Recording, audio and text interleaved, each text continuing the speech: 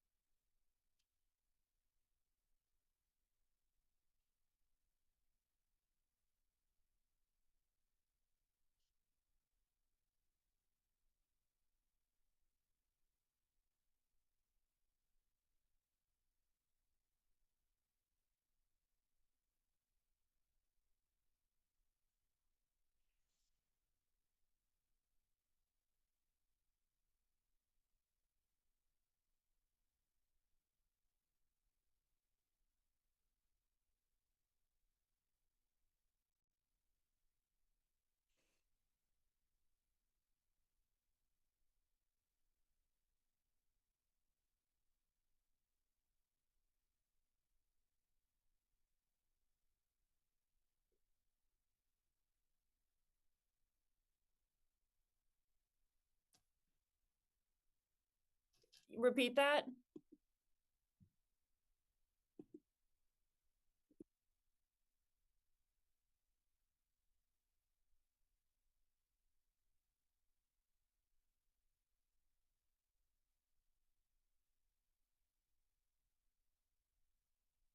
big good morning.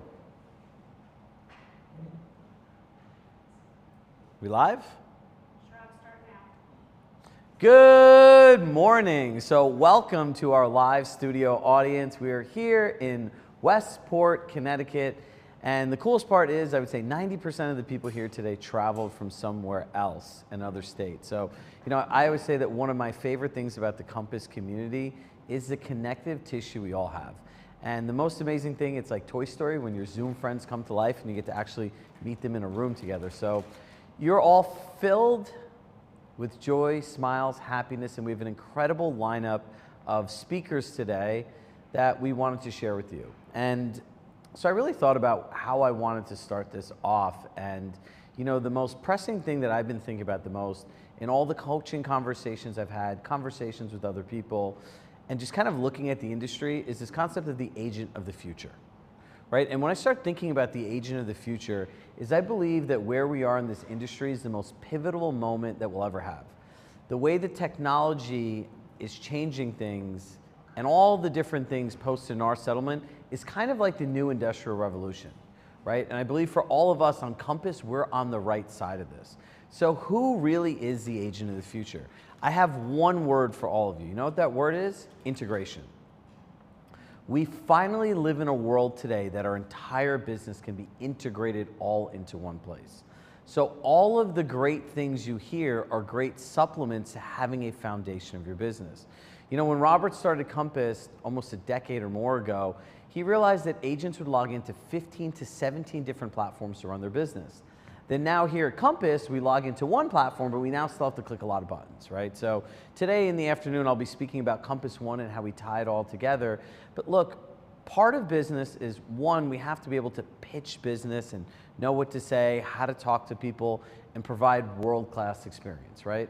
The other part of business is, how do I find new business? So a big focus of ours today is different ways on finding business. So I could not be more excited to introduce our first guest, Claire. Say hi, Claire. Hi. So the interesting thing about Claire is when she got into real estate, she's like, I don't care what anyone says of it's my first year in the business, it takes time to get started. Claire, how ambitious was your year one goal? I think I sat down and told Gretchen Pulley, who a lot of you probably know, I said, okay, my first year, I think I told her, I forget exact what number I gave her in terms of volume, but I said, I want to make 200,000 after splits and everything. And she was like, okay, so maybe in like year 3, we can aim for that, but like, let's not, kind of go overboard. And so how'd you do that first year? I doubled that. I just under doubled that number that I gave her. So look, I like to live in the world of people, possibilities, and opportunities, and it was her first year in the business. and she was previously an influencer, so she does have experience in social media. So, you know, we wanted Claire to share with all of us today, how the hell do you get $35 million of sales from an Instagram profile, let alone how to go on social media, be yourself, and actually share things of value that people care about, right? I think both of us can align. Like, you look at a lot of Instagram profiles, they're like sales billboards, right? And I always find there's a disconnect with who the person is and how they market themselves online. So I'll let you tell everybody a little bit about yourself, and this will kind of kick off our lead generation mastery day. So thank you so much for being generous with your time. Love the glasses. And Claire, the floor is yours. Thank you, Chirag. Okay, can you guys all hear me? Yep. Take that as a yes. Yes. Okay, so I'm a minute here. Okay. I'm gonna go ahead and share my screen here in a minute. But just wanted to say, guys, thanks. There's a lot of delay because of that setup they have with the Crestron thing. I've noticed. It's because of the we just need to turn the speakers all the way. All right. All right, we're making it a little louder in here for all of you.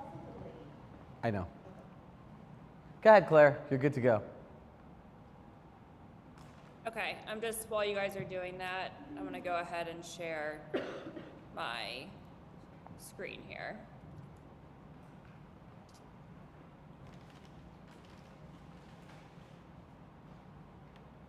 All right. So you guys aren't the only ones with technical difficulties, so. Okay. Ooh, this looks fancy. All right, can you all see my screen? Yes. Okay, great.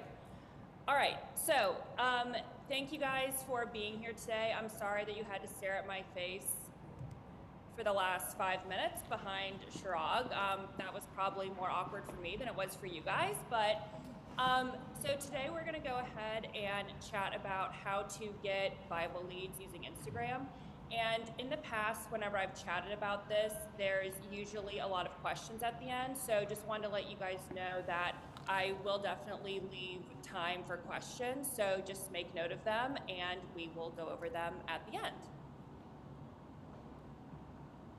Okay, so this is just like a little bit of context. I know Chirag already gave an introduction. Thanks for like tweaking my numbers just a little bit and giving me a little extra 5 million, but hopefully you guys still feel good about doing over 30 million in volume my first year as an agent. And I just wanted to put a little bit of context. So the numbers I have here, and we'll dive into this a little more in a bit, but the 19 to 20 million is what I did from completely cold leads on Instagram. The other 10 million came from people who had maybe known me through Instagram at some point in the past, or And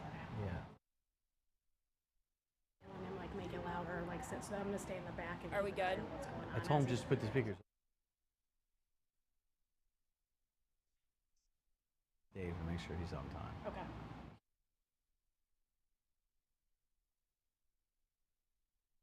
Is that Oh, nice? Dave, What? I don't think she can eat. Can you guys, am I good to? Yeah, you can hear us. There's also people on the live stream, so just keep going. There's like a 3-second delay in the room, but you're all good. Okay. Okay, perfect. But basically, the reason I think these numbers are important is because, like Chirag mentioned earlier, and how we'll chat about, I have a background as a content creator and influencer, but I think what's important is to realize that a lot of the numbers are still essentially cold leads that I found through Instagram that were all organic, nothing was paid. And so when I position it that way, it basically shows that anyone can do this. It's not from necessarily a previous audience that I built. So to give you guys a little bit of my backstory, because I think, again, context is important, I don't think it would be valuable for me to sit up here and share all of these, strategies or tactics that I've used through Instagram if the majority of my business was coming from a platform that I had previously built that I took almost 10 years to build through my content creation days. But tech issues. for in the past, essentially, so I started working as an ICU nurse for 4 to 5 years. And then I decided to leave nursing and move into content creation. And that's essentially when I worked as an influencer. So the one thing I want to call out is whenever I started content creation, and this is where the history was and learning a lot of the strategy that I now use in real estate, I literally posted for 3 years without making a dime. And the word influencer, like influencers didn't really exist then. And there wasn't even, no one was really getting paid to post content.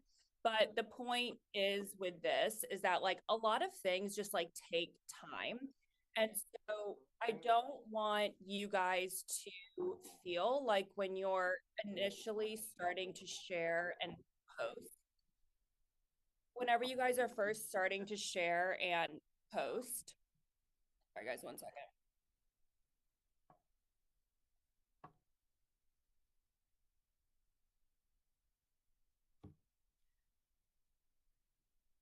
So,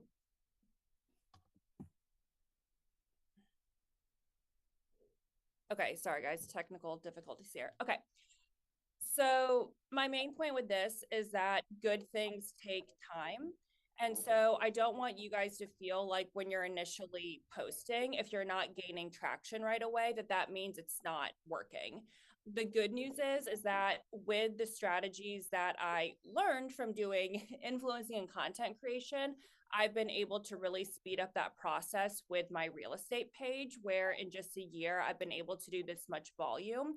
So all of that to say, you guys are in the right place, and I'm going to go through and share all of that with you guys today.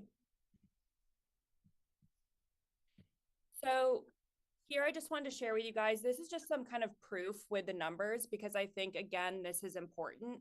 And again, I just want to reiterate, I know that a lot of people real estate agents who have been on TV shows or things alike, share numbers that are probably much better than this or similar. And I think, though, in this case, the thing that I want to call out is being able to be on a TV show and build your business that way is obviously great, but that's not applicable to most of the rest of us. So in this case, what I really want to focus on today is showing you guys, and you can kind of see here on the right, that a lot of the business that I've done, even though the majority of it has come from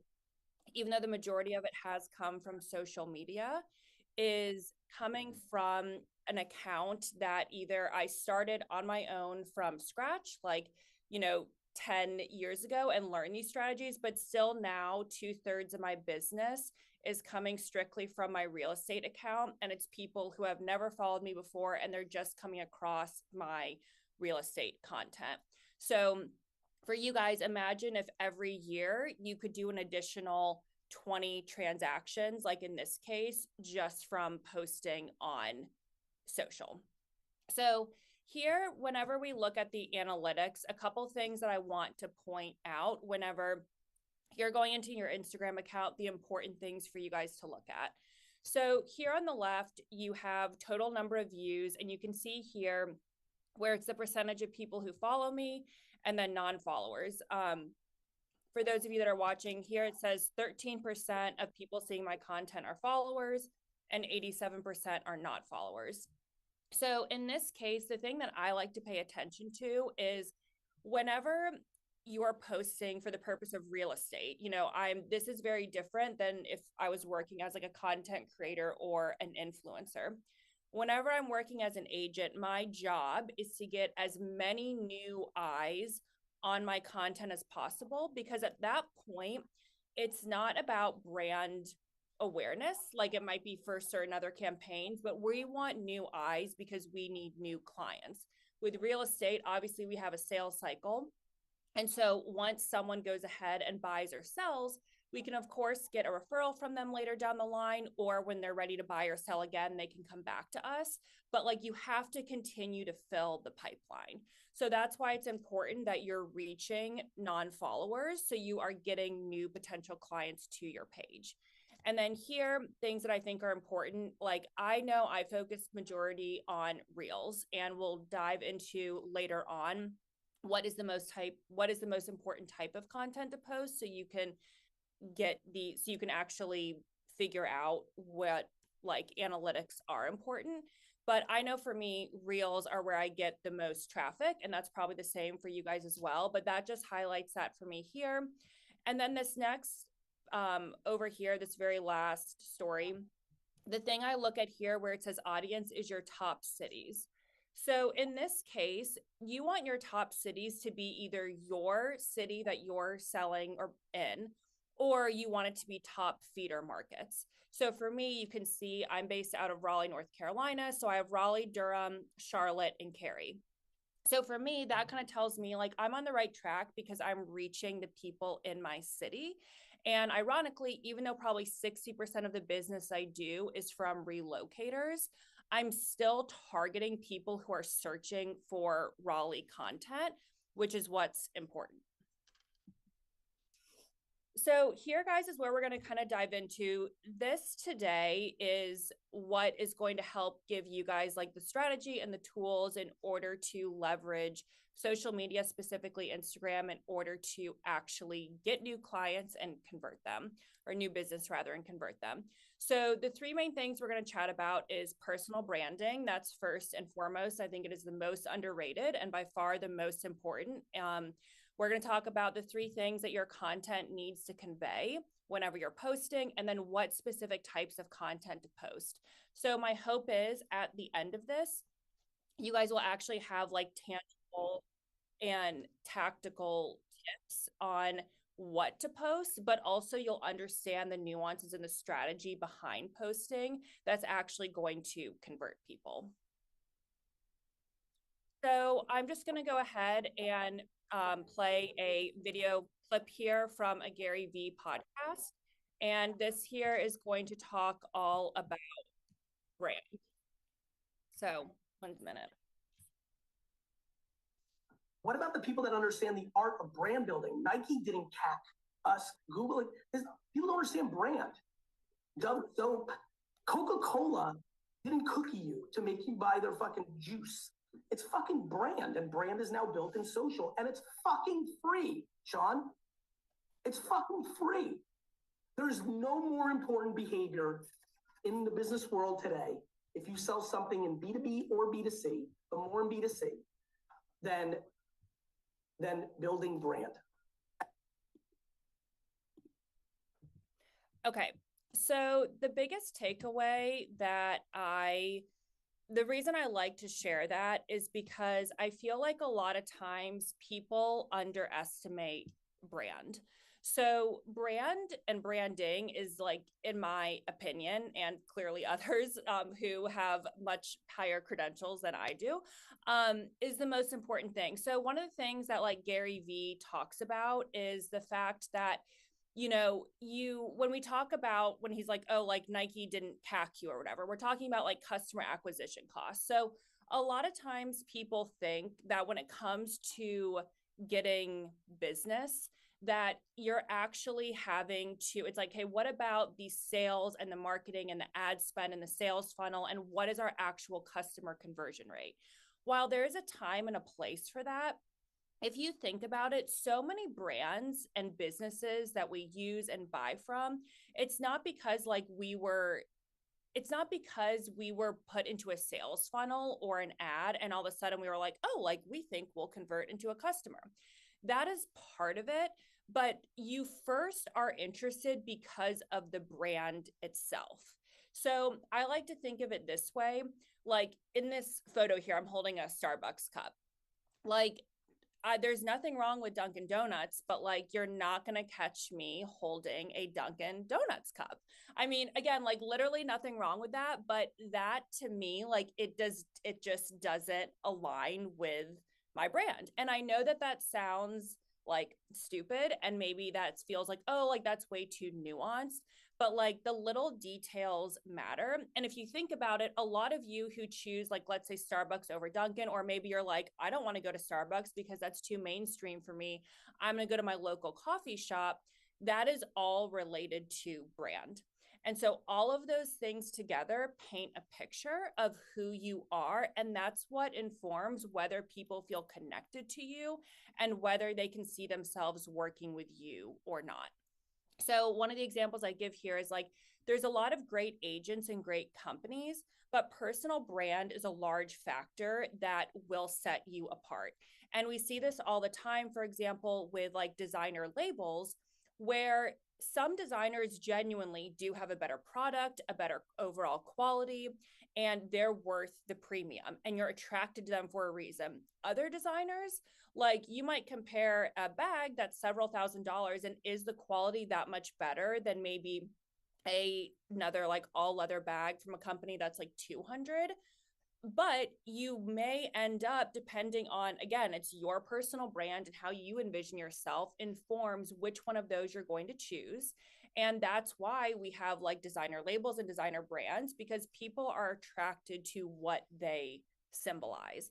And so you as an individual person are no different in that sense.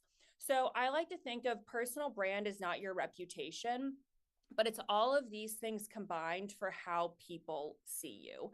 So just like as an example, I got a new car last year and I was debating what kind of car to get, because I was like, when I first pull up to a house, and it wasn't even about like, is it luxury or non-luxury, but the nuances of what type of car I was going to buy, that informs someone's perception of you or how someone sees you when you first pull up. It's the same way with how you dress. It's the same thing with your coffee order, with your hair color, how you speak, what you value, all of that. Again, those nuances come together and form a very specific picture of how people view you. And a lot of that will determine if someone even wants to reach out to you in the first place to work with you or not. So it's the same way with any other brand. Like the example that Gary Vee gave is Nike. You first have to be attracted to the brand as a whole, and then you do a further deep dive to be like, okay, what are their values? You know, what would it be like to work with them? How comfortable are their clothes? All of those things then dictate the rest of the process, but it's almost like that first impression of the brand sets off everything to start. So that has to be dialed in. So and before I kind of get into some real life examples, the things that like I wanted to mention is when it comes to personal branding, your brand, it can be anything that you want. It just has to be like authentic and true to you, because people can sense inauthenticity. And so you're not going to attract everyone. You're not going to be everyone's cup of tea, and like that's okay. But you have to stand, it's like you have to stand for something, and you have to have some sort of brand and be clear in that, because that's going to inform and attract the right business to you. And it's going to make people feel more connected to you right away. And those are much warmer leads than you serving someone an ad on realtor.com or wherever. So here's some real life examples. I had, this is basically an agent introducing me to her sister and brother-in-law. She says, Scott and Jenna, so Jenna's a sister, I want to introduce you to Claire Gens with Compass Real Estate. She's going to take great care of you guys. Claire, I've shared your real estate with Jenna and she likes your taste. I'm excited for you all. So Jenna replies back to me, Claire, thanks for getting it back to us so quickly. Krista found you via Instagram. I can tell you're definitely on the same aesthetic page as me. We're looking forward to explore the area, blah, blah, blah, blah. So in this situation, this is a prime example that, and this probably goes without saying, you guys know last year was my first year in real estate. So clearly people weren't reaching out to me because they were like, oh my God, she has so many years of experience. She's clearly just like the best in her field. No, like people were reaching out to me because they felt aligned with the brand that I was presenting. And they felt like, this is someone who gets me. This is someone that I want to work with. And I also want to be a part of her her team. And that's like the same thing when we make decisions about brands that we wear, brands that we purchase. It's because you want to be a part of that culture and you want to be in alignment with those brands or the people who wear them. So all of those subconscious things, it's the same thing with real estate and whenever you have your own business and you are your own brand. So these next two examples I'm going to share are going to then kind of also lead us into our next 2 points when we talk about the type of content you should be posting and how you need to frame that content. But these next two were both clients that, again, found me through Instagram. And again, the majority of the business that I do through Instagram is people who are just finding me for the first time through my real estate page and content. And again, we are going to talk about what you need to be posting on those pages here in a minute. But basically, she reaches out. Hey, Claire, my name's Alex. I'm reaching out as a prospective client. I found your IG and I have loved following along as you share insights about Raleigh and the Triangle. So that lead, and then this is a group text that I was going to share. So these are with two clients who moved here from Atlanta. One of them actually has their license there. Called me literally out of the blue and was like, hey, like I've been following you for 10 months. Like I feel like you would just get like me and my husband, like you're who we want to work with. Like when can we meet? And so again, to that point, these are very warm leads because people are already primed and feel like, oh, I know them. Like they get me. I want to be a part of that brand. So he basically says, hey, we're at Foxcroft, which is like this wine bar here, for the first time. Appreciate your expert real estate advice and expertise, but thank you for also being a great Raleigh influencer. Only knew about this place via your Instagram, Claire. And then I'm like, oh my gosh, I'm so jealous. I'm like sitting at home at sweatpants, like working on the computer. I'm like, I wish I could be out drinking wine. And then basically they're like, oh, we went to that other place you recommended last night. We'll continue to base our social life and food scene around what Claire recommends. So far, you haven't led us astray. So this kind of goes into the 3 things to make sure your content is conveying in order to get these kind of messages, and then also what you need to be posting specifically. And I also want to touch on the quality of leads. So those 3 people that reached out, one of them, I'll put it this way, everything is quality whenever it is a real person who is ready to buy on the other end. But for context, our average price point here in Raleigh is under $500,000. 2 of those clients had $2 million budgets and the other one had around $500,000.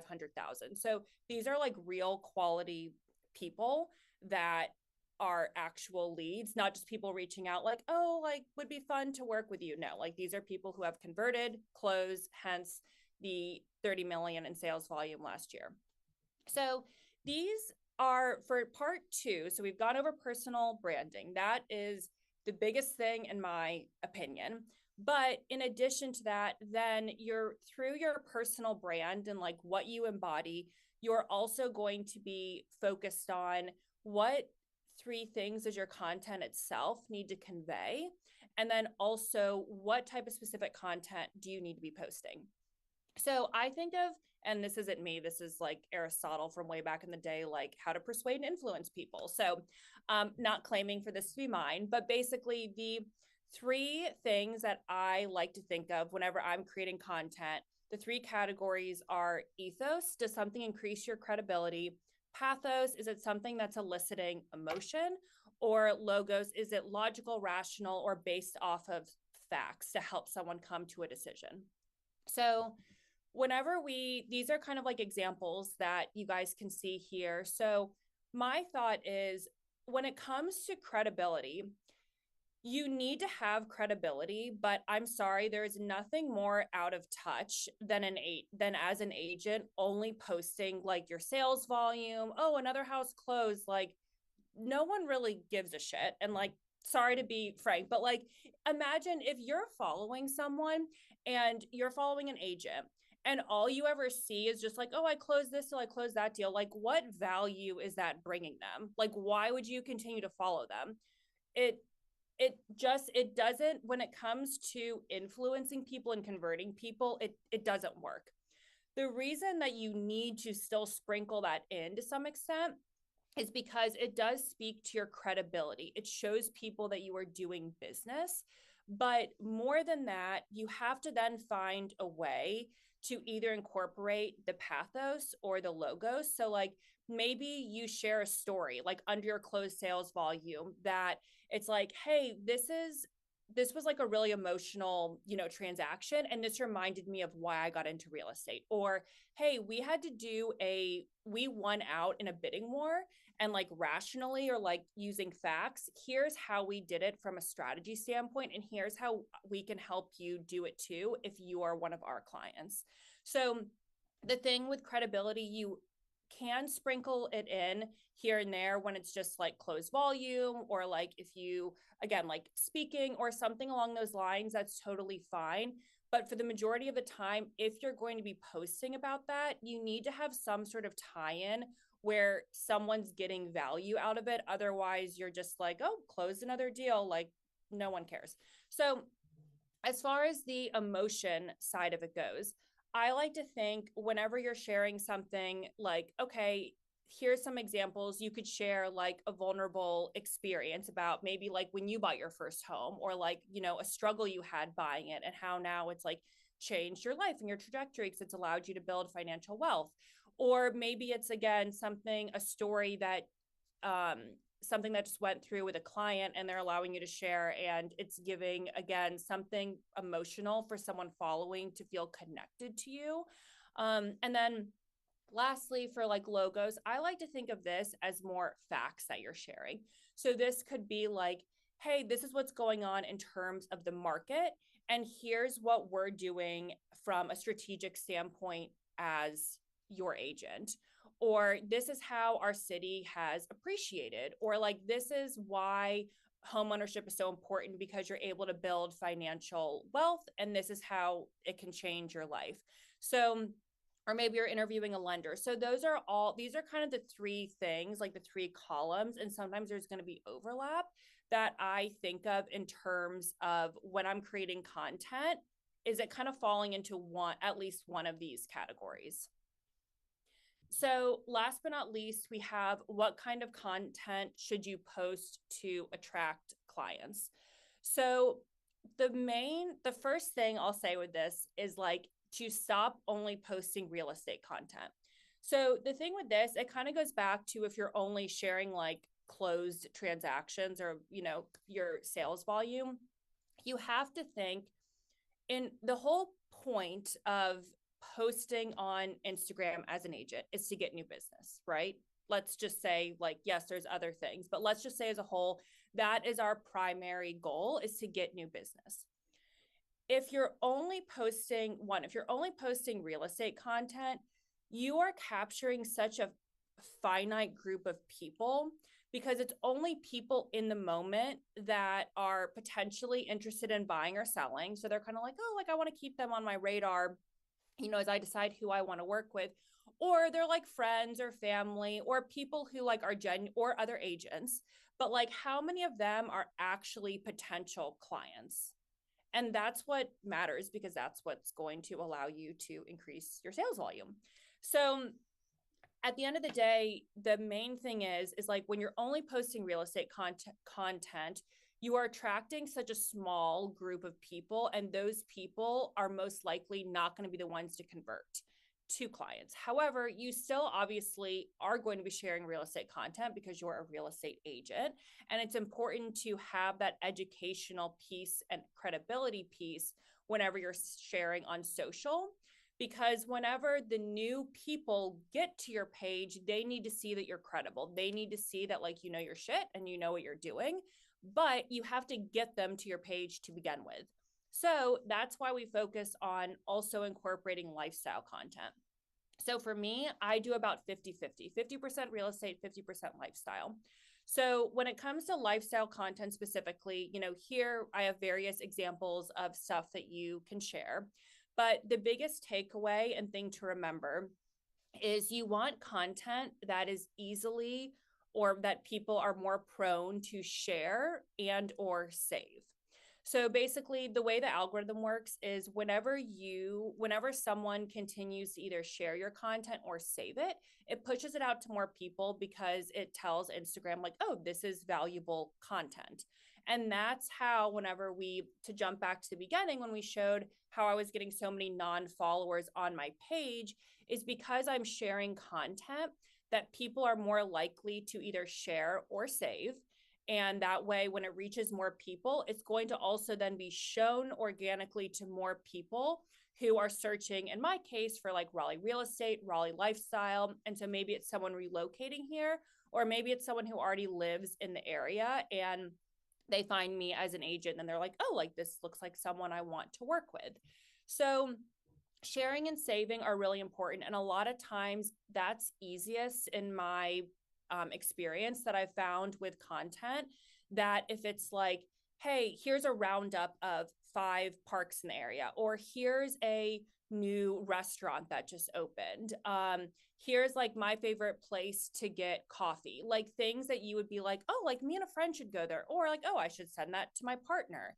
Like those are things that tend to get the most shares and saves, but you can't just rely on that type of content because you also have to show that you're credible and that you're knowledgeable about real estate itself.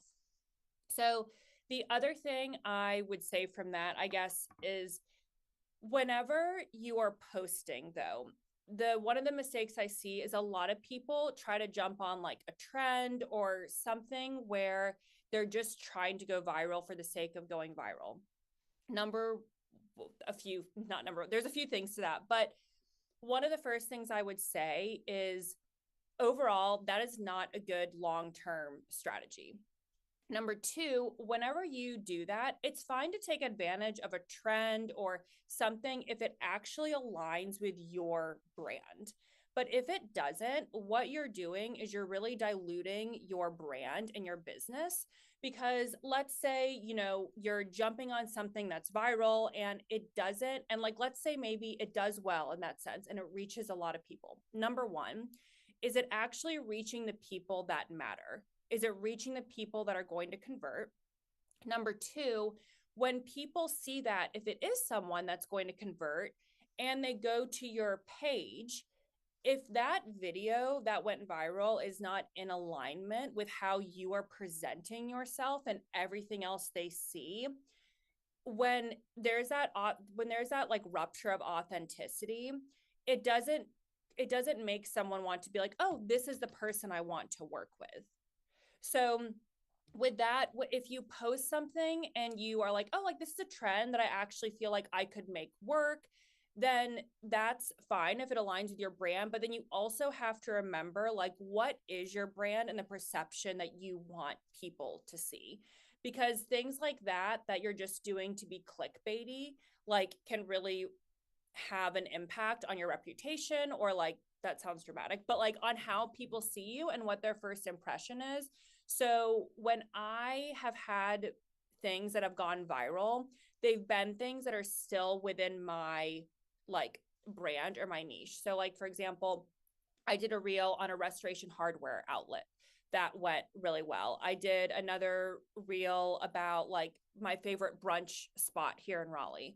Another reel that did really well was about this bathroom under the stairs that had been, or a closet under the stairs that had been converted into a bathroom in this home I was touring. So try to think of things that still align with like your brand versus just like jumping on a trend for the sake of jumping on a trend. I think I could talk all day about this, but we have like about 15 minutes for questions. And last time there was a lot of questions, so I want to kind of like open it up. I don't know if Shrag, if people can put it in the chat, or if then people who are in person want to jump in, but I'll open it up for questions now.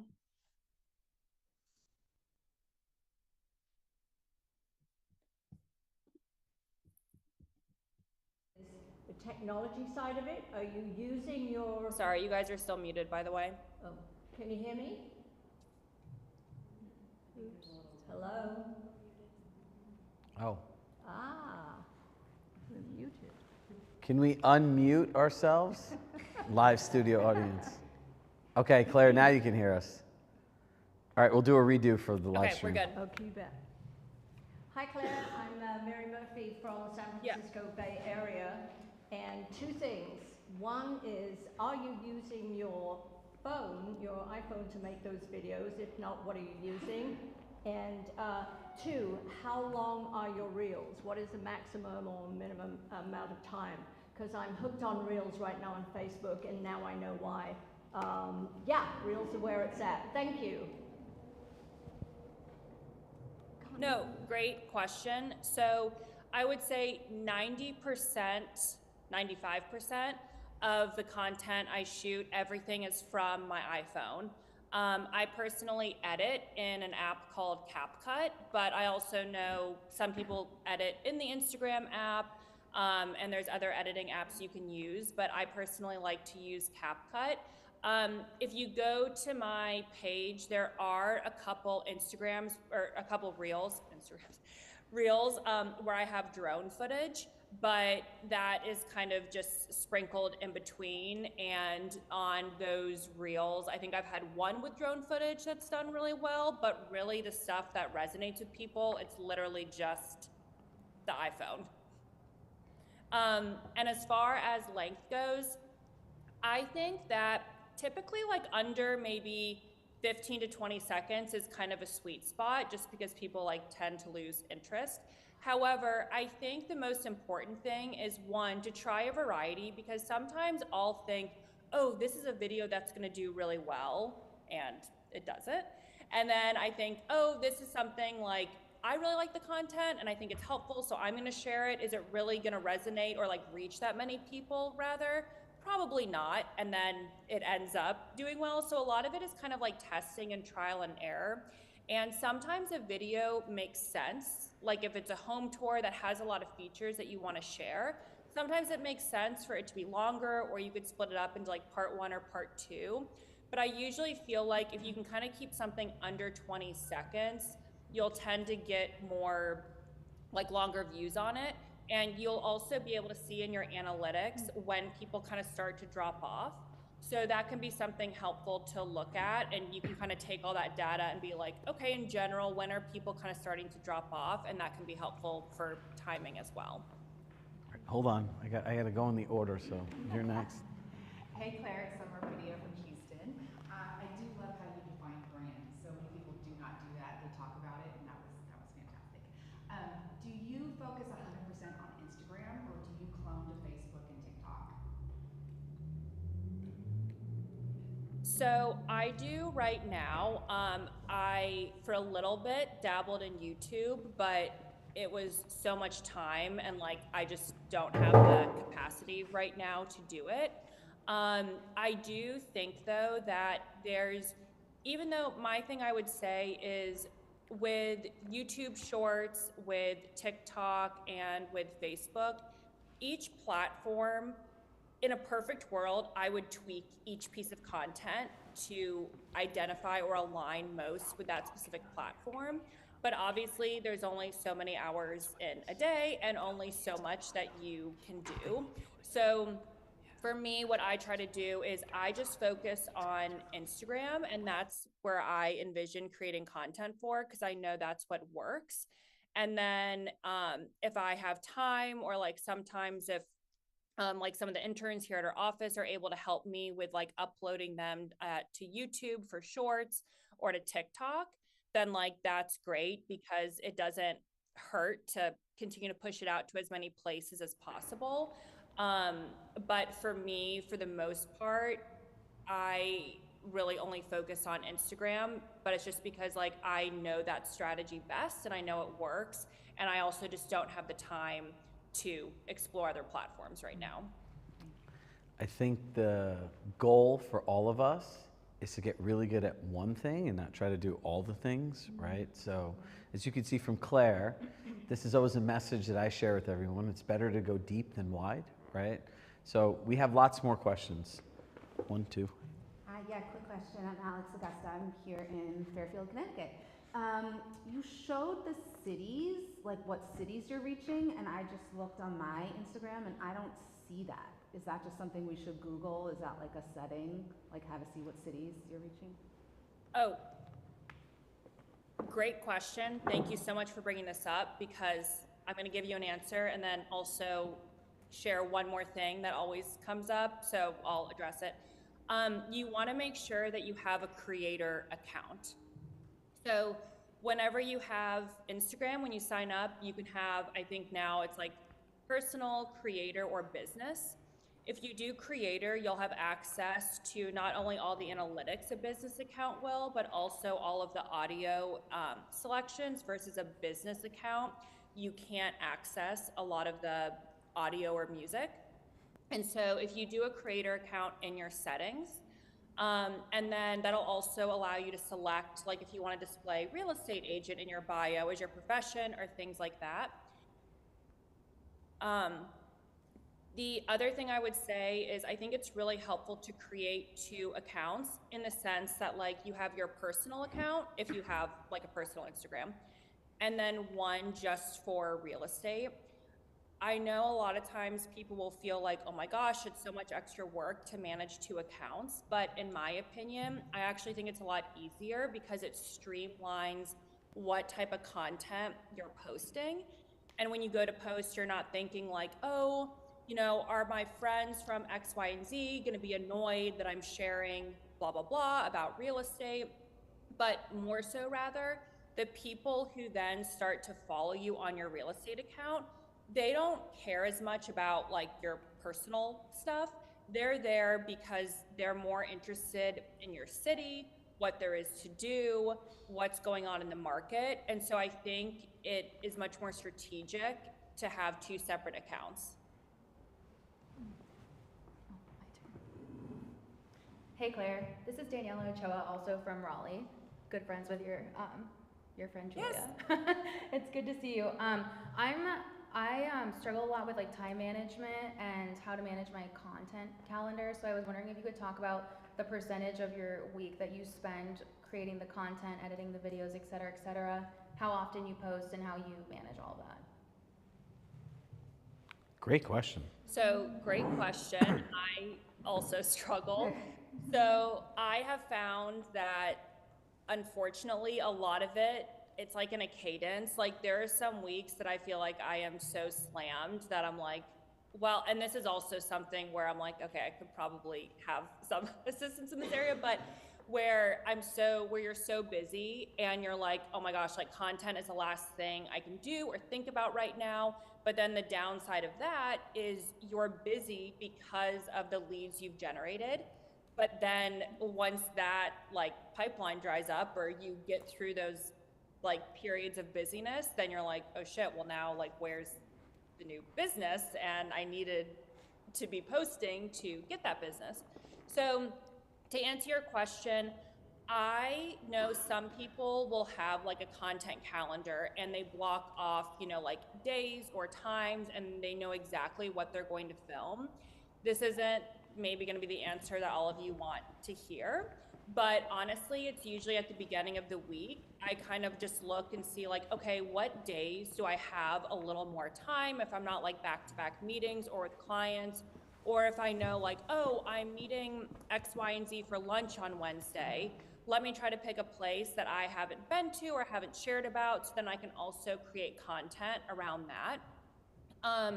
So I think the best thing is, and Shrog was kind of saying this, where it's like, instead of spreading yourself too thin, trying to do everything, I say most people a goal, like start off being like, okay, I'm gonna consistently post 3 times a week, or whatever you feel like is genuinely manageable for you.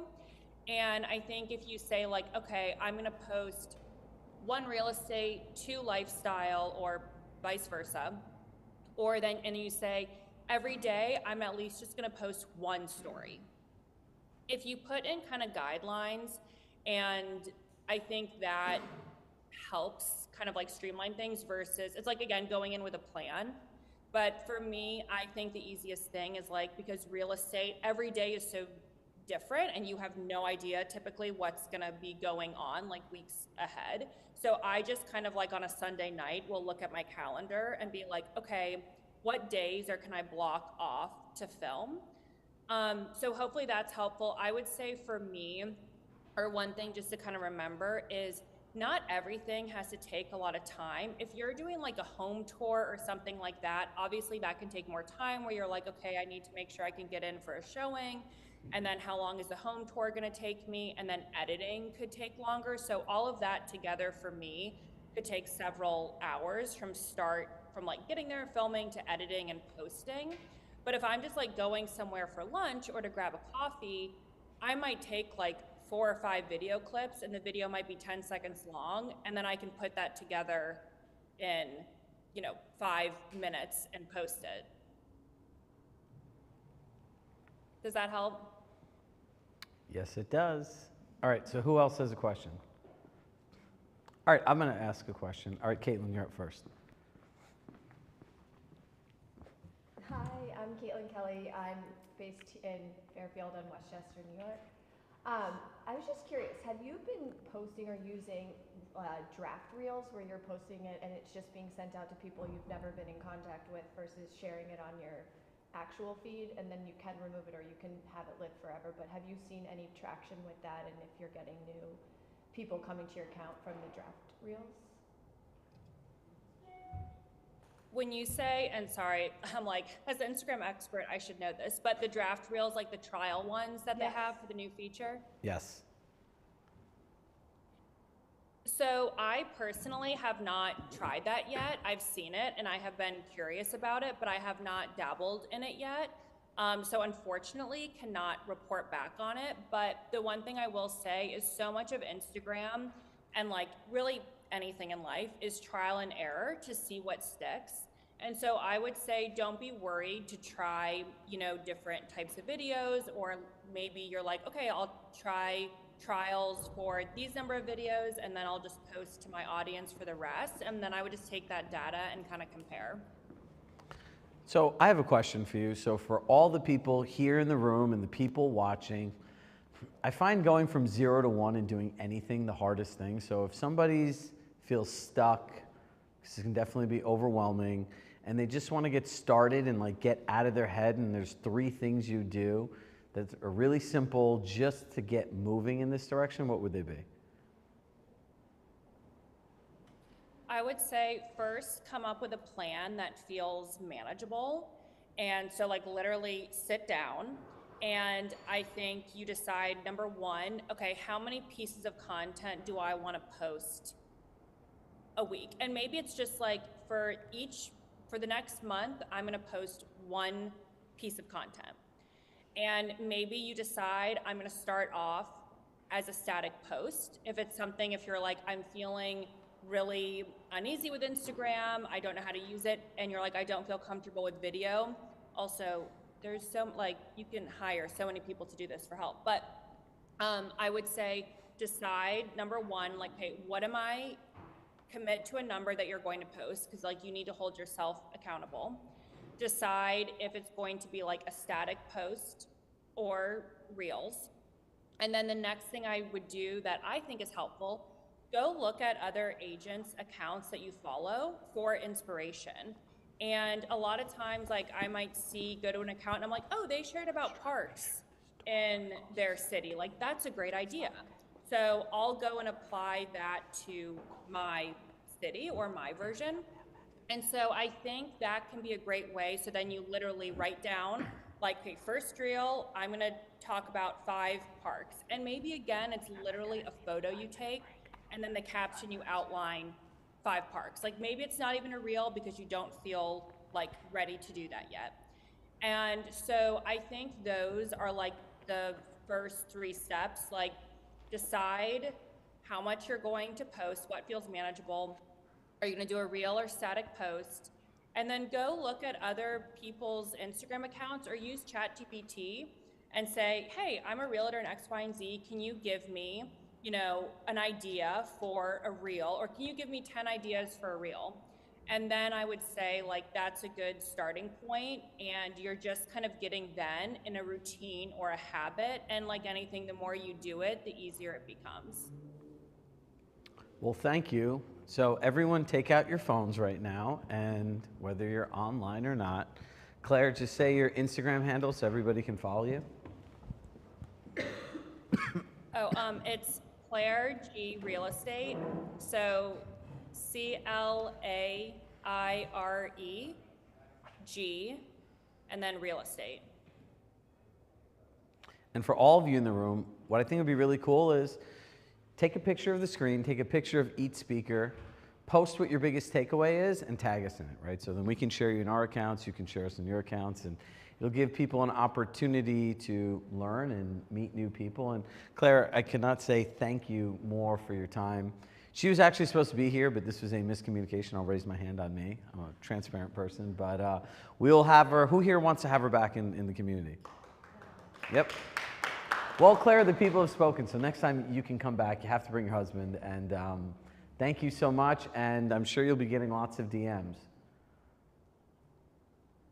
Also, one last thing I was going to say really quickly. If you guys go to my Instagram, the link in my bio, I have a couple sources for agents on kind of just like generally things to remember when posting on Instagram or like on social. So if those are helpful, there's like a free download and whatnot. So yeah. I think you get a lot of downloads, so thank you.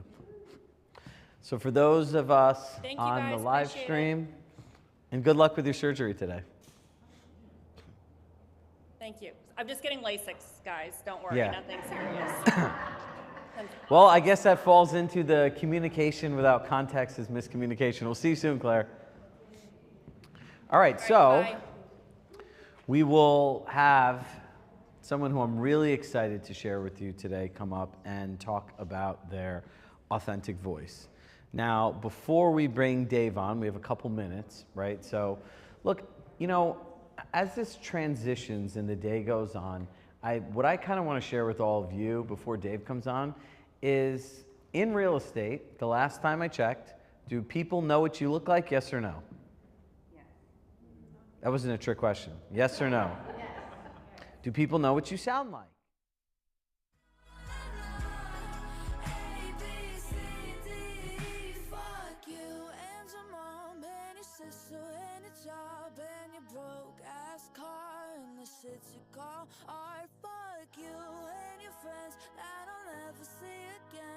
Everybody but your dog, you can all fuck off.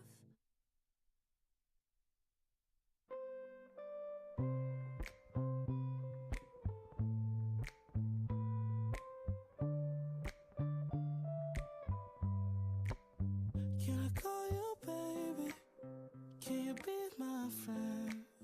Can you be my lover up until the very end?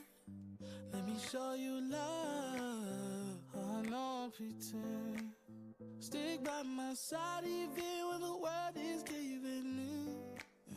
Oh, don't you worry, I'll be there whenever you want me. I need somebody who can love me at my worst. No, I'm not perfect, but I hope you see my worth. 'Cause it's only you, nobody knew I put you first. And for you, girl, I swear I do the worst.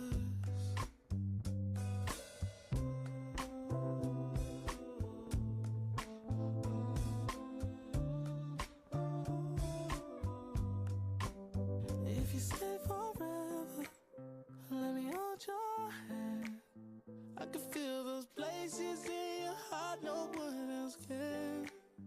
Let me show you love, oh, no pretend.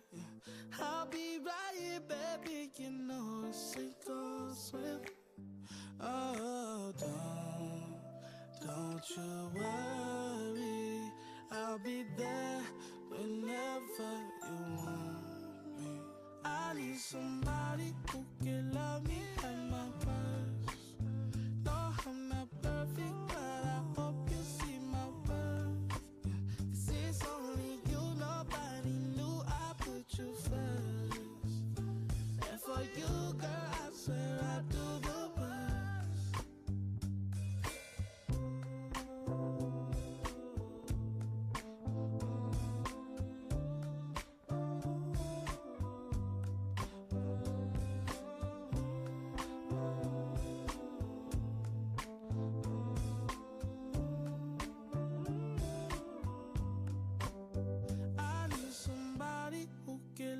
me at my worst. No, I'm not perfect, but I hope you see my worth. 'Cause it's only you, nobody knew I put you first. And for you, girl, I swear I do the worst.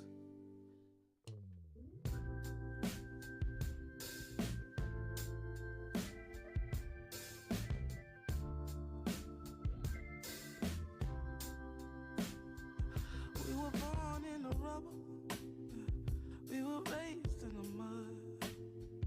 Yeah, it's hard in the city where I'm from. All I know is 10:35 and I can feel your arms around me.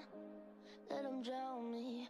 All I know is 10:35 and I'm thinking, God, you found me. That you found me.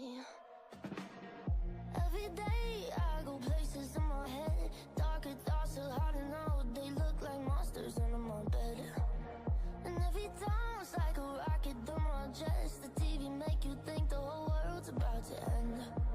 I don't know where this night is going, but I know that you and me got something.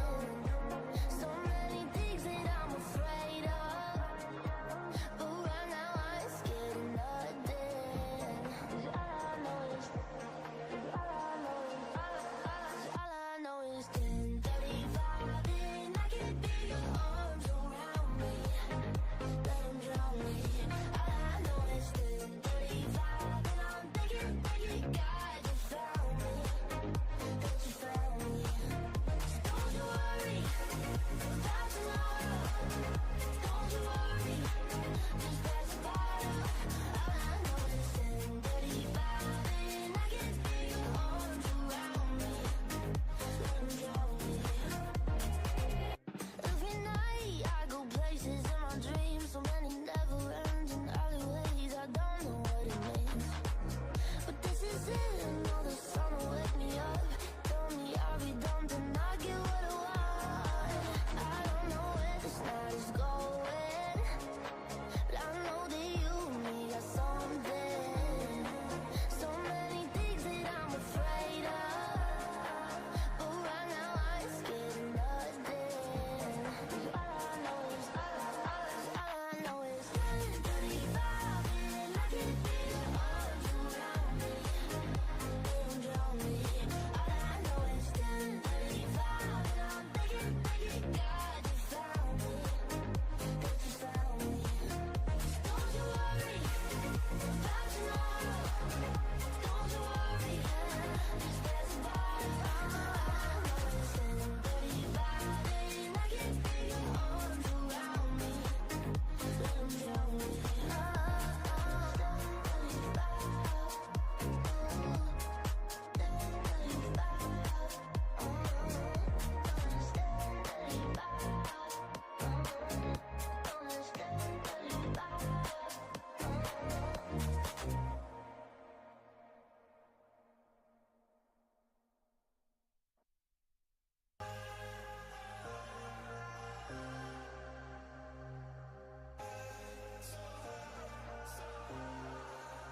Oh, angel sent from up above. You know you make my world light up. When I was down, when I was hurt, you came to lift me up. Life is a drink and love's a drug. Oh, now I think I must be my use up. When I was a river, tried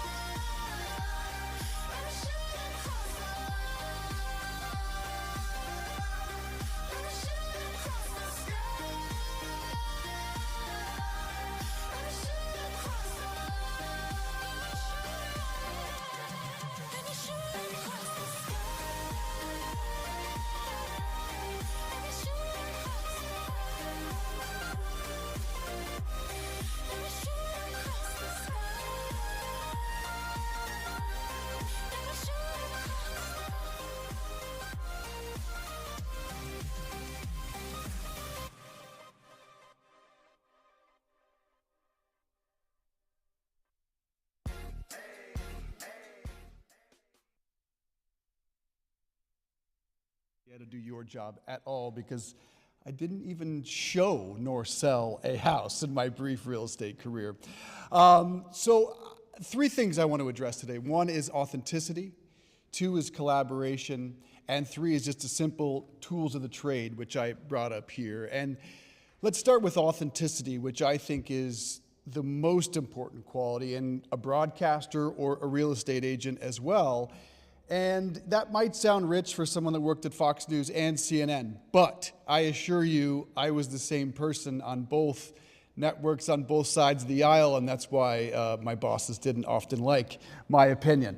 But authenticity is everything for you. You can't be Ryan Serhant. I know Ryan, I've met him, I've interviewed him a few times.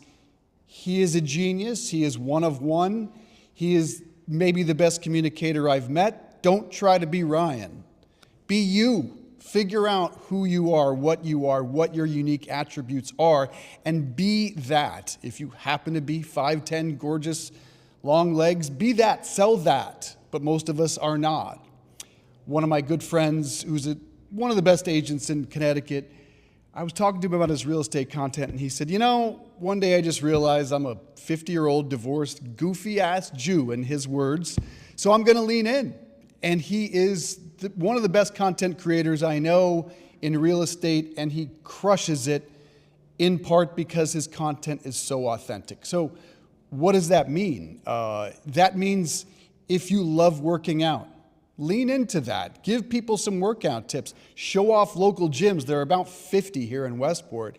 Show them off. Talk about their unique attributes. That tells people why they might want to move here.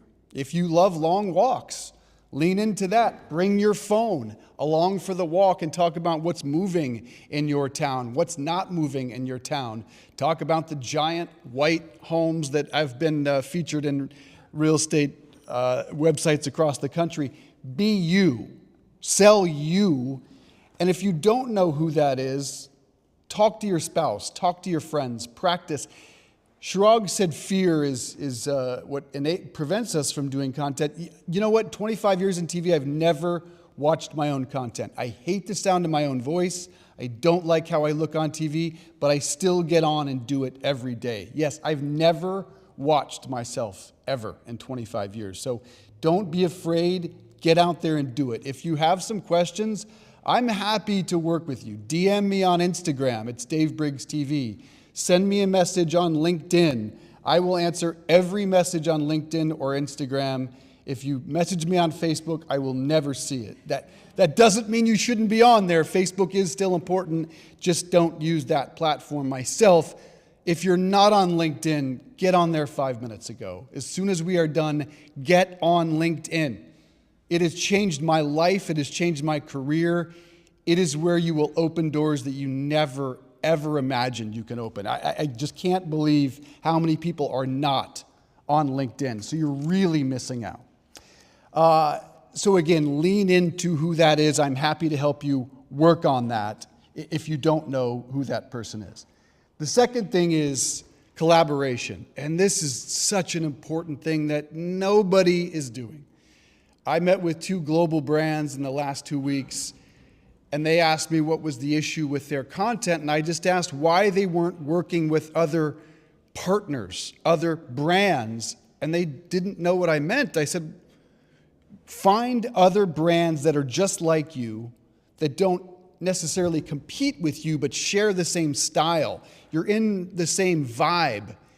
If you find the right partner to collaborate with, you double the eyeballs and it costs you $0. It doesn't cost you a dime. What does collaboration mean for you? Well, if you're on Instagram, you tag people in every feed, but there's another button next to it that says invite collaborators. And if you invite the right collaborator, it appears on both of your feeds, 3 or 4 people's different feeds. So you quadruple the eyeballs on that post, and you help each other. Now, find out if they're willing to collaborate with you before you push that button, because if they don't accept, then it's just going to hang out there and look weird. But if you're doing a reel on your home, if you're doing a selfie tour of your home, always the builder, always the architect, always the agents in your office, always the agents on your team. You should all be collaborating with one another. Even if you compete in the same space, you can help one another, especially on the same team or in the same office. So always, always collaborate in your real estate content. And tag. You can tag up to 20 people or businesses in every post. There's no harm in that. The worst case is if you tag someone or some business, they're going to see it, they're probably going to watch it, that increases the eyeballs. At best, they share it in their stories or share it to their feed, and that's a huge win for you. So you should tag up to 20 people in every post. Again, the collaborations you should work out ahead of time, but those will help you dramatically. In your non-real estate content, which I hope you're all doing, which is, again, show off a local gym, show off your favorite coffee shop, show off your favorite ice cream shop, your favorite clothing store, new businesses around town, the Westport Library. You should always collaborate with those businesses if they are willing. If you're at Don Memo and you love a dish, take a picture of it, post a story of it, and tag them. They'll repost it in their network, and maybe you'll gain a follower or two. Hell, maybe you'll gain a client. Who knows? You might gain yourself a client. But show off why your town is attractive. If you're a Westporter, you should be showing off the incredible amount of restaurants or gyms or, God forbid, grocery stores, because we have 9 of them seemingly. So tag as many people as you can in these posts. Stories are crucial. Do a story every day on Instagram. As for collaboration on LinkedIn, tag whoever you can. Worst case scenario, they read your post. Best case, they reshare it on their feed. You just doubled your eyeballs. Always tag people that you think are willing to repost your content. That is huge for you. So always, always collaborate. The third thing is just a few simple tools of the trade. This is called a gimbal, and it is $65 on Amazon. It is a DJI gimbal, Gimbal. I don't represent them. There are about 100 brands. Buy one if you're doing content, and if you're not, please tell me why you're not after this, because we need to start doing some content. You think you can hold your phone still, you cannot. I've been doing this 20 years. I cannot hold my phone still. This thing, whether you're shooting a video of a home or you're shooting a video of yourself, it holds the phone steady. It makes your video 100% different. These things are essential. They are tricky.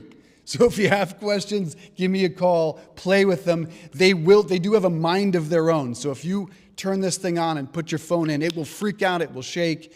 It's also a tripod. So if I'm doing an Instagram Live, which I recommend all of you do, you set that up at your home, you look right into that camera, you can answer questions from your followers, it stays still, it looks good, you can find the lighting that goes well on you. Instagram Lives are so simple. I'll do one with you if you want. Go to your home, talk to an agent. If you're a Westport agent, do an Instagram Live with a New York agent. If you're an agent in Palm Springs, do an Instagram Live with someone in LA. If you're an agent in Denver, do an Instagram Live with an agent you know in Aspen. That's the collaboration thing. We're just going to sit there, we're going to hit live, and we're going to talk about what's moving in Aspen, why you should move from Denver, why you should buy a mountain house in Breck or Aspen. Same goes for people that move between New York and Norwalk or Darien. This goes back to the collaboration, but this tool is essential. Don't do content with your hand. I hate shaky video, and so do your followers. The other thing, and that's $65. This thing, microphones, right? They are $20. You could spend up to $50. Don't spend any more than $50. But these things are essential. This is a simple little plug-in to your iPhone. You plug that into the bottom of your iPhone. You have a microphone. You push it on right here. There are some with windscreens, which are good. You don't need them. This is $20 on Amazon. Just check the stars as long as you have enough. But don't do audio just talking to your camera. One, it sounds bad. And two, no one knows what to do with their hands. So you're going to do awkward things and people are going to be looking at your hands. So you can hold this microphone. It will make you more comfortable. If you're already comfortable with your hands, clip it on your jacket, clip it on your shirt. These microphones are essential. If you're interviewing someone at a listing, at a showing, at a restaurant, at a bar, at a store, back and forth, just like this is a real microphone, it will make you much more comfortable and it will sound a lot better. Please buy a mic, buy a gimbal. Those are the two things you do need. The other piece of equipment I recommend is a light, but those can be awkward, so I always recommend just finding the light. That means holding your phone around and figuring out where the lighting is good on your home or your face. Just look around, do a 180, do a 360, and figure out where that light shines well on your face or your home. If it's bad lighting, it will kill that post. No one wants to see bad light. So those are the three things I really wanted to emphasize. Authenticity, be you, lean into who you are. 2 is collaboration. That means the button on Instagram, that means tagging up to 20, tagging on LinkedIn, tagging on Facebook. You can also collaborate on TikTok. It is not as popular a feature, still works to double your audience. And lastly, those tools of the trade, the gimbal, the microphone. If there's a light that is easy, some of these have a light that is attached. That is not a bad move, it's just a little bit wonky. It's a little bit more tricky to use. You can always find light in a home or outside, so I don't think that's as necessary. Finally, I did want to open it up to questions. If anyone has a question, I'm happy to help you. I'm happy to collaborate with you on Instagram. One of my last interviews was with your founder, the Compass founder and CEO, Robert Revkin, who I told, and if he's listening or if you see him, I said we should be doing more interview content. We should be interviewing agents, highlighting different parts of the country every week on YouTube. Content costs you $0 and builds your brand. So I recommend getting on YouTube, having a weekly presence in whatever medium you prefer. But if there's any questions, happy to answer them either online or in person. I'm going to run the mic. Okay. All right. Yes. So I'm intrigued that the authenticity thing. I'd like to know who the 50-something-year-old silly-ass divorced Jew is, so that I can follow him and copy some of what he's doing.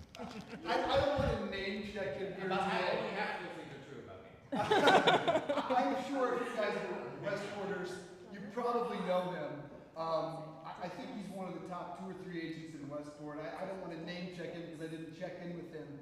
But he does content in such silly situations that it's brilliant. I mean, he was at the grocery store and he saw that they were out of something and they'd been out for weeks and he did a post on that. I just thought that was genius. Why? Because it was funny and all his viewers probably just related to it and probably talked about it. He does a variety of things like that. If you're just seeing something interesting, an observation out there, something that might get people talking, there's no harm in posting that. I mean, my thing is I'm kind of a local promoter, so I'll promote restaurants or bars or coffee shops, and I think that's always a good way to build an audience and maybe you'll gain a client.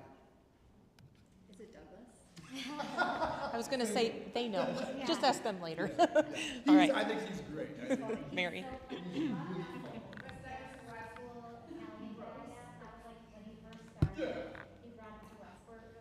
Okay, his name is Doug Ross. You should check him out. He is one of the most authentic people I know in real estate content. Hi, I'm Mary Murphy from California, San Francisco Bay Area, and I can't tell a story to save my life. I'm having trouble right now. So I'm one of those people that can't tell a joke. I really flub. Me neither. Seriously? If Okay. you don't find my head, I would die because I can't name a single joke. So I was kind of a little scared of your talk because as a storyteller, I just can't do it. I'm not good at it. So obviously, this is a little bit more than storytelling, it's podcasting. So I always want to know the ins and outs. I mean, the logistics. I mean, do you just go to a restaurant that you love? I mean, I love eating out. So do I go there and interview the chef, or how do I do that? Or Perfect. You got it. So these two things, back to the tools of the trade. All you need to do is go there. If you don't feel comfortable on camera, I guarantee that restaurant wants some visibility, some publicity. Put a mic on them and just talk to them and shoot them. Either the chef or the owner, maybe it's the general manager. Talk to whoever the manager is at that restaurant. And most of the time, they're going to want to talk to you and sell their dishes. All you tell me about this dish. Tell me about the concept of this restaurant. Tell me about who you're trying to reach, your cocktails. If they don't want to talk, that's okay. All you need to do is film or take 10 pictures of your favorite dishes and drinks, set it to music, then you've got a reel. but do you set it up ahead of time? I mean, I go to a lot of restaurants, and I want to eat. I oftentimes am just sitting at a restaurant and I'll ask to speak to a bar manager, a GM. They want to meet you. They need to build their audience too, their customers as well. So I recommend setting it up in advance if you're going to put a microphone on them. Okay. Most are not comfortable, just like you're not being on camera. But just like your homes, right? Even if someone's not comfortable talking on camera and you're not, let the home be the star. Got it. Just simply shoot. I don't want to, take away money from the brilliant videographers that are out there. Yeah. But you can probably get some great video yourself if you get a steady gimbal and shoot. Let the home do the talking. Find the coolest part of that home and simply shoot 30 seconds, a minute of video, and set it to music. If you're not familiar with Instagram, hit the music button when you build a reel. It'll suggest 10 or 12 songs. How about you doing a class so we can all learn how to do it? I actually do a podcast here at the Content Studio of Westport. I think Shrog and I may have to talk about that, about setting up something weekly or monthly to help you through that. I'm more than happy to, but you don't have to be on camera if you're that uncomfortable. Let the restaurant be the star. Let your house be the star. Any other questions? I will. Yeah, awesome. So you mentioned LinkedIn. I kind of feel exactly the same as you. Most of my past clients aren't really on Facebook and Instagram, whether they're bankers or whatever the case may be. They don't have jobs where they need to be out there. How do you change what you are putting out on Instagram versus LinkedIn?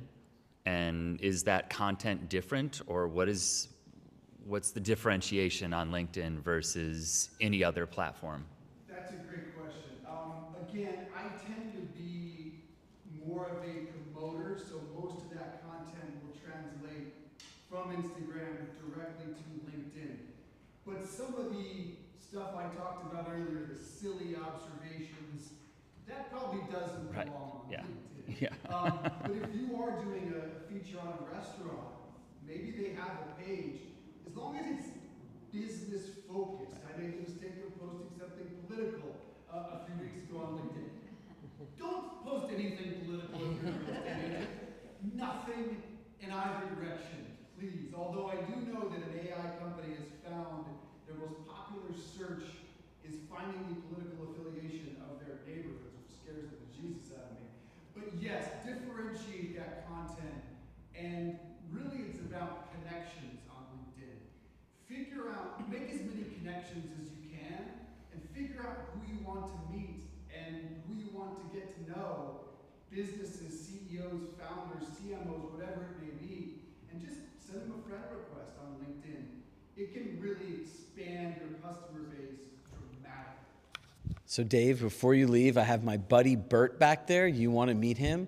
Bert's a LinkedIn employee for 18 years and helped build the sales enablement division. Good contact, and he'll actually be sharing with us today how to generate business on LinkedIn in the afternoon. So definitely somebody you want to meet on your way out. But yeah, I think you guys are probably underutilizing LinkedIn. I mean, even if you don't find a lead, it's a great place to be. There is no harm. It costs you $0.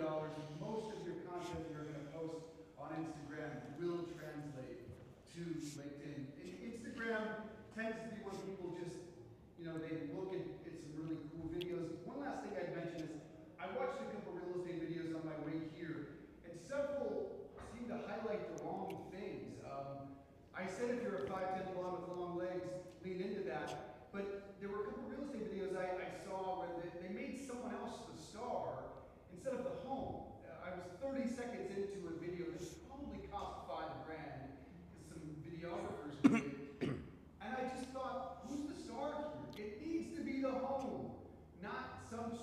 who's driving in their Bentley and walking in the door, and then you have the fake family sitting down. Don't make other people the star of your video. Make the home the star. But yes, I'd love to do that. Yes, I know. Yes. Well, Oh, he posts. I'm in between projects. How often am I posting? Sorry. I'm building a podcast right now. When it is complete, which starts on Monday, I believe I need to do some form of a post every day. When I say some form, that doesn't mean a reel. That means very least something every day on Instagram and whatever medium you prefer. If it's TikTok, there should probably be something every day. But that could be a story. And that could be a story, just a picture of your home with some key stats to it. You don't have to be on camera every day, but at least do a story every day to just remind people you're there. Anybody else? Thank you. Thank you. Yep. Thank you.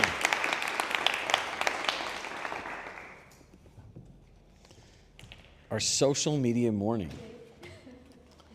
Oh, my chapstick. That's another tool today.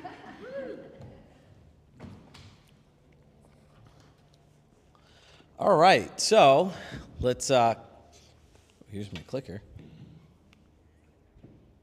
All right, so we're gonna get into something more interesting in the real estate world, but who here got something good from social media this morning? Right, there's a saying in life, rather be lucky than smart, so I was hoping pairing the two of them together set off. It's like one kind of fed right off the other. So look, everyone just take a breath in, breath out. So I want to introduce a dear friend of mine up here, Brandon. You know, I was joking around and telling my mom, I said, Mom, you know, I actually have like good friends now that went to Harvard University, but Brandon is nothing short of a genius, authentic, genuine, and down to earth. So he has helped build a new lead generation platform for many agents in the industry and Compass. And he's going to talk about lead generation in a different way than we're normally used to hearing it, right? I'm a big past client centers of influence guy, right? But I did do for sale by owner calls, expired listings, door knocking, and pretty much any different weird way you've ever heard somebody talk about make money in real estate, I was willing to try in my 20s. Right, so Brandon's going to come up here and tell us about this platform, Navigate Way, and different ways to really think about generating leads in business, automations, and really building a system, right? How many people feel really confident about their lead generation systems that don't currently, how many people feel really confident in their lead generation systems and their system can't be Zillow? Raise your hand. Okay, so it's an area we all have lots of opportunity in. But the amazing thing is you guys are all making a really good living already. So without further ado, Brandon Weaver. I'm actually not using the mic for this. I wanted to use the mic. I feel as if my voice is loud enough I project. You guys can all hear me, correct? Yes. Great. So Sharad kind of hit the nail on the head. Right, I oftentimes go around the country talking to realtors, and I always ask them, how do you go about prospecting? And I always say, you talk to 10 different realtors, you get 10 different approaches to how they prospect, and no one's really thrilled at the outcomes that they get. So, Navigate. An interesting story. So, I joined an organization called Voyage Real Estate about a year and a half ago. And my business partner at the time was sharing a story about, you know, how difficult it was to prospect in real estate. And I've been a lifelong salesperson, worked in multiple industries. And prospecting, it's always been challenging, right? It's never been an easy process. It was easy, like everybody be really wealthy and be really successful. But a lot of the organizations and industries I've worked in, they really had a good mechanism for prospecting. They had good infrastructure for prospecting, and a lot of it was B2B sales, some of it B2C, but there was just there was a focus and emphasis on prospecting. And so naturally, when I was involved in Voyage, which was underneath the Compass umbrella, I just assumed that was within Compass. And what I quickly found out was that there was no uniform way to go about prospecting. We heard about it earlier today. People do a lot of outbound techniques, some inbound techniques, but there's no really uniform way to prospect where it organizes the whole process of it from search to connectivity all in one platform. And when I started observing some of the behaviors that I saw from the real estate agents, and he was telling me some of this, it was mind-boggling, because you know what he was saying was like, Brandon, I have agents who sit and literally write addresses on envelopes, lick stamps, put them on the envelope, and I was like, this can't be true. Like, they're actually doing that. Yes, Brandon, they're actually doing that. And I observed one of our agents doing it, and I asked her, how long do you spend doing that? She told me 4 hours. And I was like, there has to be a better way. So then I started to do some investigative work, right? Like, how do agents go about prospecting today? And what I started to realize is that there's just a whole bunch of fragmented tools, right? So people have subscriptions to some of the competitors to navigate. People go through title reps to get information.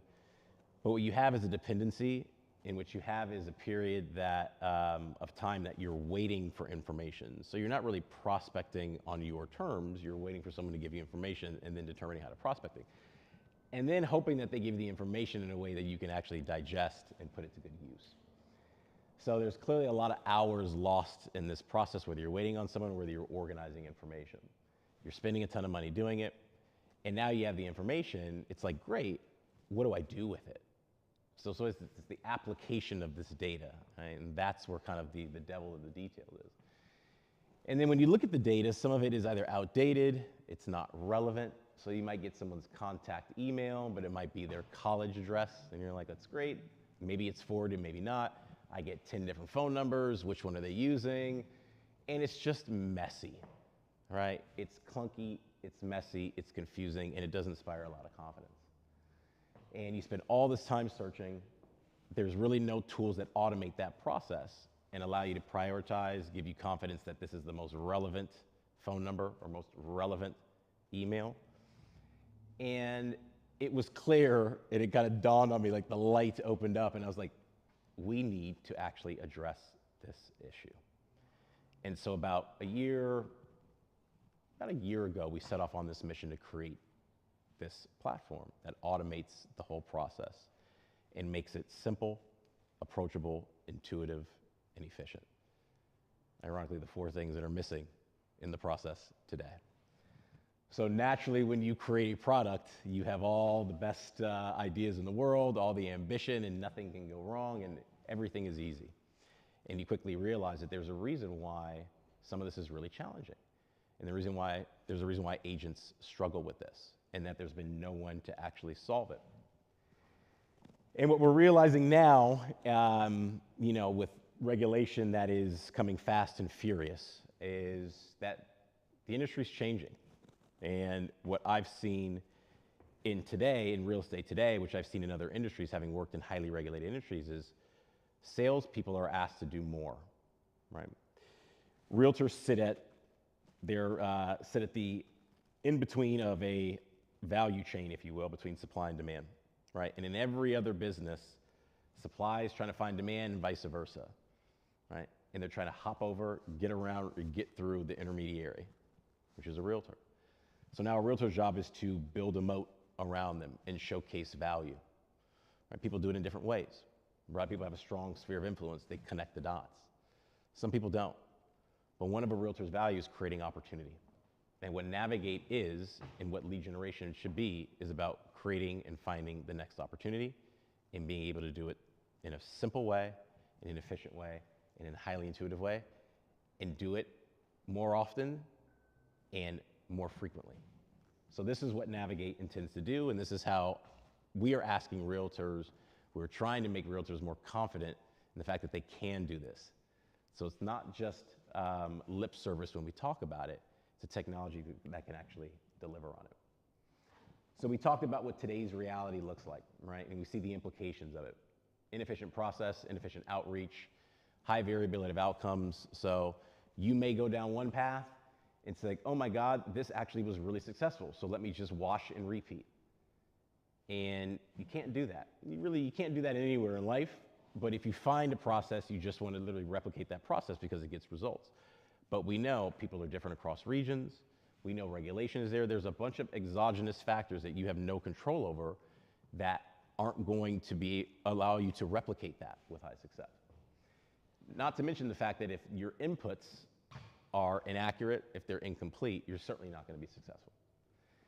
And the big thing, and you'll hear me say this time and time again, that we talk about, which is just not, well, it's not funny, but it's sad that we cannot find a way to do it, especially in real estate, is just find something that's simple.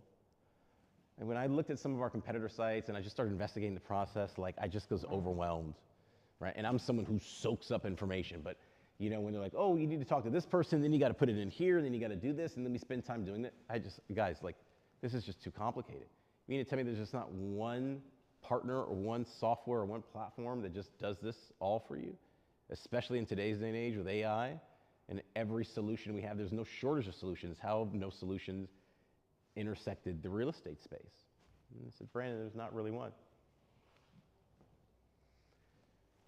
One of the things that I've found is that there are some actually, right? So there are competing softwares to navigate. There are tools and solutions that give you data, right? And they're great platforms. But one of the things that makes Navigate and separates Navigate from them is the focus on the real estate agent. And I think that's really, really important for this group to understand. A lot of platforms give you data, and there's no shortage of people who have interest in getting homeowner data and homeowner and property level detail. But what they don't do is actually help you apply that data. And we talked about this application of data being really important. They're designed for real estate practitioners. So whether you're a wholesaler, a real estate investor, a real estate agent, or anyone who has an interest in just real estate, they're great platforms for you. A ton of data.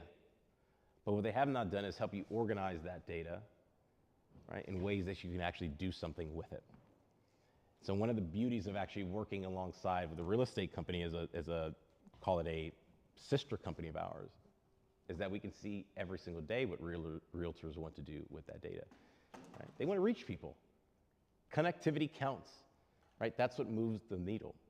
So you can have all the data in the world, but it's how do I take that data, turn it into something meaningful, focus that data, harness it, and actually reach out and touch someone with it with a precise pitch. And this is what Navigate intends to do and how it wants to help realtors.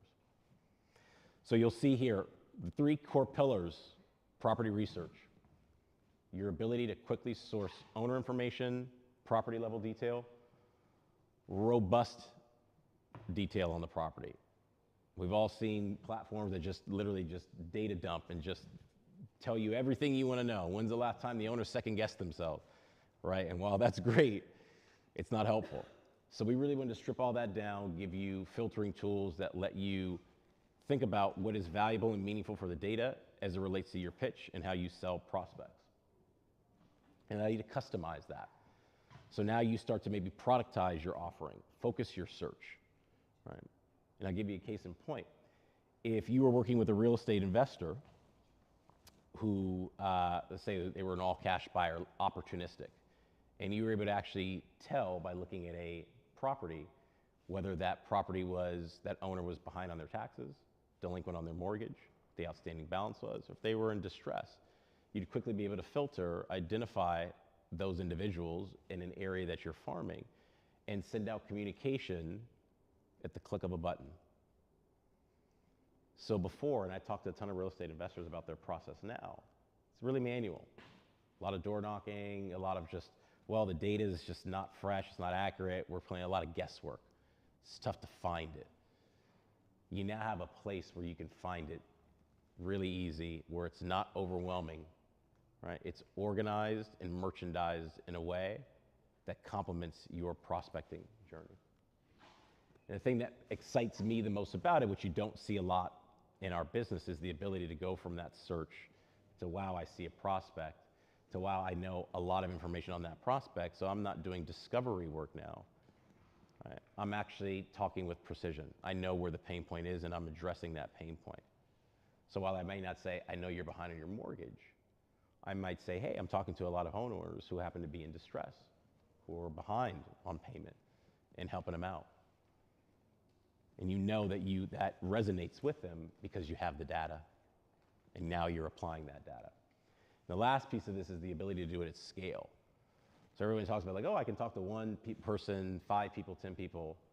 Well, what if you could talk to 2,000 at the click of a button with your own message, with your own customized collateral, whether it's via letter, postcard, or email, at the click of a button.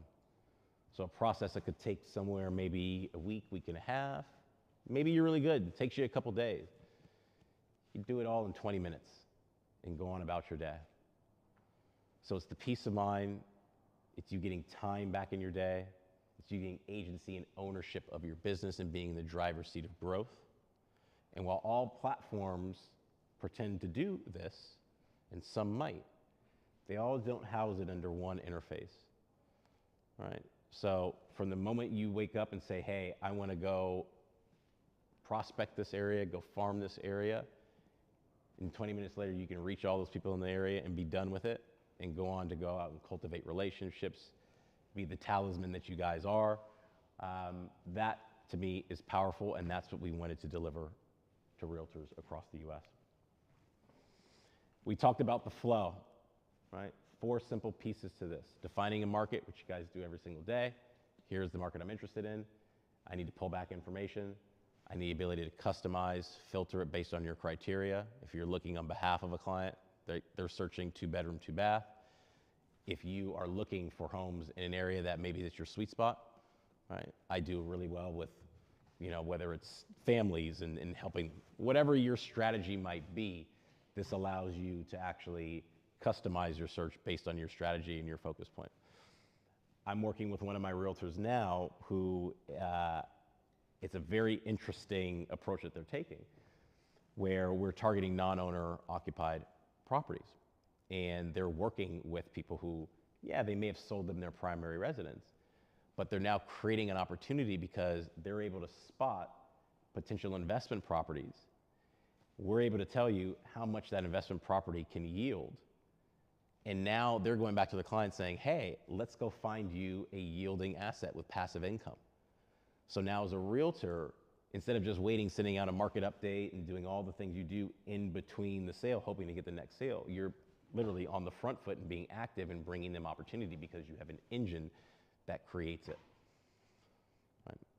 So while other realtors are doing the same thing, accessing the same data, thinking about the business the same way, what Navigate is doing is making you much more potent in your current business and much more open to new opportunity. And it's your job to bring that opportunity in front of your clients. But your clients will relish you and value you because you're creative, you're inventive, you're thinking about ways, you're listening to them, and you're using a tool that can help unlock some of that promise. The reason why you'll see some of these words time and time again is because it is critical. If there's one thing that I want people to walk away with when introducing this platform and thinking about lead generation, because none of them really do, it's, yes, it can be simple. It can be efficient. You can be precise. You can be accurate. Right? And these are all things that have been the Achilles heel of a lot of different platforms and a lot of the approach. And the connectivity, which is where it counts, right? That is, you're able to do all those things and finally be able to scale it with confidence. I mentioned before there's some competitors in this space. I don't know how many people in the room are familiar, have used any one of these competitors. And certainly, this is not about the competition. They all do a really good job, right, of collecting information, presenting that information to you. But oddly enough, they've not focused on this very interesting niche of people who've been underserved and overlooked, which are real estate agents. And whether it be by chance, which I don't think it is, we've listened. And I tell people when I go on the road and talk about Navigate, we're not the first lead generation platform. We certainly won't be the last. But we are the ones who listened and observed and design something that meets you where you're at. So this is where the power is. You can see here in that last bullet, this is designed with the real estate agent's needs in mind. A lot of these other variables and attributes, we match them. But I think one of the things when we went into the design process that we really wanted to focus on is making it simple for you guys, making it approachable, knowing that we're thinking about how a real estate agent prospects, not just how people prospect in general, because industries are different, and that the information is accurate. An interesting thing we found, which I think will be a tremendous value add to the platform, that when we launch, we will be rolling out, is adding a kind of a consumer deep, rich data overlay to it. So we want you guys to be able to develop owner profiles. So not just, here's John Smith, they live in 123 Main Street, here's their phone number, and here's their email address. Great. Here's John Smith. Here's his education level. Here's a little bit about his habits, and if you will, right? So John Smith likes to travel. So giving you more information, and maybe that information allows you to find a different way in to the conversation. We've all been there doing discovery or doing calls where there's been a fair amount of discovery work. We probably feel bad asking these qualifying questions. We know what that person on the other end is thinking, like, Jesus, I can't wait to get off the phone soon enough. And it's awkward. You hope that they stay on long enough to get to why you're actually on the phone. But knowing this kind of background on the client beforehand humanizes the interaction. Right? Not that you're leading the witness here, but at least you know where you can come in at in the conversation with a topic, a subject line, a point of interest that might resonate with the client, right? And open up the conversation to more opportunity. So this is something we're really focusing on. So it's not just yes, there's the data, but it's let's tell the bigger story here and then overlay the property story. And what you find is that, as much as this was designed for real estate agents, we're telling a story about people across the country who need help, right? And who are looking, maybe they're actively looking, maybe they're not because they don't know it. But it's a great way to get in front of somebody with whatever product you're selling, whether that's selling homeowners insurance, whether you're selling a mortgage product, whether you're selling your real estate services. Right? The home has a tremendous amount of value that if you unlock it and complement it with and merchandise it with the right information, there's a lot that could be gleaned for good use.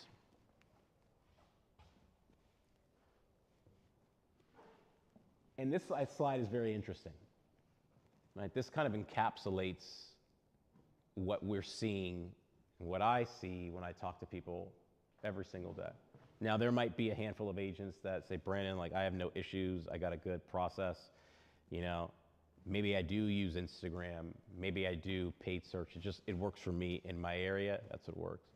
And I say, phenomenal, more power to you. I always know that as a seller, a previous seller, that having one strategy that's successful, that's great. This should be an always-on sort of approach where you have certain channels that do certain things for you to get more people in the funnel. In our business, in real estate, one of the things that happens is when we actually try to go about finding leads from all these different sources that tell us, oh, well, you have the best data, we have the most information, and there's no shortage of it, is the information is stale, it's outdated. You start to lose confidence in it. You start to get overwhelmed. How do I organize it all? You have databases that sell you stuff that's just not accurate or relevant. So you're saying, hey, this company sold me on this. I'm going through it. None of it's accurate. None of it's helpful. I need to find a different path. And you retreat to probably what feels comfortable. And you lose confidence in the process. And sadly, that's where a lot of people are right now. So my job is to restore that confidence, right? And that starts with good data. So the data veracity is huge. And making sure we have a process that validates and verifies all that data. So, and we do, right? We looked at many competing platforms, cross-referenced it, and found that, there's some data overlap, there's some properties that have different data, And so what we've done in the background with our data providers is run this kind of duplication process where we can validate the data that's coming from one source to make sure it matches another before we display anything. And we assign it a confidence score. So you have the degree of confidence this is the right phone number, with the degree of confidence this is the right email and right person at the address. So all of this goes to say is that we focused on the data because this whole proposition falls apart if the data is not clean. And we know that's a winning and selling point for Navigate today. We also know that real estate agents, and it's crazy because I'm used to and accustomed to it, having worked in the spirits business and also in financial services industry, where regulation is just, it's always there, right? And there's always something new coming down. There's always somebody who's been caught doing something. It's just always in the zeitgeist, if you will, and always something you're aware of, right? Which is why you see anybody who looks at any insurance documents, financial documents, you see reams and reams of disclosures and stuff that's there for a reason. And it's been there in real estate, right? Consumer protection, you know, whether it's the Federal Trade Commission, FCC, everyone's there trying to regulate it. But there's been a lot of, let's just say, bite, maybe very little bark, and now the bark is starting to increase. And you're starting to hear about situations where, and I have a couple points on here, you know, a Florida brokerage paid $3.2 million in violations. TCPA, there's a new FTC ruling that prohibits cold calling without getting opt-in prior, which no one knows about, surprisingly. So much so that someone actually cold called me without getting my opt-in, and I told them I'm going to report you to the FTC, and they didn't even know what that meant. So you can just imagine how many people are doing it out here, how many people are violating it, and how many people who are, if they are in the know, looking to take advantage of it and report people. And the fact that a lot of agencies don't have the staff to help with some of that complexity, to help guide you, to put the guardrails and controls. A lot of those platforms that I mentioned prior, one of the things that they do not do is when they give you templates to send communication out, they're not designed for real estate agents. Again, they're designed for practitioners. So you could be using their program, putting everything in, like hit send, and there's a violation because you didn't put your Department of Real Estate license number here, or this thing didn't go here, and that's what the state is mandating. I don't know, they just said I could do it, so I just hit send. So someone on the other end getting that might want to report you, and that's a problem. So we took a look at it and said, hey, like here's an opportunity to not just say, hey, realtors, we can kind of automate everything for you and make the process easy, but we can be a partner in arms for you to help you with some of these compliance issues. So when you prospect and send things out, you can do it with confidence. And I started to kind of socialize this with a lot of my real estate agents and some top brass at other companies. And, you know, this is a real challenge that people face every day. And if you've ever been, you know, gotten something in the mail, whether you have violated something or there is a warning and notice that goes out, you know how you feel. And sadly, while I don't know for certain, I can only help but think that regulation will only intensify in the coming years. This industry, for whatever reason, is it's top of mind with everyone, right? And it might be because of just the sheer money that's flowing through the industry. And usually interest and attention goes where the money flows. But regulators will be looking, there'll be more focus on this. And everyone is transacting and not paying attention to, you could be doing all the right things, be a great salesperson, but doing all the wrong things from a business hygiene standpoint. But that's a lot to think about. So we said, hey, let's give you peace of mind and let's do that work for you guys to make sure everything you send out is compliant. If you are using our robo-dial feature to make sure you're not dialing outside the hours of, you know, before 8 a.m. and after 9 p.m., making sure everything's compliant, give you peace of mind so you can go out. Again, I got a system that's always running in the background, doing the right things with the right message at the right time. And my job is to go out there and create relationships and take all that opportunity and put it to work.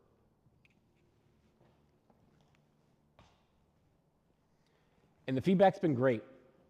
We have betaed this product and we are about to launch this product, knock on wood, in April, and it has been a labor of love for me. And I'll tell you an interesting story. I think had I been in this room a year ago, I certainly wouldn't fashion myself to be a software CEO. That'd be the last thing. In fact, if somebody asked me what's the last thing you think you do, maybe that's the answer would be the software CEO. And it has been so fulfilling going through the process of hearing an idea, seeing an insight validated, going from that, okay, we know people are struggling, how do we actually create something that meets them where they're at, that can be done in a scalable, cost-efficient way that people get excited about.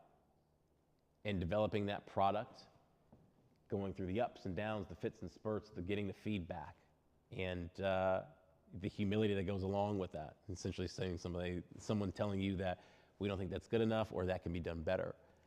And there's no pride of authorship in this. Our intent each and every single day is to deliver something that complements what you go through. And we know it's not static, and we know the business will change, and we want to anticipate that. So we're always open to feedback and getting, new insights and incorporating those insights when and where we can. But what's been really powerful about it is that although I am a CEO of a software company, this is a sales tool. This is rooted in sales and marketing, and that's something I've done my entire career. It's something I think I know just as good as any of you. And I'm now able to take kind of those insights and apply them for good use with this platform, right? And help out a whole community of people, about 1.8 million realtors across the country, who I venture to say, I don't know anybody who has a pitch perfect, crystal clear solution for this.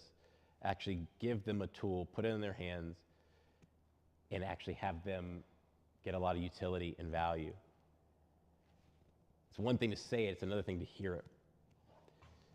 So we've seen everything I mentioned to you, the time savings, the fact that I don't have to work with 4 or 5 different platforms, maybe talk to a title rep and get this, take that information, put it in follow-up boss, and gone are those days. The fact that it is an easy workflow. Well, I wanted to do this, and then I got lost on the screen because I just didn't understand, what am I supposed to do with that? What's the next step? Then I went back to the map, and I just, you know what? I gave up, moving on. No, it doesn't have to be complex. It can be simple. Right? It can be intuitive. It can complement the way you think, right? What do people want to do with information? Right? And just take you on that journey and guide you, not make you have to guess on top of everything else you guys have to do. Right? And give you, and I hesitate to use the word qualified leads, right? Because everyone's like, well, how do you know that they're qualified? And we don't. But what I can say is that the way we go about identifying and finding people, the way we go about extracting information on the property and that individual gives you a better idea of who that individual is and if they're the right fit for whatever it is that you're selling. Right? I can never sit here and tell you that 100% that person is ready to list their home with you. I don't know of anybody who can. But I can give you all the indicators that say, hey, more than likely that person's ready to list if you get in front of that person at the right time with the right pitch before somebody else does. Because guarantee you somebody else will. So now you have a tool that gets you there faster than the competition. And whether it's Rob Refkin, the CEO, saying, hey, Compass agents want it, whether it's top agents across the country, the fact that hey, I can consolidate all this work I'm doing, streamline it, or agents on our team who can tell you, right, the phone call prospecting, the data's great. And while not listed here, a lot of team leaders, we've been talking to very large team leaders at Compass, in Compass markets. And one of the things they love is the fact that I actually have a tool that I can apply across my team that consolidates all of their work that they're doing, right? Somebody might be using Instagram here, or this here, I have a team meeting, what's working here? It's a lot, it's disparate, it's confusing, I get 15 different updates, I don't know where it stands. Everything from a prospecting standpoint, whether it's a new agent, whether it's a senior agent, who cares where they are on the learning curve? It's all in one dashboard with data and metrics that you can see. So if you're a team leader, you want to see who's doing what, It's right there. You want to see what method of communication is working, email, phone, postcard, you can see it right there. It's the tracking, right? The performance management piece. So any manager of a business, which is what a team leader is, they've been missing some of these things. And now from a lead generation top of funnel perspective, we can tell you how is your opportunity engine and creation mechanism, is it working? Right. And you can quickly pull insights from it and make clear decisions from it. And what gets me more excited about it is, and again, this sounds cliched, but what artificial intelligence, generative AI will help do to this platform. This is truly the steroid. This is the supercharged element of what Navigate is. And to show you how fast this stuff is moving, you know, a year ago when we started talking about this product, talking about simple search, type in an address and what shows up. Now we're in an environment where it's less about typing in an address. This is about typing in what's the outcome that you want and having the system literally deliver the inputs to get you to that outcome, right? So whether it's the likely to sell component, which will be an overlay to this, whether it's, hey, I need to write a compelling script, interest rates just went down, I'm trying to you know, get people to list a home because now's the time, it just so happens it's summer, families are looking, whatever it is, right?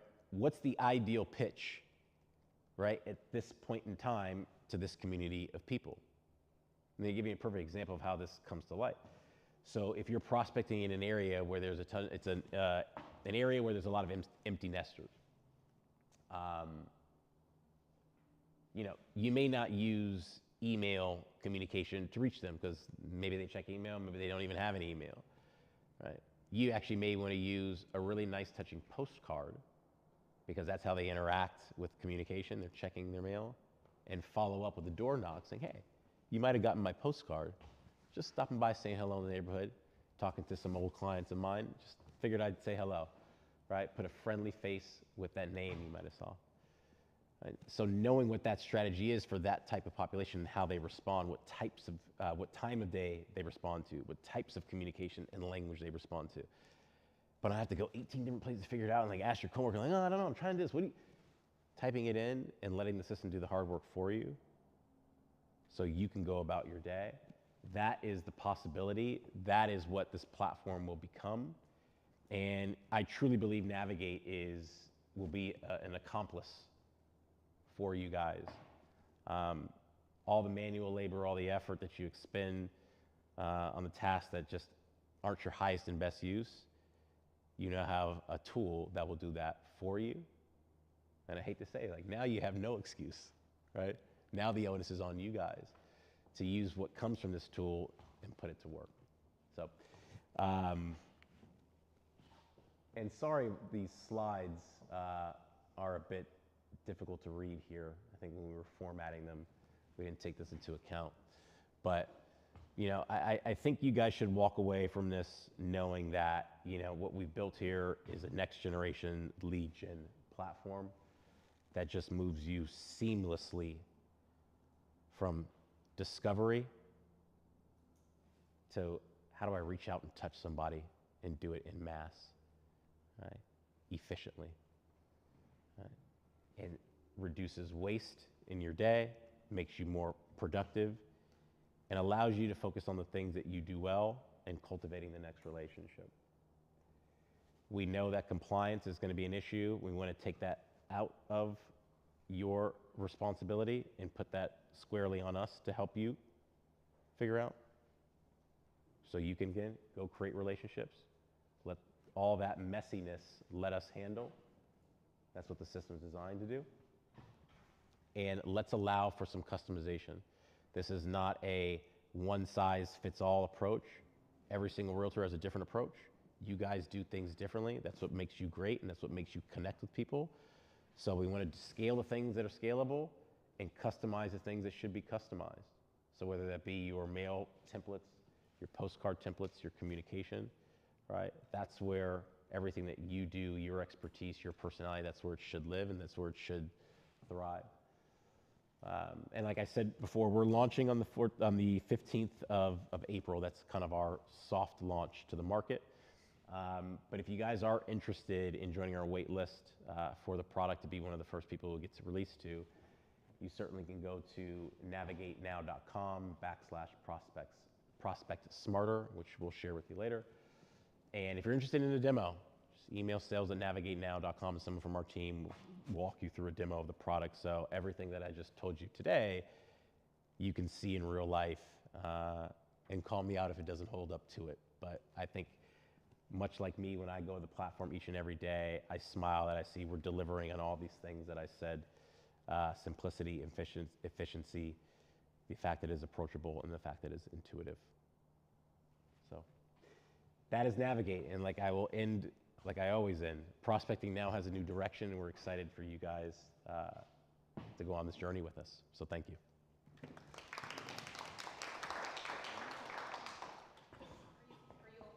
Sure, of course. I don't have the passcode mic, so if you gotta be able to speak up really loud, Yep. I saw your hand up first, go ahead. He'll be here to answer questions at lunchtime, and he'll be Oh, here for the party. yes. Are we okay to answer questions now, or we want to keep moving? We keep moving. Well, there you go. He's here the rest of the day. Yeah, I'm here.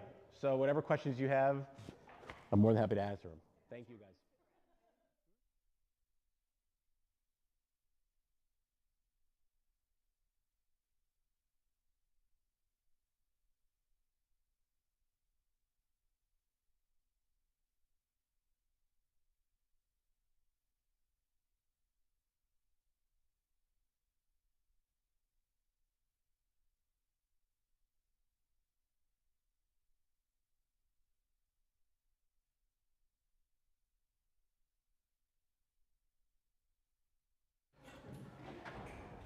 So who here feels like this is a marathon day of cool new stuff? So I'm gonna get to bring on, I'll say, one of my favorite people in the whole world, right? So his name is Joseph Wilson. In my world, we call him Magic Joe. And we call him Magic Joe because at the end, when you see your tax returns, it's literally like magic. So I've known Joe for many years. The partners of his firm, I've known them for about 14. And many of our clients around the country all work with Joe. Rory works with Joe.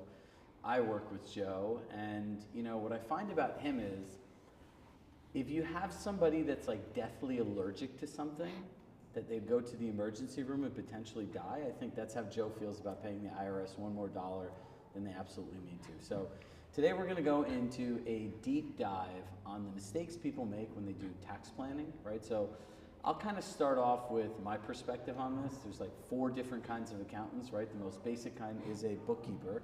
The next kind is an actual accountant, a CPA, which is an accountant with a license. And the 4th one is a tax planner, right? And I find tax planning is what we generally want to do. It's planning ahead. The first 3 people wait till the end of the year. Who's ever met their accountant at the end of the year and then they look backwards and be like, all right, guys, let's see what we can do, right? It's very common, right? But tax planning is a proactive process, right? So I'm on Joe's like heart dial of like friends, family, and people he talks to the most. And you know, we're in consistent conversation, right? Our clients that work with Joe will generally speak with him once a quarter, review their revenue, review their expenses, and plan ahead. So, you know, I think Joe has worked everything from small businesses to large firms, $100 million businesses. And why that's important to all of us is, you've ever noticed like the more money people make, the less they pay in taxes, right? That's because they have really smart tax planners, right? So Joe's able to share strategies with us that the most successful businesses in the world are doing. So people like us that are everyday normal people that help people buy and sell used homes and run businesses can be successful and ultimately keep as much of their income as they can, right? It's tax planning, I find, is a game of strategy. It's not a game of chance or luck. So Joe, appreciate you being here. It's true. Yep. Thanks for having me. And it's true. I think everybody should pay your fair share. The problem is most people end up paying a lot more than what they really should be paying legally. So when you think about mistakes, right? So you have a principle and a rule. Why don't we start by sharing that? So Yeah, my philosophy is the Colin Chapman philosophy. Just that rules are for the interpretation of the wise and obedience of the fools. So if you just look at a rule, or if you just think this is what I have to do and just follow it blindly, then you're doing yourself a disservice. You want to have someone in your team, and you want to be thinking about, what does this mean? What does the situation mean? How do I interpret these rules and regulations? Because the tax law is all legal jargon. You want to understand what the definition of the words are to interpret what the meaning is of these rules and regulations. And once you understand the rules and the game, then you can adjust your strategies to fit that game and match the rules that are out there. And so that's what we do. We adjust and adapt how we do things to match the rules that are there. All right, I'm going to ask a question that's like kind of off script, but in context, right? So what do you see the biggest mistake just most accounting professionals make in terms of interpreting the rules? Just blindly going through what the words are without looking at the intent of the rule that's there. Can you give an example? An example of that would be dealing with meals and entertainment, where it just says meals and entertainment, 50% is deductible for meals, 0% for entertainment. And if you just look at that, that's what the rule is. Let's follow it. All of your meals are going to be 50% deductible. Now, if you have 5 people that you want to go have a conversation with, and you have a meal, take them out, discuss some real estate market activity, and do some networking, you have 5 separate meals or sessions set up. That's going to be a meal that's going to be deducted at 50%. But if you take that group of the 5 people that you want to work with, and you have one session like this where you're talking with those 5 people, now it's more like a seminar. And a session, that's different. That's 100% deductible. Seminars, sessions, and company events or holiday parties are 100% deductible. So if you dig a little deeper, because every single tax rule has an exception, every exception there's an exclusion, and so forth. So if you understand the deep dive into the rules and the code, now we can just change a little bit of what we're doing to take advantage of those extra rules. Like entertainment, 0% deductible. If you have a person that you want to provide some, let's say some sporting tickets, and you say, here are 2 tickets to go see the Knicks play, in Madison Square Garden. You've sent me so many referrals. I appreciate it. Here you go. That right there, you take them to a game. You're entertaining them. So that's entertainment, 0% deductible. Now, you could have these tickets and say, Johnny, you were great. You sent me 5 referrals. I made a ton of money from your help. Here are 2 tickets to go see the basketball game tomorrow. They're yours. You can do whatever you want. Take whoever you want. I'm free tomorrow. And, and enjoy yourself. So that is a gift. Johnny could do whatever he wants with those tickets. He can decide to take you if he wants to, or someone else. But now you've got a different narrative to what's happening. This is a gift. This is a business gift, or this is an expense that you've incurred to get business because of the referrals that he has provided to you. So that is a bona fide business expense. That is deductible. So now we've taken a 0% deductible expense for tax purposes and changed it to 100% deductible for tax expense. So really diving this down is why we call him and Magic Joe. understanding It's like magic. what's happening. See, this is like magic. So I think in the last these are some things I didn't even realize too. Who here just got something interesting, right? Look, it's like a lot of different things, right? It's about perspective. It's once your perspective changes, the whole thing changes, right? So look, I would say accountants, lawyers, and doctors are 3 places in life you don't want to try to save money, right? Like those are things that I believe, whether it's your health, a legal issue, or your taxes, those are areas that you really want to invest in, right? Those are the areas you want to optimize. Those are the areas that you want to have proactive plans, right? Like estate planning, tax planning, right? Functional health, right? It's curing the cause versus treating a symptom. So in all these businesses, right, and I know you've gone through thousands and thousands and thousands of them, what are some of the mistakes you see people commonly make that are entrepreneurs? Not getting advice on what kind of entity structure they should have. They go through and just begin their work and start doing the things that they know best, which is their business, without thinking that entity choice can make a big difference in how their business is going to be taxed. When you say a big difference, how big of a difference or how big of a mistake is choosing the wrong entity? 37% in taxes. So Say if that you have again? 37% in taxes, that's just a general initial savings that you would have by making the right entity choice.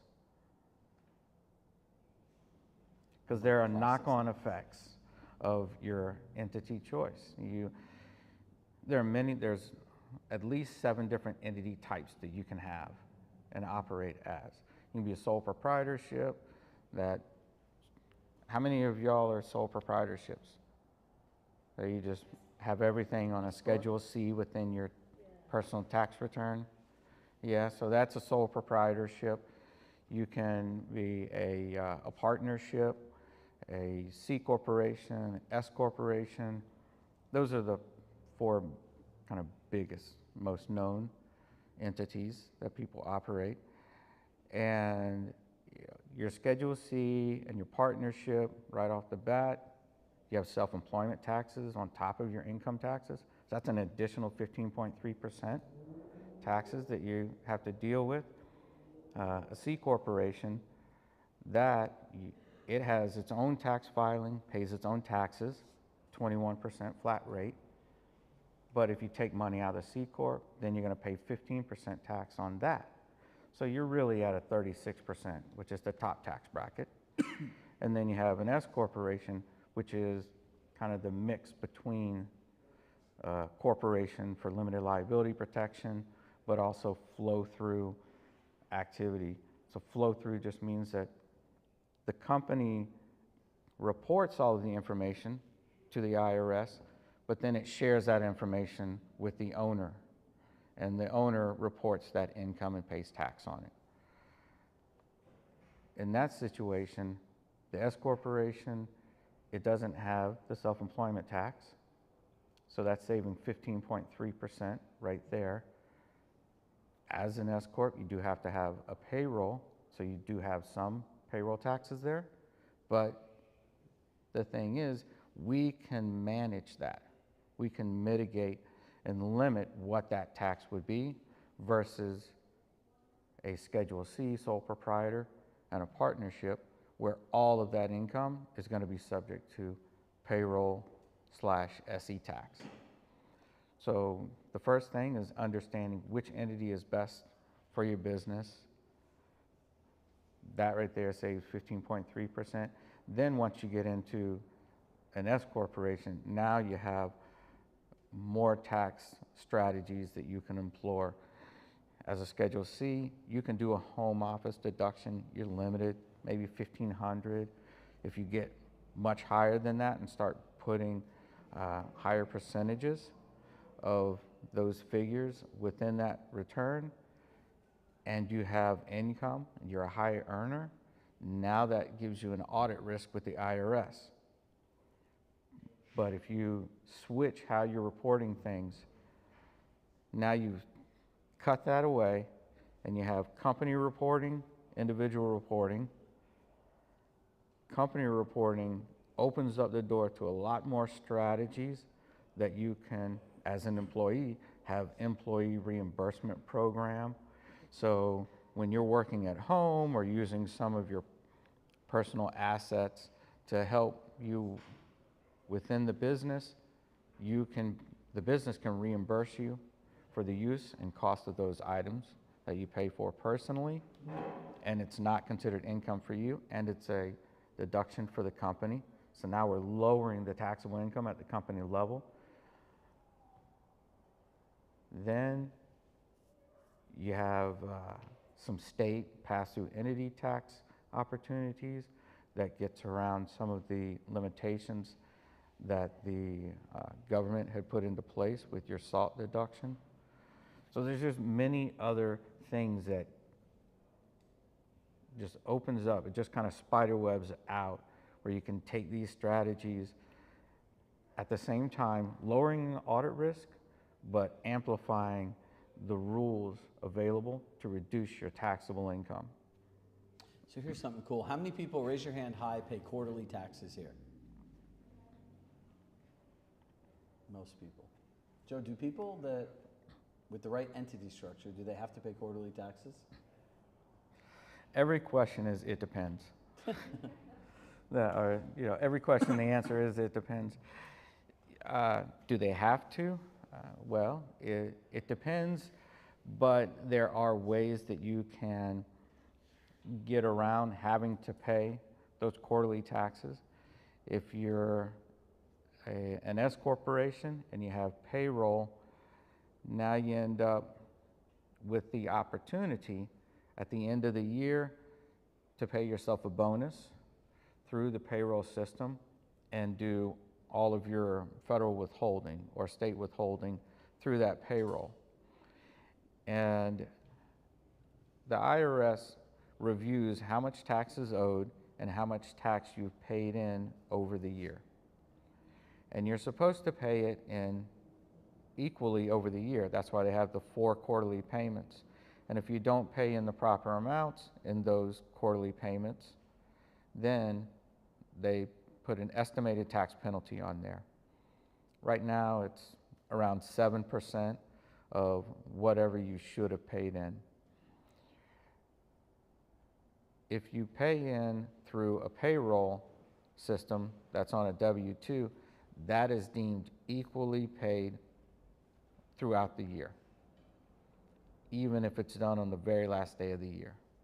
So you can owe $60,000 in estimated quarterly taxes, but you have the opportunity, if you have a payroll system that you are in control of with your business, not to make those quarterly payments, put that money into an investment portfolio account that you can earn a couple of percent, 5% or something like that through the year, and at the end of the year, run all of your federal taxes through the payroll system.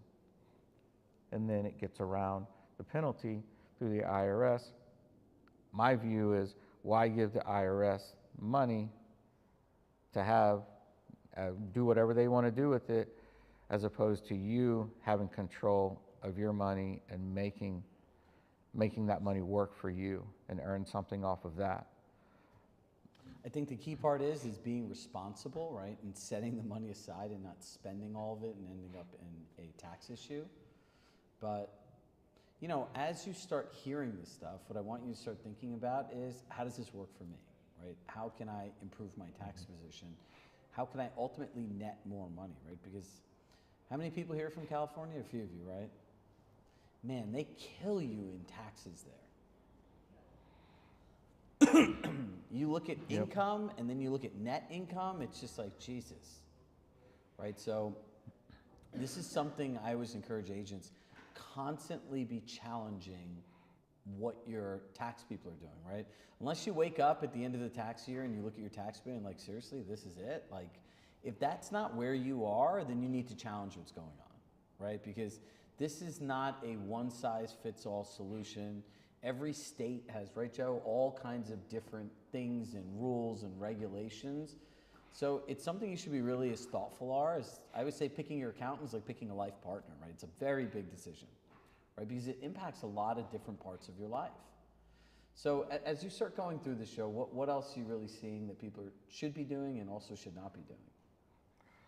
Well, when they look at taxes and planning, they really should be looking at all of their information. They want to do a holistic view of your position. You know, just looking at taxes on your real estate practice by itself in a vacuum is not really good planning. You want to make sure you're taking everything into consideration outside of the business, because the business activity and that information that's being reported is going to have an impact on your personal stuff that's outside the business. And you can plan some of your personal investments and get that in a position that would match what's happening with your business activity and other investments.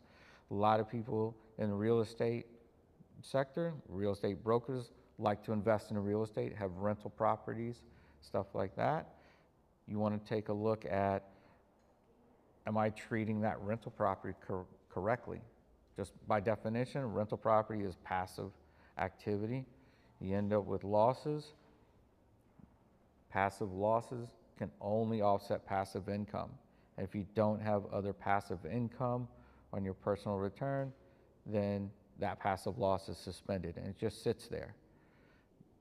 As real estate agents, you guys have an extra, quiver in your arrow in your quiver to be able to choose that you're a real estate professional, so you can treat rental property as an active and get the deductions immediately. But if you have other things that are going on, you might not want to do that. So explain to them. So you just look at everything before you just make the decision on this is how I am and locking in what I'm doing. Explain to them, how many people know, like, according to the IRS, what it means to be classified as a real estate professional? Anybody? Okay, so nobody. This is cool. What's that? No, so there's a lot of tax benefits. That's a legal state issue too. Yep. Independent contractor. If you look at it because of the amount of hours, and he'll go through this like in more detail, but in like simple terms that I would say that I can understand, is being a real estate professional categorized and deemed by the IRS and meeting the qualifications unlocks a whole set of different tax benefits, right? Like, I work with professional athletes and primarily football players, and a lot of them own rental properties, right? And they're all trying to figure out, how do I get classified as a real estate professional? How do I get classified as a real estate professional? So can you explain to them like what it is to be classified as a real estate professional? And then maybe like one made up example of how it would benefit them. Sure. Okay, so the rules to be classified, this is for tax purposes under the IRS guidelines. To be classified as a real estate professional, more than 50% of your compensation or earnings must be derived from a real estate activity. So trade or business, real estate activity. And you must spend at least 750 hours in real estate activity. So there's two hurdles that you have to get over. Now, the compensation piece, greater than 50%. If you work at a if you work at Compass and receive a W-2 from Compass, yes, you're working for a company that is in the real estate industry, but you are not, you have to be a 5% or more owner of the company that's providing that W-2 to you for this to qualify. So now that kind of puts people that are working in a large company as a W-2 out of the picture to qualify. But if you have your own business, then your Schedule C or partnership or S Corp, your own business, your real estate broker, since you earn all of that, and that's your majority of your income, greater than 50% for compensation, and you work more than 750 hours in that trade or business, you would qualify as a real estate professional. I've seen it where people have gotten burned more than I've seen it be a positive, but a lot of people like to get a rental property and they work at IBM and then they do all of the rental stuff over the weekends and their time off. But the 50% hurdle is so high that if you have a W-2, that's 2,080 hours that's going to be allocated to that W-2. And then you have to put in another 2,080 hours, or at least 750 hours into the real estate. But whatever you make on that W-2, you have to make at least that dollar amount plus one for it to be greater than 50% for the compensation piece. It's a little hard after you've worked 40 hours a week minimum at your job to put in another 750 so for hours. them, right, they hit all the criteria. What But tax they, benefits? so the real estate professional, the tax benefit is whatever rental activity you have, you'll be able to take that as an active deduction. Those losses will flow through and you'll be able to take that on your tax return to reduce your taxable income. We did have another high net worth client that had 11 condos in Florida that he was renting out. He just picked them up, was renting them out, and we're lucky enough that he is open to the idea that we created another entity that was a management corporation for all of those rental companies, and he managed those properties. And we did a W-2, and we were able to have that W-2 be greater than the other W-2s that he received in some other companies that he has. So then he is able to show that his earnings were greater by the 50%, and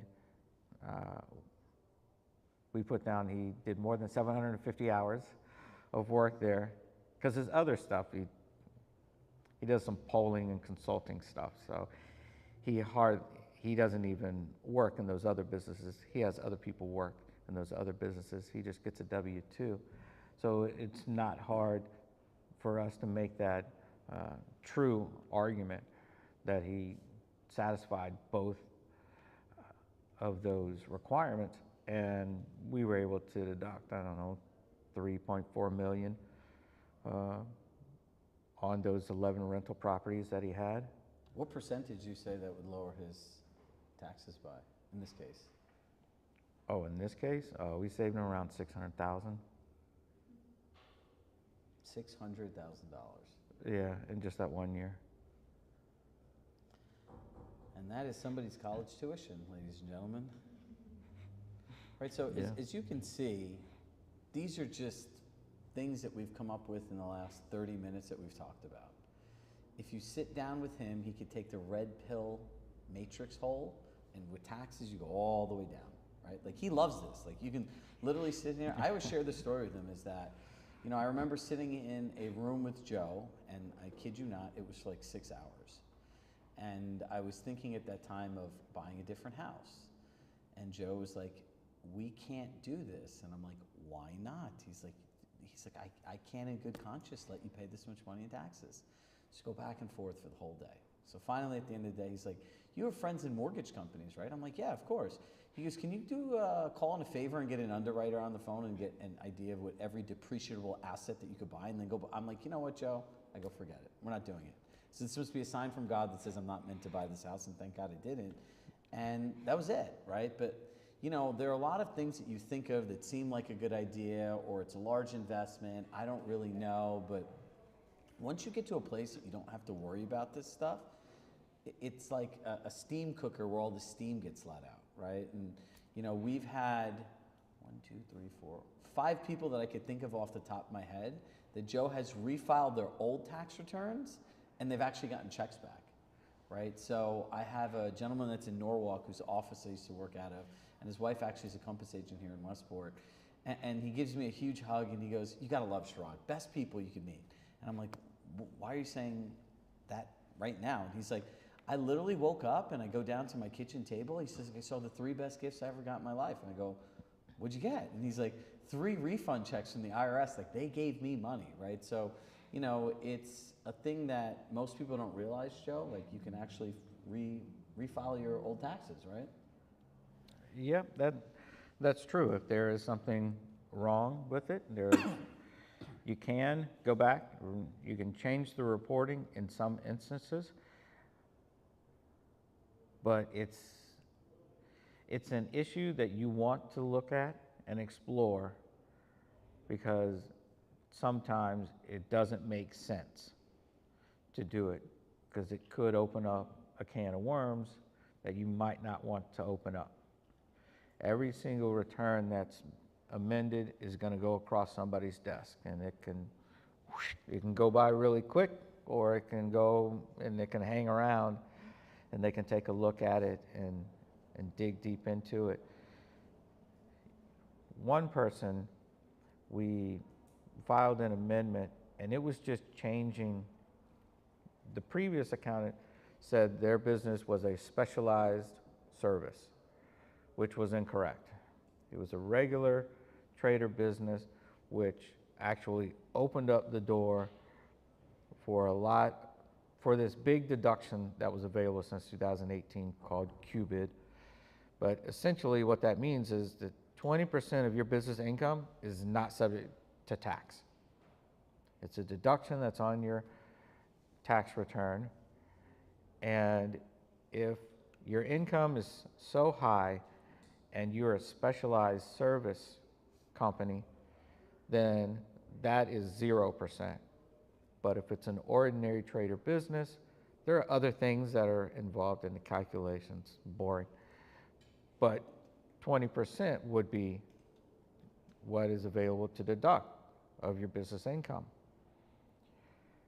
And just checking that box, refiled, and it saved a lot of money for the client, and they got it back. We didn't have any issues with that. But when you do that, every single number on the return is subject for review. So you want to take a look at what you're doing, and if there's something else there that you were really aggressive about, you might not want to have that done, even though that's just a simple change that you're making. So everything you do, you really should look at it and think of all the consequences that would go along with it, understand the position that you're in, and then move forward from there. Because there's more than one way to skin a cat. Yep. You can catch it up in the back end, or going forward instead of going backwards. All right, so we have 10 minutes left, and we'll walk around. I imagine that you all have some questions. And if you're on the live stream, I'm up here, so I'm going to check my phone. If they have a question, I'll answer that as well. Yes. Oh, we got to run a mic. 1 second. Oh, we got to run a mic. So my question is about the entertainment deduction, and you talked about you can categorize it as a session, and then you can have it deducted. Where you said you could have 5 people together talking about one thing, that's a session. So can a session take place at a restaurant? How does that work? So the question is, Yeah. to repeat it for everyone on the live stream, is essentially if you're going out to a restaurant, right, and it wants to be a seminar, can it be conducted there at a restaurant, and can it be considered a seminar? So in that situation, yes, you can have it at a restaurant. It's not really entertainment that you're speaking about there. You're meeting with clients and you're networking. That's meals. That's subject to 50% deduction. But if you do have a group of people together at a country club, you can rent out a side ballroom, office kind of room like this, and give a presentation with a meal or a lunch to go along with it. You are providing a seminar, an educational session, a lunch and learn, whatever you want to call it, but it is an event that you're putting on. You're not just going and meeting someone at a restaurant for dinner. If a restaurant has a side room, a banquet room, you can do it there. It doesn't matter the location. What we're talking about is the narrative of what you're doing and understanding what that is. Yes. Last year I had an assistant, and I'm just wondering what's the best way to treat an assistant so you benefit tax-wise. Well, let me repeat the question. Yeah. The question was, this agent had an assistant. What's the best way to treat an assistant for tax purposes? Well, you have 2 different ways to treat a person that's working with you: an employee or an independent contractor. Are you directing the work that they're doing, when they're doing the work, designating certain stipulations for their requirement, their work requirement, the hours and where they're doing the work? In that situation, you're telling them, come into the office, this is your desk, you need to be here from 9 till 5, do this. Now that person, that's a lot of control that you have over that person. That is an employee. An independent contractor is someone that you give them projects and they handle it based on what their schedule is. They take care of it how they feel the best way for them to take care of it. You're not providing them mandatory space for them to occupy. So that's the difference. So if you have an assistant that's coming into the office, with you, then that's going to be an employee. Otherwise, it's going to be a 1099 that you would issue to that assistant. Hi. I have a question for Magic Joe. Who's that? Sharab's done a wonderful job talking about you in our conversation, so I'm very excited to meet you in person. I appreciate all the kind words. Just logistics as far as switching, because I do believe it's a very big relationship to switch, and I want to make sure. How do you go about taking on a new client and making sure that process is smooth and well thought? This is a great question. Sure. So let me That's just repeat fantastic. this for So, the yeah. live stream. The question is, what is the logistical process to switch from one account to another? Because it's a lot of information that you're transferring. Right, that's a great question. Thank you. So we have a great team. You know, it's not just me. I have a whole team that's with me. Excuse me. And right from the beginning, the whole team is introduced to potential clients. Our process is we're introduced to someone, and my assistant, Serena, would reach out to them, introduce herself, and ask for tax information, past couple years of tax returns. We review it, and so then we're really prepared with ideas and understanding of your tax situation, and there will be a phone call that's set up, and then we would have a phone call to discuss our views on what was happening with your tax situation and how we can help.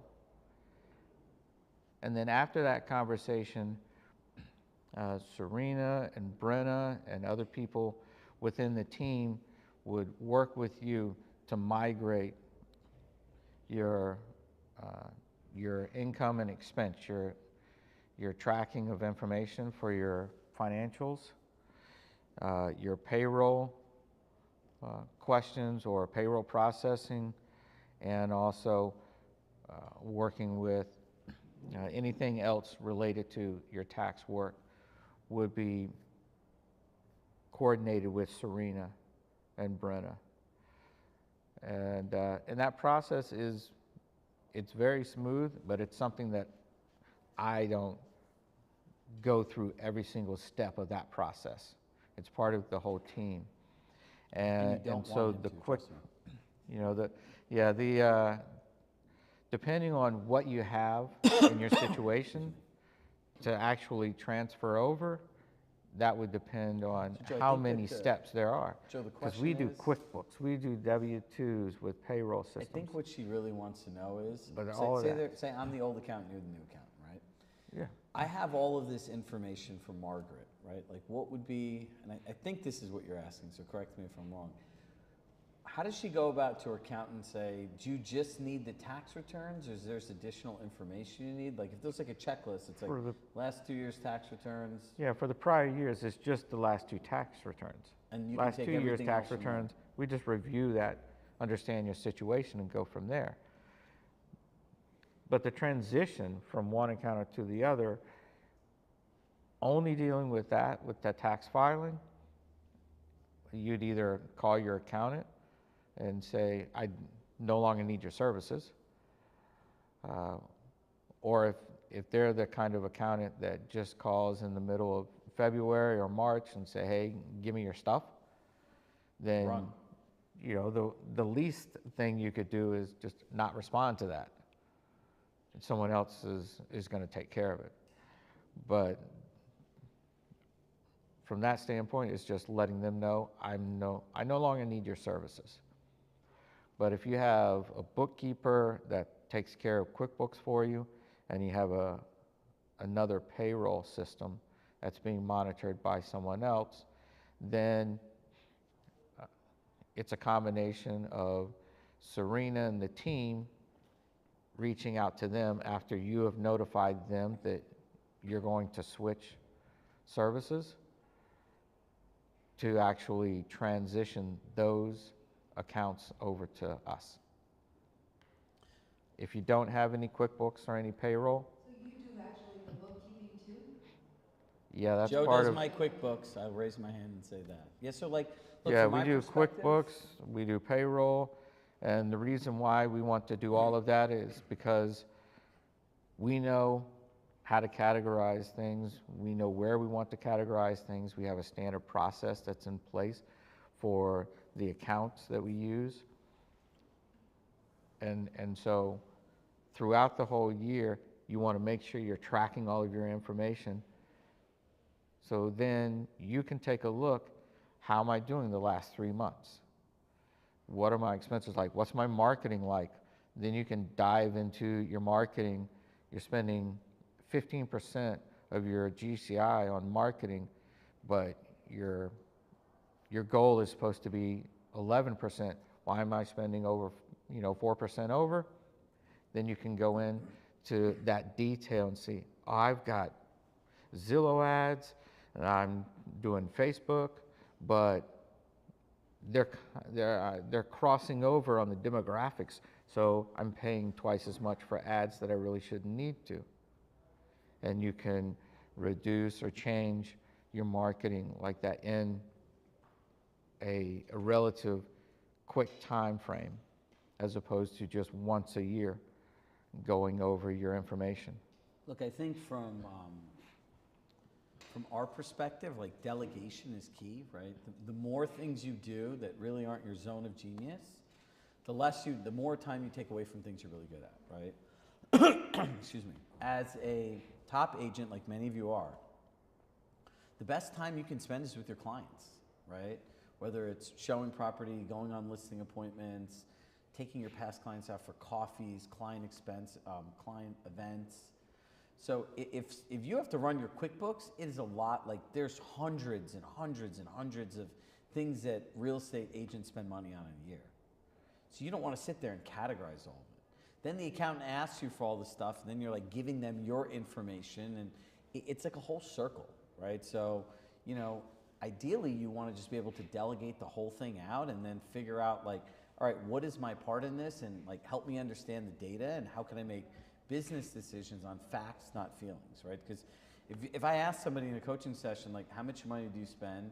How much money does it cost you per lead? And like, what is your return on investment for each closing? Like, I put $4 in, I get, $20 out. Put $1 in, I get it's hard when you don't have all of that data and you have to actually do it yourself.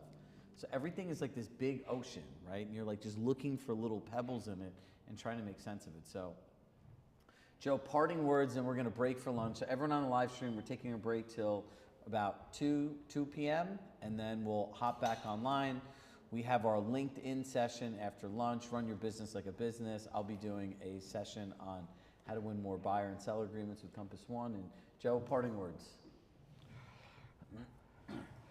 Well, thanks for the opportunity to let me speak here.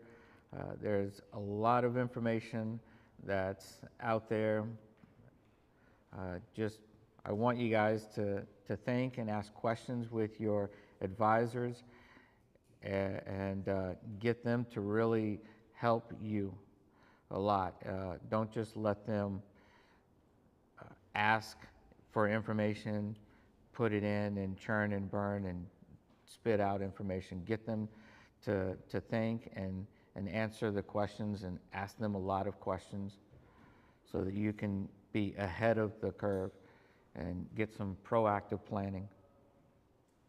Sounds good. Have a plan, go on offense, and we got a lot of food outside, so I hope you all, who's hungry? I'm hungry. Thank you guys. Thanks, Joe. Thank you. And for us on the live stream, we'll see you back here in 2 p.m.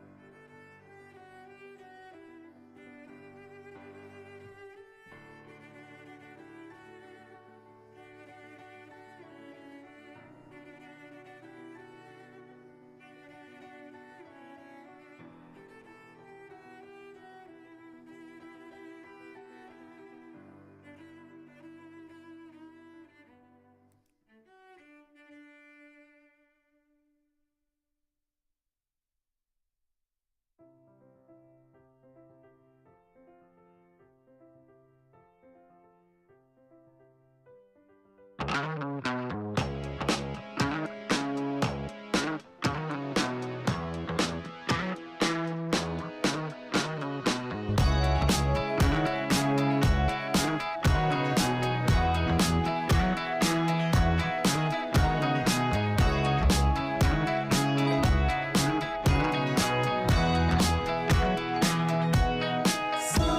said we live together.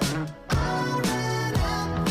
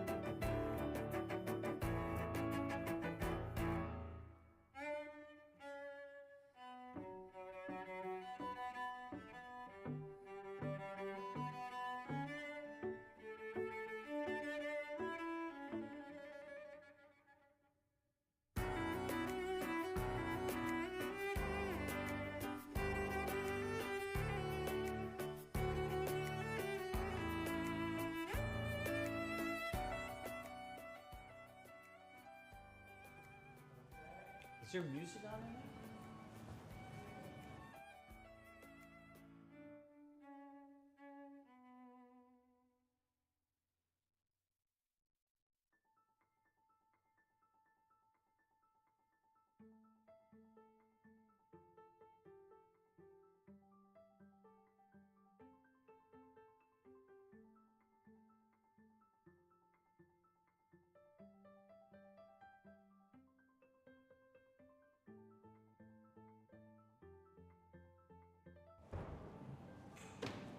All right, so I hope everyone enjoyed their intermission on the live stream.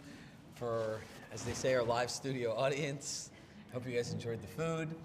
And we're in for a special treat. So, you know, I think LinkedIn is probably one of the hottest platforms that everyone's trying to figure out. It doesn't seem like many people have figured it out, and from my conversations with Bert, there are a lot of knockoffs giving really bad advice. Sound about right? So I had met Bert a couple years ago. Him and I both speak at a conference called the Pro Athlete Community. Bert and I quickly became fast friends, and a couple of years later, here we are. And you know, Bert is just one of those people that just wants to help everybody, right? If he can help you, he could say yes. He has a genuine heart. He's worked at LinkedIn for 18 years and still works there. Yeah. He helped build the sales enablement division and has a very different perspective on a platform as an employee that we'll all here get the benefit of learning from. So I encourage you to lean in, step outside of your comfort zone. If you hear and it doesn't make sense, it probably means that this is something that you should actually do. And without further ado, Bert. Cool. Am I using the mic? Am I using the mic? Am I using this? No, we're good. All good? Cool. I see everyone still on their phone feverishly. Either we're checking last minute texts or we're getting onto the LinkedIn mobile app, one or the other. I'm assuming maybe it's the LinkedIn mobile app. It's all good, correct? All right. So, good afternoon, folks. We good? Everyone's good? Fired up? All right, I'm fired up for you. So, You need to talk really loud or I need to the mic? oh, I don't want the mic. I'll just talk loud, and maybe you tell me in the back if I'm speaking too loud or too soft. You're Italian. Half Italian, half Armenian. We could go a little louder if you can. Half Italian, half Armenian. I'll speak with my hands. You know, the Italian part will come out. That's it. A lot of hand gestures. So as Chirag said, I am obviously excited to be here. My name is Bert Zevzavagian. I am an 18-year employee of and sales leader at LinkedIn. So obviously, first question, show of hands. How familiar are we with LinkedIn? Like really high if we're really using it. Okay, kind of maybe in the middle, using it somewhat. All right, and maybe a little bit down here if we're not really sure, maybe have a profile. We down here. Perfect. That's what we're gonna be talking about today, LinkedIn. Not just what it is, but why as real estate professionals, it should be so important to you. It's absolutely important to you, and I'm gonna walk you through why. But today's goal, today's purpose is I really want to teach you three things. I want you to walk away today with three learnings. The first one is how to build your brand on LinkedIn. And not just how to build your brand, but how to strengthen it and how to leverage it. We want to be able to accelerate trust. And we think about your brand and your profile on LinkedIn, we think about it as a trust accelerator. So that's the first learning key. We're going to walk away today with you knowing how to build a really strong brand on LinkedIn, okay? It's the Armenian. Is this better? Yes. Excellent. So real quick, first thing we want to learn today is your brand, how to build and strengthen and leverage your brand on LinkedIn. The second thing that we're going to learn is how to network on LinkedIn. And not just how to network, but how to network like a pro. Like how to build meaningful relationships with the people within LinkedIn's network that you want to build relationships with. So whether they're renters, buyers, sellers, investors, high net worth individuals, we want to make sure that we're connecting those dots for you. So that's the second takeaway, right? We're going to show you how to network like a pro on LinkedIn.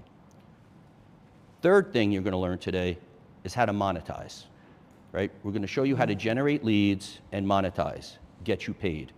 And the reality is we want to get you paid what you're worth, okay? So fundamentally speaking, very simply, three things that we're going to take away today. Your brand, networking, and getting you paid.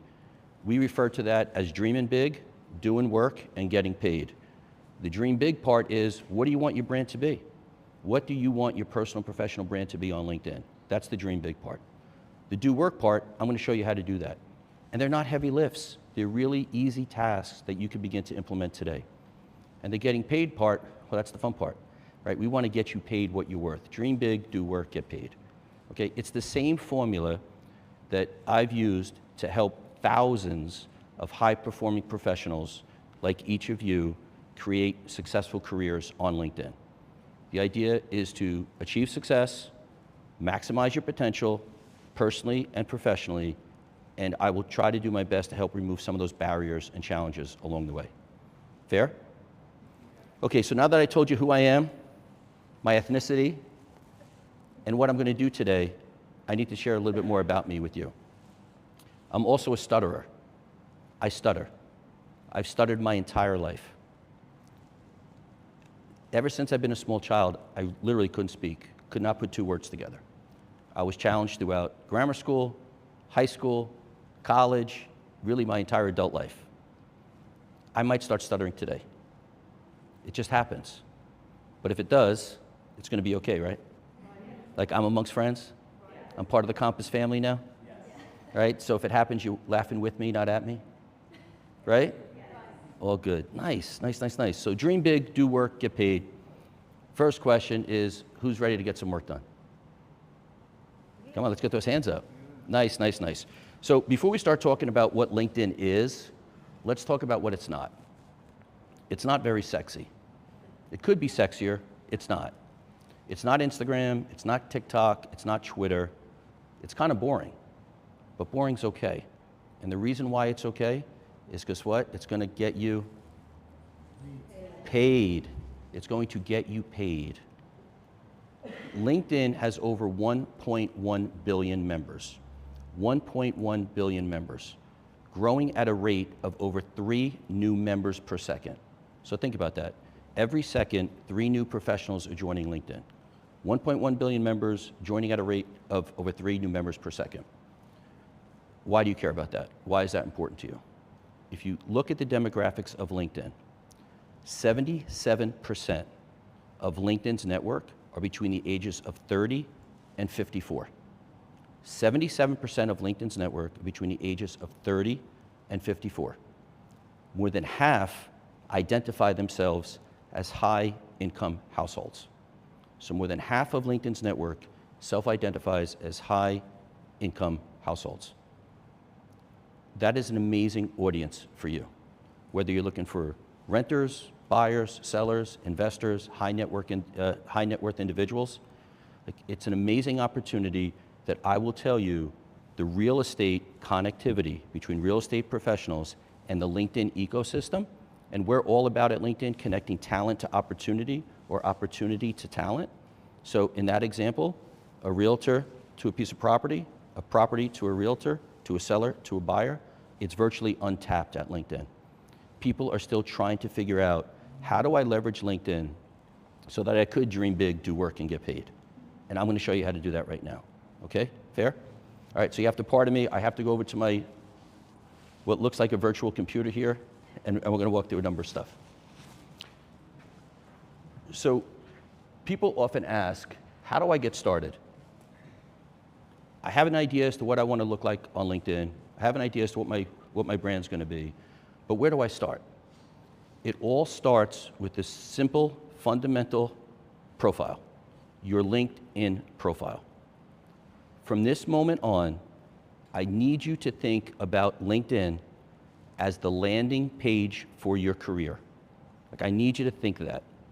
Everything that you do in LinkedIn, I need you to think, my profile, my brand, everything that I touch in LinkedIn, it is the landing page for my career, okay? The first things first is, Mary, I'm going to use you as an example, okay? If you don't mind, if I could work this mouse. Okay, so our good friend Mary Murphy. There are 4 items, there are 4 things that constitute an MVP style profile. So it's our goal today to make sure that you walk away today with having a top 1% profile on LinkedIn. So there's over 1 billion members on LinkedIn. The goal today is for you to create a profile that's in the top 1%. Top 1%. Why is that important? Because if we do your profile right, and we will do it right, you will increase the likelihood of a LinkedIn member, your target audience, the buyers, the sellers, the renters, the investors, etc. You will increase the likelihood of a member of LinkedIn connecting with you proactively, messaging you proactively by 40 times. 40 times. 40 times greater degree of likelihood that a potential client of yours that you don't know exists yet will reach out to you and introduce questions to you.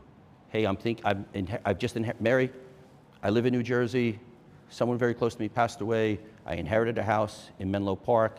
I need some help. You would have no idea that I even existed, right? But your presence, your brand on LinkedIn, how do we create these opportunities and these synergies so that your brand is being motioned throughout LinkedIn? And the idea is let LinkedIn's technology do all the heavy lifting for you. These are not big lifts, I promise you. Really, really small tasks that you could implement today that you could increase the likelihood by upwards of 40 times of a LinkedIn member, a potential client of yours, to proactively connect with you.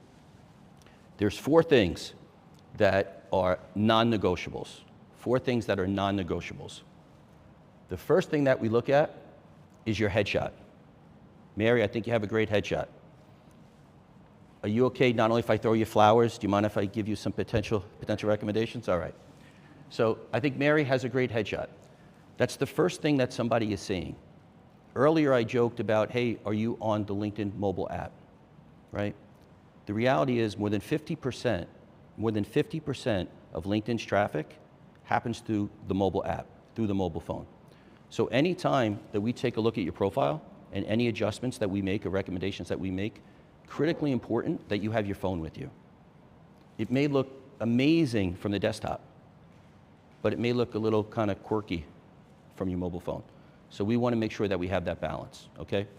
So the headshot is really, really important because that's welcoming, that's humanizing, right? So if I don't know Mary from Adam, but I inherited a property in Menlo Park and I want to talk to Mary, is that someone that I could say, hey, I can connect with that person? So that's first and foremost, the headshot. The recommendation would be just your headshot. The background, try to eliminate bushes, trees, bricks, mortar, any other distraction. Like let people see you for who you are, okay? So that's the first takeaway, your headshot. Second piece that we look at is what's called your banner. At LinkedIn, we call it a banner. When you get to my age, we call it an album cover, right? So this is essentially your album cover. And again, it needs to be incredibly welcoming. And it needs to synthesize with the brand that you're trying to create on LinkedIn. So Mary, I happen to really love your banner. It's very warm, it's very welcoming. Although you have the Mary Murphy team, and I know this might be a little bit controversial, I'm going to talk to you a little bit about why the recommendation is to not necessarily include your company or your corporate brand as your banner.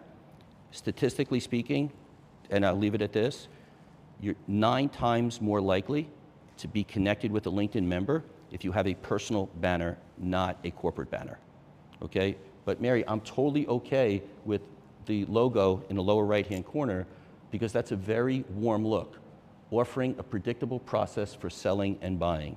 Like that makes sense to me. So I could easily assimilate before I ever get to Mary's headline, which is this, which we will in a second, I could immediately, whether it's on my mobile phone or the desktop, less than 4 seconds, 5 seconds, say, I get Mary, I get her brand, I know what she's all about. Yes, this might be someone that I might want to connect with, okay? So that's the second part. The third part, incredibly important, is what's called your headline. Now, a lot of people like to get ultra creative with their headline. The headline absolutely has to be what is the key differentiator. It has to tie to your brand. What's your skill set? What do you do? How do you inspire others? What do you aspire to do? Clean, crisp, right to the point. The reason for that is when members of LinkedIn, the 1.1 billion members of LinkedIn, when they start to do a search, and they will absolutely search you on LinkedIn. If I'm going to invest into a property or entrust the sale of my home, particularly in a market that I might not be familiar with, I'm going to do my homework. So I may search engine optimization, Mary, I may Google you, but when I Google you, your LinkedIn profile is going to appear.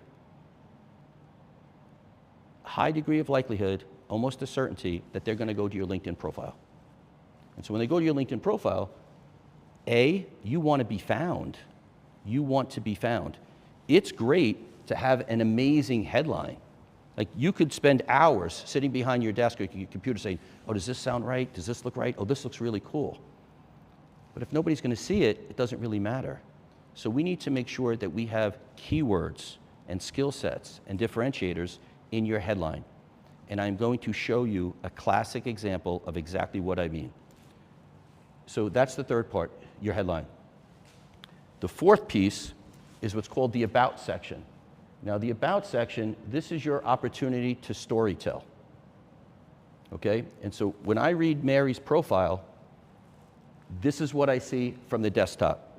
It says, whether you're buying or selling, navigating real estate can be overwhelming, et cetera, et cetera, et cetera. I'm not going to judge, and I'm not multitasking here. Actually, I am. What I should say is I'm not being distracted. Mary, I want to pull your profile from my mobile phone. Because what's going to happen is, here you are, Mary. What's going to happen when I pull you up from my mobile phone, I'm not going to see all that. I'm not going to see all that from the About section. I'm only going to see the first couple characters. So what I see is, whether you're buying or selling, navigating real estate can be overwhelming. That's where I come in, and that's it. Okay, so what we want to do is we want to create a hook. We absolutely want to create a hook. Because from the mobile phone, even from the desktop, you see where it says see more? See more? We want people to be interested enough that they click see more. If it's not interesting to me, I'm never going to read this. I'm never going to read this. So all the time that you spend like crafting your message, right, in this powerful story, no one's going to get to see it. So it's critically important that we tie these four pieces together. Your headshot, your banner, your headline, and the About section. Think about the first 5, 6, 7 words in your About section. That's the hook. Why do people still want to stick? And we want to create stickiness and traction on your profile. Because now that I'm on your profile, well, there's a number of things that you could introduce me to, right? For instance, Mary, you could introduce me to your website.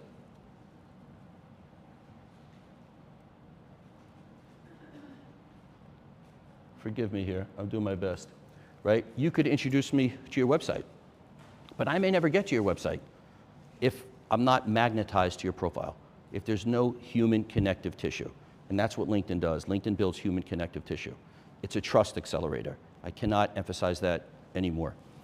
I want to give you, I was doing some homework last night, and I want to share something with you that I thought was really cool. By the way, Josh, like, I really like Josh's headshot, by the way. Love Josh's headshot, tongue twister, Josh headshot. And I love his banner, right? I immediately see, okay, he represents Tennessee, right? But you see in his headline, okay, realtor at Compass. It's not really telling me anything, right? Josh, if Josh is streaming this, Josh, you're a really interesting guy. Like, you're someone that I might want to connect with and learn something more about on a personal level. I don't know on a professional level from a real estate perspective. Right? Josh has an amazing story. Born and raised West Texas, Josh moved to National from Belmont University. He was a top 20 male finalist on American Idol. That's awesome. That's awesome. But if I'm looking to buy a piece of property in Tennessee, right, I'd like to learn more about Josh when I read more. Oh, this is really cool. He was a top 20 finalist on American Idol. Oh, this is cool. This is someone that I want to connect with. The reason why I'm sharing this example with you is because one of your colleagues, Marcy, right, when I looked at her profile and I scrolled down, I thought the About section was pretty cool. And what I mean by that is not necessarily licensed realtor since 1990 with experience in residential, commercial, et cetera, et cetera, et cetera. But what caught my eye that would not catch the eye of a viewer, because it's too deep into the About section, is I work directly with clients in the Big Bear Lake area of the San Bernardino Mountains. I said, okay, cool. So now, if I was interested in buying property in a Big Bear Lake area in the San Bernardino Mountains, how do I find Marcy? So what I did was I went to LinkedIn and I said, hey, LinkedIn, can you find me a realtor in Big Bear Lake? And this young lady pops up. Big Bear Lake's premier real estate agent, 30+ years of mountain expertise, bilingual. This is cool. And for the record, I don't know Yasmin. I don't know her from Adam, but she has an incredible profile. So this is Yasmin's profile. Great headshot, warm, welcoming, friendly. I've never been to Big Bear Lake, but I have to assume that this is a picture of Big Bear Lake. Like, this is cool to me, right? If I'm a member of LinkedIn, I'm stuck right now. I'm stuck. Here's Yasmin's headline. Big Bear Lake's premier real estate agent, 30 years of mountain expertise, bilingual, hiking aficionado. And she's telling me a little bit more about herself. Proud boy mom with a passion for the great outdoors. This is somebody that I can connect with. This is someone that I know my wife would feel comfortable connecting with. So I don't necessarily have to go much further. I mean, I could if I want to, and I will. Now she's telling me more about herself. Well, I'm happy to read more, right? So 40 times more likely for a LinkedIn member to send a message to Yasmin as opposed to Marcy. And just based on those stark examples, and I'm not a statistician, but I would venture to bet that it's way more than 40 times greater, just based on that. It's probably more like 100 times greater, right? So the reason why I'm sharing this all with you is because I'm certain there's a very specific skill set that you have, or maybe there's a niche that you maybe represent. You represent certain buyers or certain sellers, right? Where is you and I spoke earlier, right? Brooklyn, right? So I saw your profile last night, and what caught my eye with your profile is under the About section, you said essentially that you have a knack for connecting buyers and sellers with very unique properties. Is that right? So if that's your like leverage point, like if that's your thing, if that's your niche, and that's why buyers or sellers or renters want to connect with you because they're looking at like interesting or unique properties in New York City, right? If you promoted that, high degree of likelihood that the LinkedIn ecosystem, the 1.1 billion members who fit like the demographics that you want to sell into or have them buy into, would find you the same way that I just found Yasmin. So whatever your thing is, and Mary, earlier, when you and I were talking about the inheriting homes, right? Like if that's your thing, or if that happens to be a niche, and Mary and I had done an example earlier, and I know Mary's a competitive person, like I'm a competitive person, but we did a similar search. And Mary said, oh, I know that person. She's in a town, she's in Palo Alto. She's a town over from me, but she's shown up first. What's the difference between that person and Mary? I'd never get to know Mary if I was doing a search on LinkedIn and couldn't find her, right? So you just potentially lost revenue. We didn't get paid. But that other person that you see with the flyers and everything else, she's getting paid. It's not luck. It's not luck. And it's not really a science behind it either. It's just what I just like to refer to as doing work. Just do the work. Easy lifts, easy lifts. So I just shared with you how people find you, right? How people find you. In the interest of time, I'm going to just skip here. Okay, so now let's say I'm interested in connecting with or introducing myself in some way, shape, or form to high net worth individuals. Let's just say that that's it. That happens to be my niche. I sell luxury homes. I do it in a very confidential way. I'm an expert at getting like off-market properties that nobody knows about, you know, super luxurious, whatever, townhouses, homes, whatever it is, Chicago, Miami, it doesn't matter. How do I find these people? How do I network with these people? So the same way in which individuals find you, this is how you leverage LinkedIn as a search tool.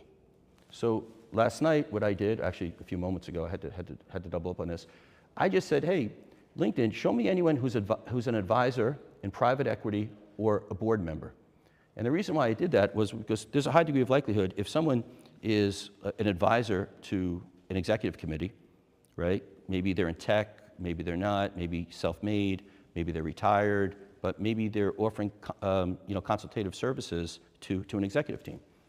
Private equity, I mean, speaks for itself. And board member.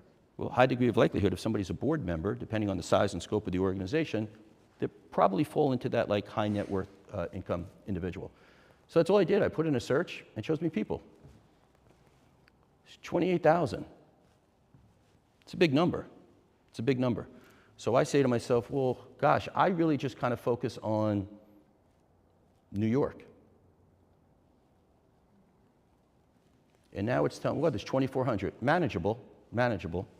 And I know we don't have a whole lot of time to go through the whole semantics of LinkedIn. But what you see here is what's called first, second, third degree connection. Is there anyone not necessarily familiar with first, second, third degree connection? Everyone's familiar? All right, okay, cool. So what this is saying is, well, show me the individuals that are second degree connections of mine. It dropped down to 897. Still a big number, but manageable. And just in the interest of examples, what I would say is, for instance, I'll just go into any one of these individuals. You can pick one, doesn't necessarily matter to me. But let's just assume, let's not use him because it's real estate. Or we could, perhaps there's a synergy. But let's just use Niraj. CEO, president, board member, advisor to private equity. Well, he might be someone I want to connect with, but I know Joanna really well. I know Jim Milton really well. I used to work with him, and one other mutual connection. So he's probably somebody that I would at least be interested in learning more about. Harvard Business School. Looks like he gets LinkedIn. He's got a great headshot. He's got 500 connections, so you know he's engaged on LinkedIn. And that is a telltale sign of someone who, high degree of likelihood, he or she would be responsive to your messages if you message them the right way. You need to meet these people where they are. So how do we meet Niraj, or Raj, as he goes, where he is? So I'm going to learn a little bit more about Niraj. I see, wow, you know what? He's pretty active on LinkedIn. Very active. He just posted 2 days ago. He just posted a week ago. Cool. So we're going to put that in a little bit of a side basket for a moment. And what we're going to say is, okay, the first thing that I'm going to do, if he's someone that I'm interested in kind of connecting with or maybe building a business relationship with, is I'm just going to follow him. That's it. Easy, easy step. Just follow him. All you need to do is follow him. Don't need to message him. You don't need to tell him who you are and what you're looking to partner with him about. Just follow him. Get to know him. He's consistent on LinkedIn. He will start posting. We just saw that he's posting at least 2 times a week on LinkedIn. So now that you see one of his posts, now that you're following him, your feed will change. Your feed will change. So now what we're doing is we want to condition your feed. The reason why I want to condition your feed is because you don't want to get all this kind of noise in the background on your feed. You don't want to get introduced to opportunities and advertisements and other people on your LinkedIn feed, right? As much as, and it doesn't mean I'm not promoting LinkedIn, it just means that like, I want you to be introduced to the people and the opportunities that are most relevant to you. So the more people we follow like this, higher degree of likelihood we condition your feed. The algorithms change at LinkedIn. So now these individuals, when they post, when they comment, they show up in your feed. Why is that important? Well, a lot of reasons. You can go to a post. Now let's imagine, we're going to fast forward, right? If I had a time machine, and let's just assume a week from now, you're following Raj, and he sends this post, and he starts, all of a sudden he has a post, and it's something contextually relevant. Like, no matter what he posts, I would like it. No matter what he posts, I would just go right here, thumbs up. I don't even have to read it, sincerely. And I don't mean to be callous, but I just want to get into Raj's, like peripheral. That's it. So now Raj sends a post, and all of a sudden he starts talking about private equity or the housing market or whatever it is that you think, whoop, that's it. There's a parallel there. Well, then what you can do is you can comment on it. Now, obviously, I'm not going to comment on it, but you comment on it. And nothing like, again, like super sexy or anything like that. You just comment. Raj, completely agree, blah, blah, blah, blah, blah, whatever the scenario is. No smoke and mirrors. Just, wow, okay, cool. Values, who can I use? Give me an example of somebody, anybody. Show of hands. Others, I'll keep using Mary. Bill, I'm going to use you, Bill. So Bill starts doing this. And Bill starts showing up in Raj's feed. Right? Now, I know, Bill, you're in Durham, North Carolina, right? So you could find, just like I found New York City, you could find these folks in Durham. Or find companies that relocate people, to RTP, right? There's a bunch of companies in Triangle Park. So we start connecting the dots as best as we can. So now you follow them, now you commented, now everything is good. The other thing that we could do is, where are you, Raj? I gotta find Raj. I lost my place here, sorry team. Where's Raj? Well, let's assume that this is Raj. The next thing that we're going to do is we're going to connect with Raj. We're just going to connect with Raj. We're not sending a message, we're just going to connect with him. And based on what that shared or mutual interest is, that's how we're going to personalize the message. So in this instance, it would be, I mentioned that Jim Milton was a former colleague of mine. I'm close with Jim. Everyone in my network is someone that I trust. Every person in my network is somebody that I've done business with, personally and professionally. I know them, I trust them, I could vouch for them, right? Jim is no exception, and I'm certain Jim feels the same way. So now when I go to message Raj, it's going to be, hey Raj, hope all is well. Our mutual connection and friend, through our mutual connection and friend, Jim Milton, wanted to introduce myself. I'd like for you to join my network. I saw your recent post on X, Y, or Z. Super interesting. Thank you, Bill. Off you go. High degree of likelihood that he accepts that message. What we don't want to do is say, hey Raj, this is Bill, join my network. He's not interested. We definitely don't want to say, hey Raj, this is Bill, I see you're in private equity, and oh, by the way, I have all these houses that we're doing X, Y, and Z. No way. Right? We have to nurture this. We have to nurture this. So what we're going to do is we are going to follow first. We're going to comment or engage on posts. We're going to connect through a mutual friend, mutual connection, mutual interest, shared interest, whatever it is. Go through Raj's profile. Maybe Raj is a youth soccer coach, and maybe you're a youth soccer coach, or maybe Raj belongs to a certain group or nonprofit. Use that as the connectivity. High degree of likelihood, the more we personalize it, the more they're going to say, yes, let's connect. Okay? And then you send him that message after you're getting into his feed. Does that make sense to everybody? Okay. So, give me one quick sec. I do want to share what I believe to be an amazing success story. Amazing success story. So Chirag mentioned that he and I met at an association, a community called the Pro Athlete Community. And I already shared with you that I coach high-performing professionals, whether they're business professionals or athletes, current or former NFL players, Major League Baseball players, et cetera, et cetera. And for athletes, right, it's if they're currently in the sport, if they're a current NFL player, we start thinking about and planning for what that career transition is going to be from the playing field to the business field. When they're out of the game, they kind of have a holy smokes moment, what do I do now, right? So I want to introduce you to Jamar Taylor. Great human being, born in San Diego, or outside of San Diego rather. He's not a San Diego kid, but born in California, went to Boise State. He went to college in Idaho to play football.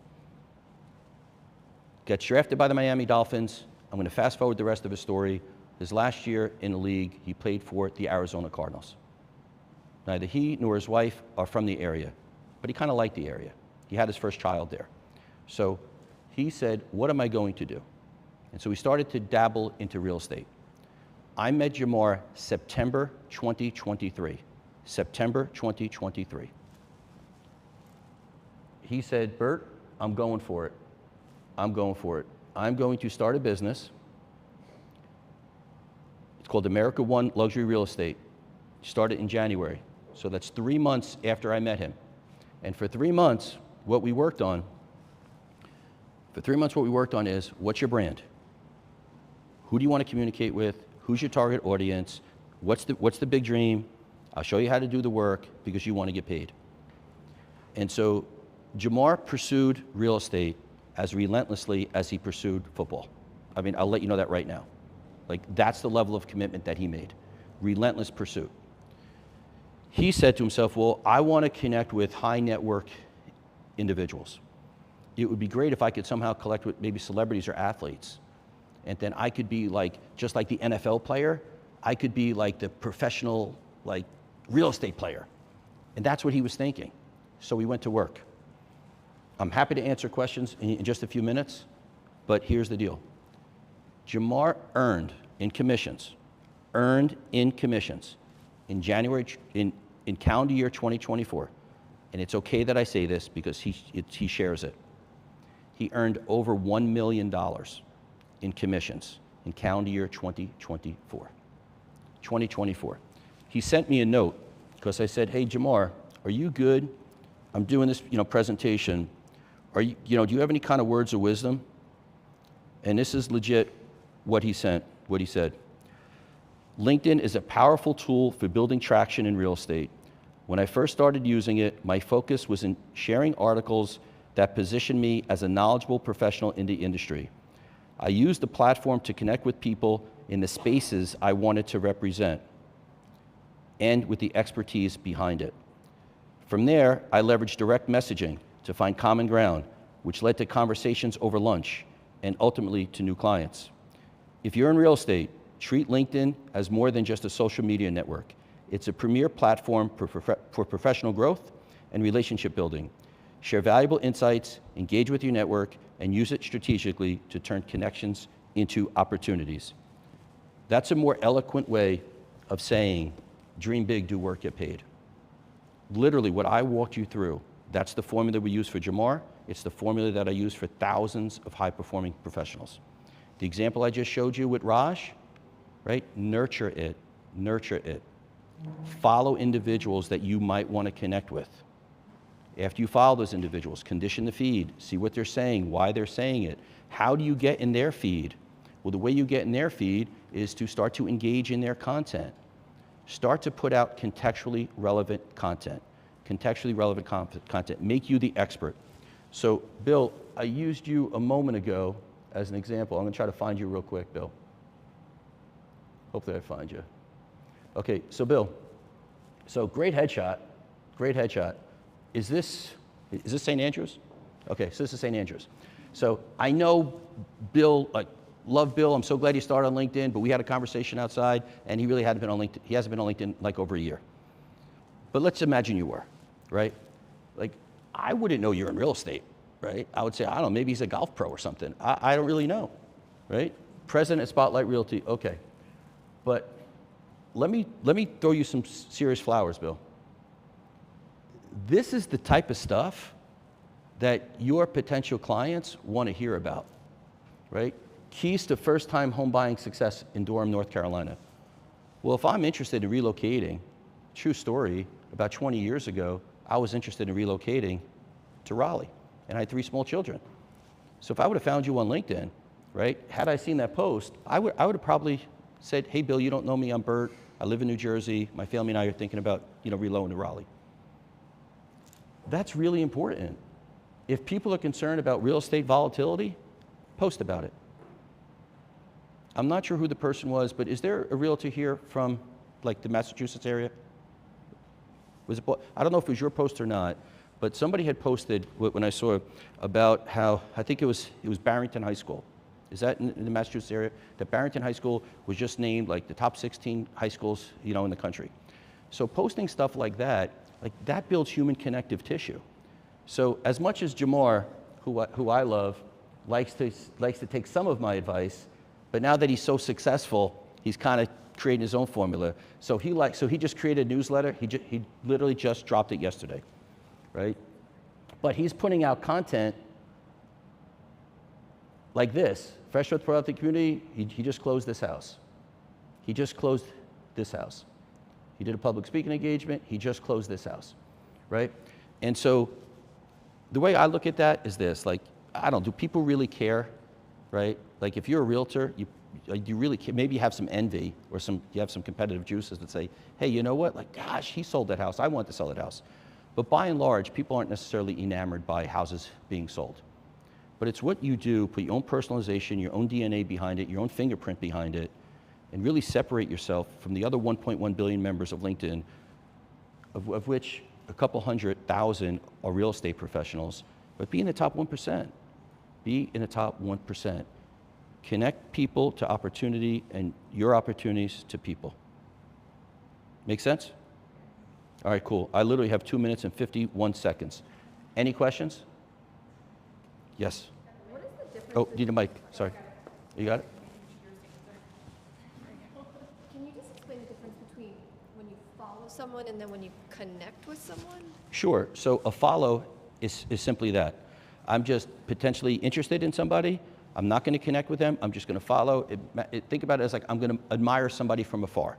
I'm just going to follow and just see what they post, what they do, how they kind of live and breathe and flow on LinkedIn, and say, okay, cool, interesting, I can comment. Now I will connect with that person. Because the reality is, if someone just connects with me for the sake of just connecting with me, well, I already shared with you that like I hold my network really private. I would have to imagine if I was a board member for a private equity company, I'm not just going to accept anybody who sends me a note. So following is really, really important. It's that nurturing relationship. It's building that warm lead, if you will. Okay? So 1 minute, 49 seconds. There's something else I really need to share with you. In your LinkedIn mobile phone, from your mobile phone, this is a must have. From the mobile app, you can create a QR code, okay? And the reason why a QR code is so important is you just go to your LinkedIn mobile app, you go to your profile, and you just click the search bar next to your headshot. And when you click the search bar next to your headshot, you're going to see that dice or that spider appear in the upper right-hand corner. We click on that, and a QR code appears. Why is this important? For anyone doing open houses, for anyone meeting people in large groups, high traffic areas, imagine you're at a social function, and say, whoa, there's a lot of like high net worth individuals here, right? What are you going to say? Oh, can I have your name? Can I have your phone number? Here's my phone. Can you text me? They're not going to do that, right? Say it again? Can you do that again? Sure. So just go to your profile on LinkedIn, where your headshot is in the upper left-hand corner. Click at the empty search bar. And in the upper right-hand corner of your search bar, it's going to appear like a spider. I could show you after. And then you can click on that, and it shows you a QR code. And why is that important? Because if Bill and I had never met, and Bill and I met today, and we're both kind of hustling and bustling, I could go like this to Bill. Bill could put his phone up to my phone. We're kind of connected on LinkedIn, and we go. So now tomorrow, I could send you a note. Hey, Bill, it was great connecting with you. It was great meeting you, at Chirag's place. Blah, blah, blah, blah, blah, blah. We start to build a connection. You can do that in volume. So many of us still, are we sitting on a Saturday afternoon, Sunday afternoon, open house? Traffic flow, kind of taking their names, their emails, all that kind of stuff. I'm not suggesting don't do that. What I'm suggesting is like build your presence and build your brand, right? And if you have successful partnerships and relationships, my time's up, recommendations. Have people write you recommendations on LinkedIn.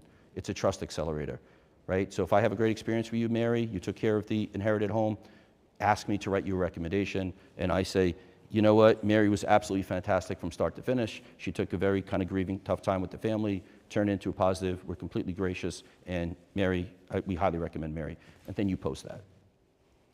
Okay?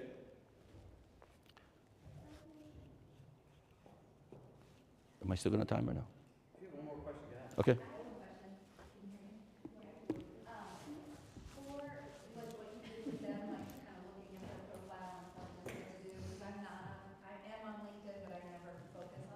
Right. Who could we call just to have us look, pay to them to look at your profile and tell you what to do? The 20 things you need to do is do this. Pay now. Yeah. So what I would say, I'll talk to Chirag about it, but maybe we can put together some sort of like a virtual thing or something where we can kind of really take the time and go through it a little bit. So it's a little bit more personalized. Yeah. Do these 20 things. Do these 10 things. Exactly right. And I'm being straight with you. I showed you the 4 things. Yeah. Like do those 4, and you're literally, I'm not exaggerating, statistically speaking, if you do those 4 things and we knock it out of the park, You're 90% ahead of everyone else on LinkedIn. I mean, that's a real stat. You good, bro? Oh, thanks.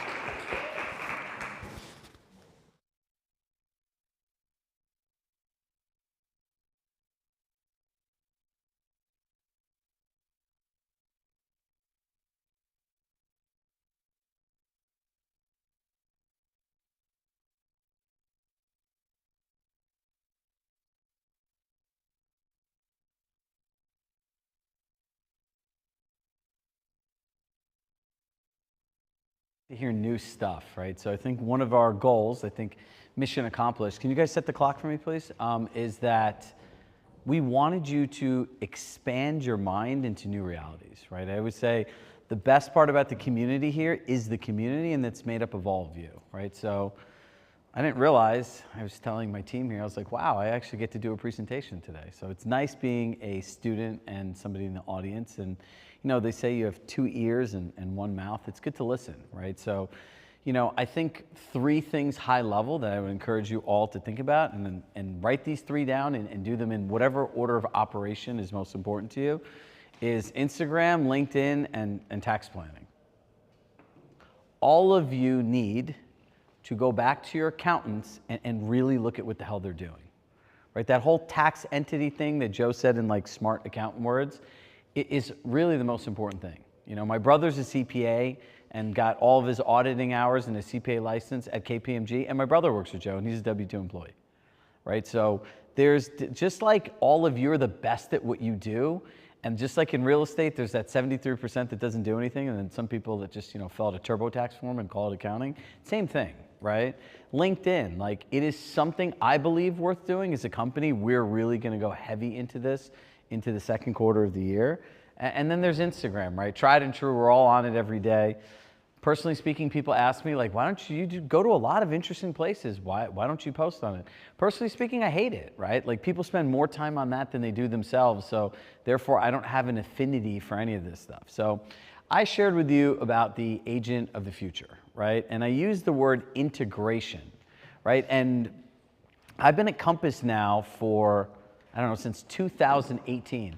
So I've been hearing Robert's dream, his vision, and everything else for almost 7+ years now at this point, right? I've spent more than 17,000 hours with all of you coaching and training some of the best agents in the world. And what I realize here is just like he had an infinite vision for all of you, I have the same thing with this, right? This is the greatest thing that has ever come out in real estate, period, full stop, end of story. And when I look at technology at Compass, like if you look at Compass 3-phase marketing, on average, 1 out of every 3 people are talking about it. They're doing it and using it, right? Arguably an uncrowded space, if you look at the 66%, a crowded space in your mind, if you look at the 33%, right? If you look at Compass One, I guarantee you less than 10% of people are actually using it.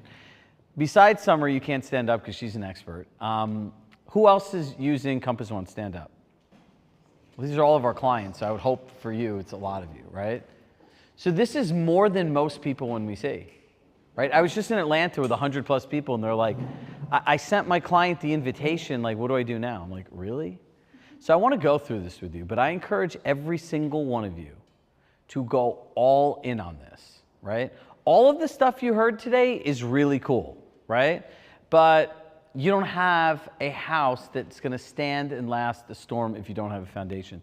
This is the entire foundation of your business, right? So quickly, what's the greatest challenge in the real estate industry today? Post-NAR settlement. Anybody? It's what the heck do I do in exchange for all the money I get paid? Do you think your clients have any idea what you do? No. And whose fault is that? It's our fault, right? Not their fault, our fault, right?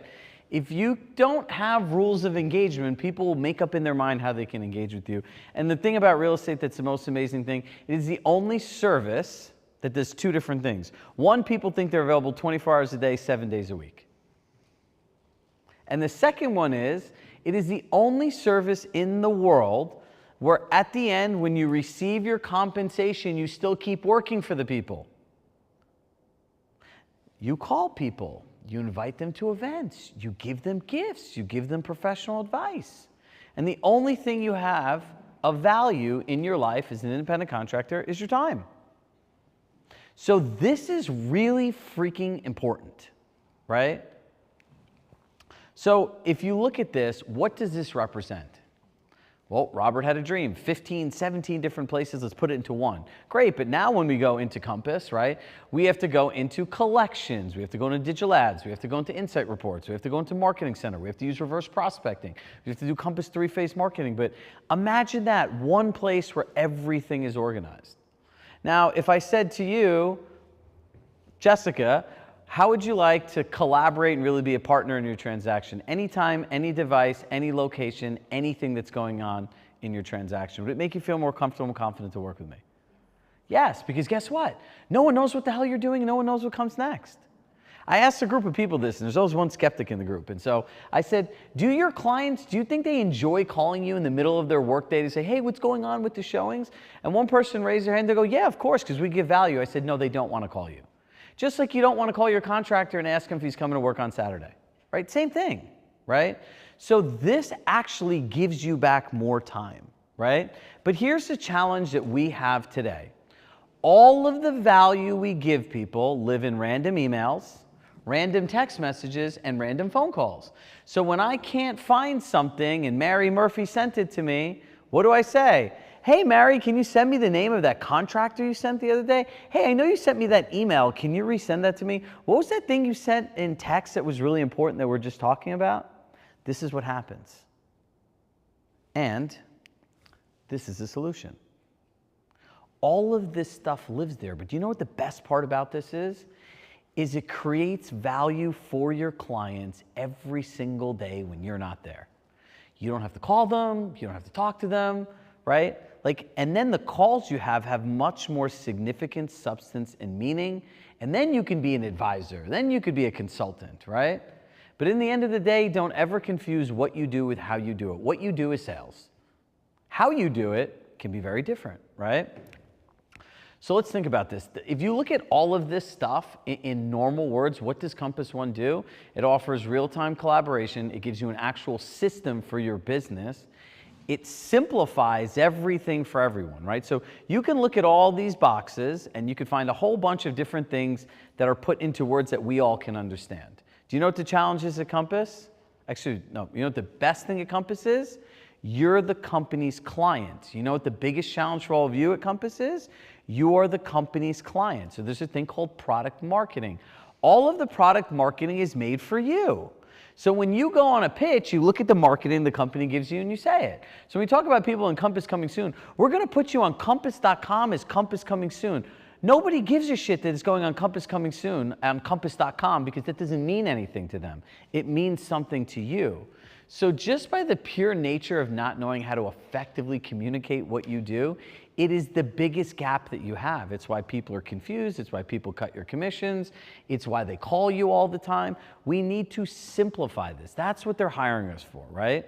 And one of the challenges that I find people are always working towards, and where many of you have joined our program, is everyone wants one system, right? So when I say integration is the future and the agent of the future and the time is now, that's what it is. You can integrate every single thing you do into Compass One. And then you can be smart and double down and invest in mastering your entire system. Now, what does mastery really look like? 90% of the time, you should get the outcome you want based on memory. If you can't do that, you haven't mastered it, right? Like, I don't sell real estate. You guys all infinitely go on more appointments, talk to more clients and everything else. But because I do this job, I have to practice and practice and practice and practice, right? And if I didn't practice, I wouldn't be good at it. No one would want to hire us, and you'd tell me I'm a fraud. Right? You'd say, yeah, that was that guy that used to work at Compass that used to sell real estate that thinks he knows what he's doing. But have you ever noticed there's a big gap between people that think of stuff and the actual transaction? Like, there's different things when you meet people that just, like, sometimes I hear this stuff, like, you can't say stuff to people like that, right? Like, if I can't negotiate my commission, how am I going to negotiate the price of your home? Well, there are a lot of people that take 1% less that do a damn good job. And what is my negotiation and my compensation, right? So we have to evolve from what's been in this industry. And look at these three things. Translates agent language, agent core focus and quick wins, right? It takes the words that are like this and makes it into words that people can understand, right? Collaboration, no one knows what the hell we do. No one knows what all those steps are, right? So for our clients, and like as we do our transition week, right, in the next coming weeks, I broke down the listing side and the buyer side to individual skills. You want to hear something crazy? If you learned and mastered one skill a week for either transaction, do you know how many weeks it would take you to master one side of a buyer or a seller process? Anybody? 30. Anyone else? 26 weeks, half a year. Now let's all be honest. Do you think you could master a listing presentation in a week? Do you think you can master objection handling in a week? There's so many different things, so that's where the gap is, right? Here's what I do, here's what the other person understands I do. I'm never gonna get paid for what I think I do, I'm gonna get paid for what they understand. So you guys can take all of these different things that we share today, and we're gonna give you guys all the slides, and I encourage you all to put it in the listing presentation. Since all of you in the room are clients, like the part that we're most excited about is we're working on taking all of our stuff and building it into Compass One and then just putting in all your accounts, right? Like, that's it. And then like we could learn it all one time in one place. So this, I will say arguably, and I've made a lot of training. I know many of you said there are too many different things in here, right? And so take a look at this. If I said to you, and you have to frame the conversation this way, I would say to you, hey, Margaret, you know, what we found in our experience of real estate, there's really two types of different agents, and whatever type aligns with you, I'll support you 100%. Would it be okay if I shared those with you? Right? They're going to say yes, all right? So take a moment and review the two types of agents and let me know which type of agent relationship you're looking for. I have never in my entire life spent more time on a slide than I have this one. This right here. It's pretty cool. Yeah, you want to talk about going in the weeds? Like it was like 2 o'clock in the morning when I was done with the slide. Music in my ears, jacked up, and I'm like, oh my God, my kids are going to be up in like 4 hours. Or if it's my daughter, 3, right? So what I identified was there are really two types of different people. There's service providers and partner agents. So what's the best gift I can do is take all of the things that I know are really complicated for you to explain, put it on one thing and say, hey, Bill, take 5 to 10 minutes and read this because I know it's a really large investment, and let me know which one aligns and feels best for your goals and why. They're going to read this. So there's cool things on here, right? Like some of my favorite ones are, let's see, access to properties. Shares listings only on the MLS and available to every buyer in the market. Provides priority access to off-market properties through Compass Private Exclusive and Compass Coming Soon. Communication, the #1 customer complaint for real estate agents. Look at this. Mostly reactive, updates clients when prompted, relies on emails, sporadic calls for status checks. Doesn't that happen a lot, right? Like if you're not organized, you don't have your structured communication plan. Now check this one out. Provides proactive updates and scheduled touch points. Streamlines communications updates within a single communication portal, ensuring client knows what's happening and what's next. Which one do you think they want? Exactly. So we talk about in sales, it's called seeding, right? So we're planting all these seeds in their head, bless you. And then as time, Margaret, it just grows, right? So in the end, when they try to cut our commission, be like, bless you, you know, you could say, hey, I'm confused. You'd mentioned that you wanted a partner agent. Help me understand where the gap is in your mind in the investment that you're making. Do you want to know the #1 reason why people's commission gets cut? Does anybody know? A seller could want 3 to 5 things in an agent.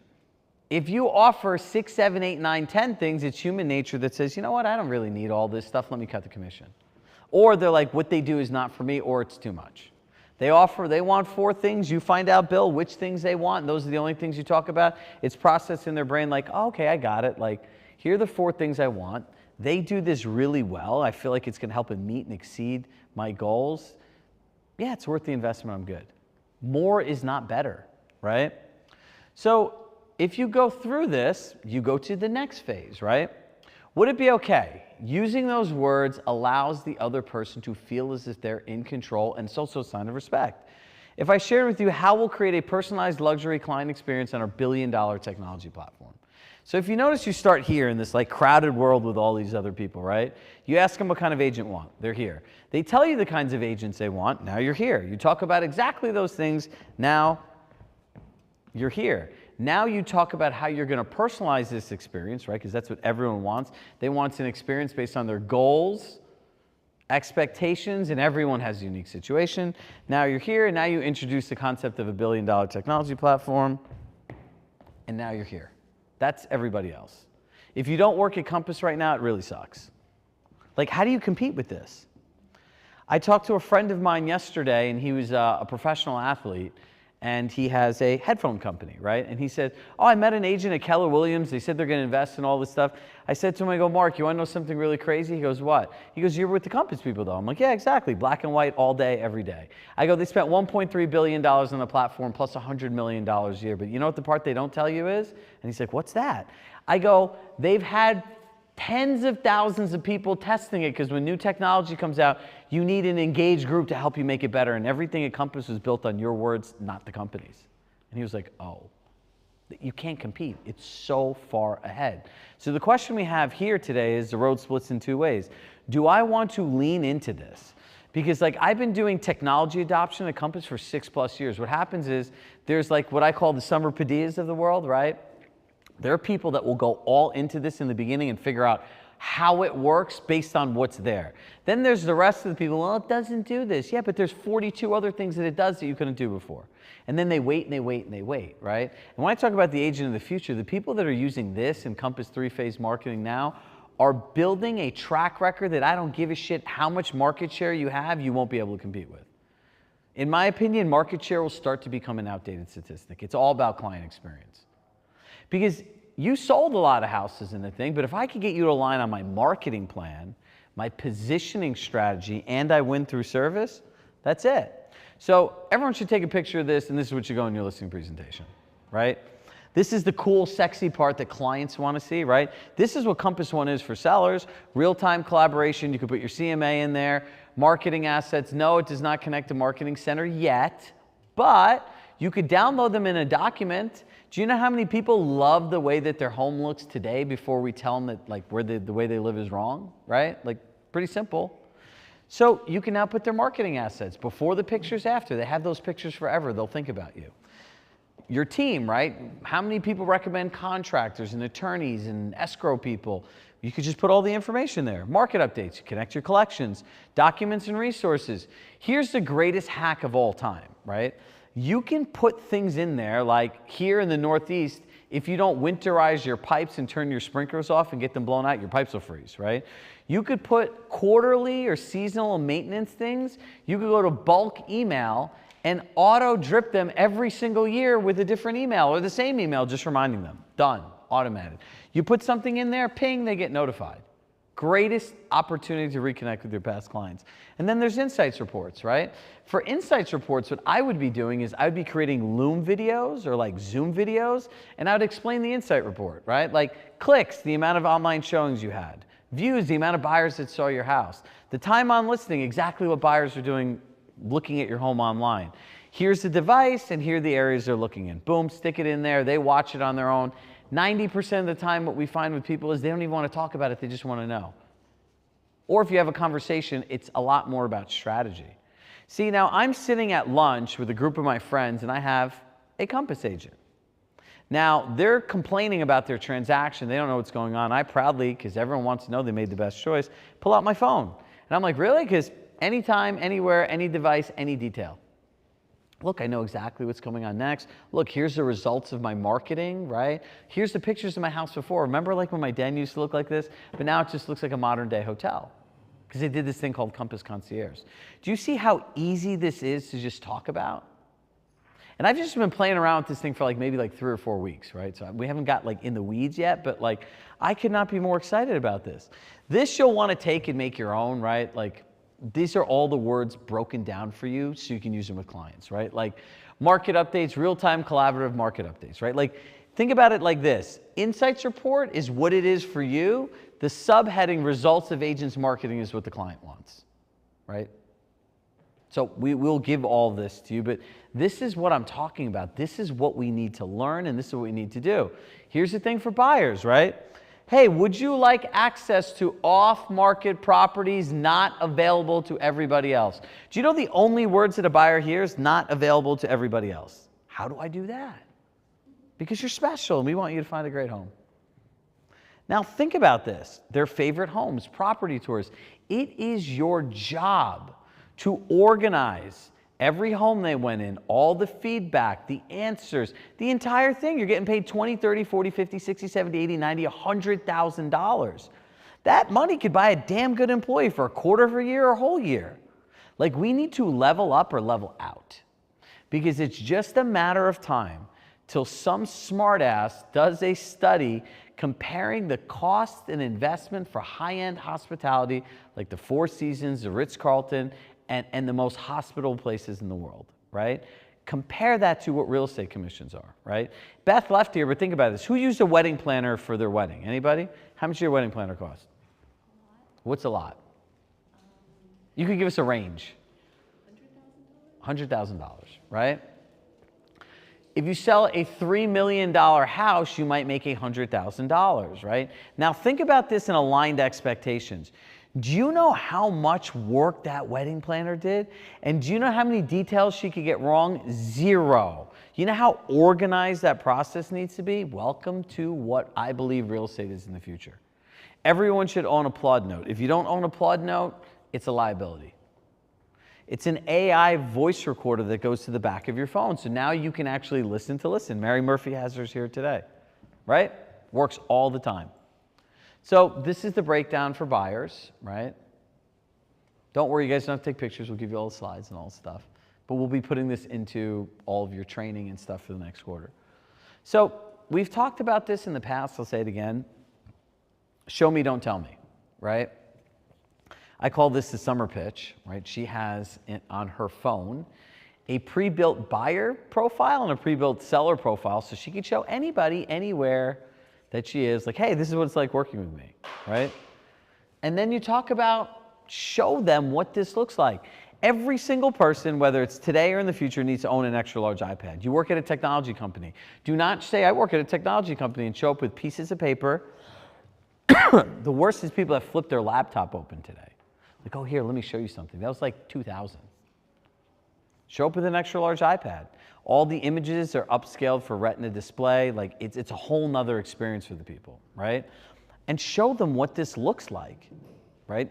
In some cases, we have clients just making stuff up that they find about their clients on the internet, their LinkedIn and stuff like that, things that they know that they might need to do, especially for expired listings, and pre-filling out a Compass One for the people.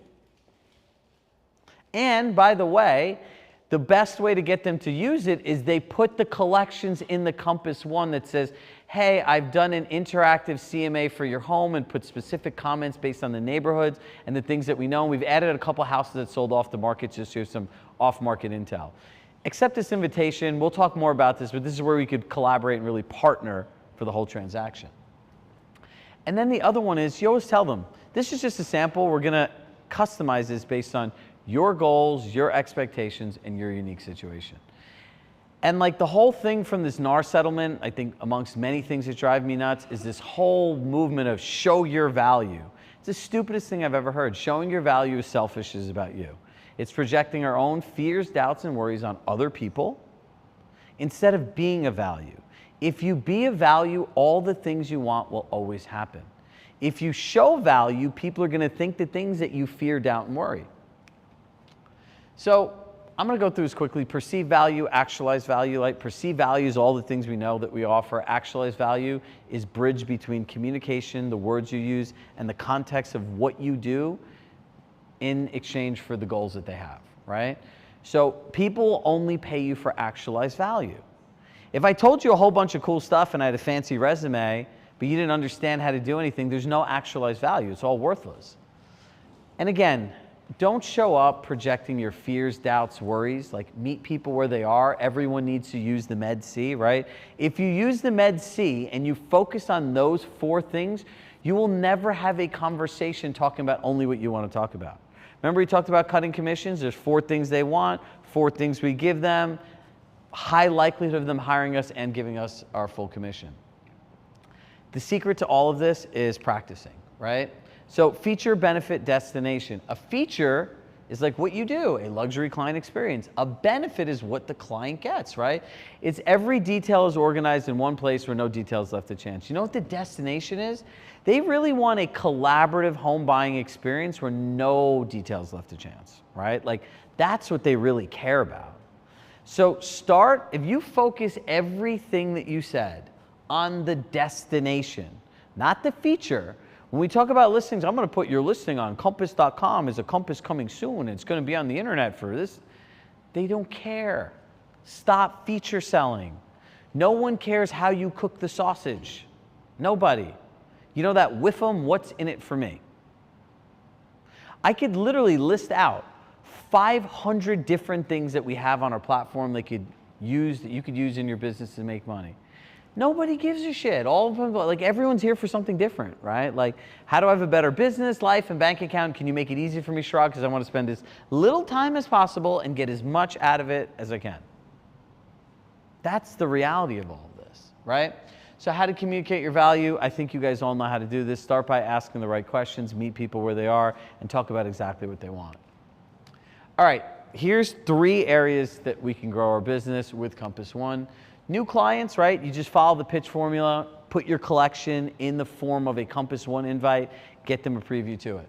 Existing clients, I would call all of my existing clients and say, you know what? Hey, Chris Thoman, we actually created a personal portal to collaborate this whole experience into one place. Can I set up a time to show that with you? Show that to you? Yes. Yeah, who's going to say no to that? Especially if you have stale listings and stuff, you need price reductions and you need to show them you're doing work. And you don't only call them when you want them to take much less money, right? Reach out to everybody. This is the best. How many people want to know how to reactivate their entire database of everyone they've ever sold a home to? Everyone should raise their hands. Now, first, this requires being organized.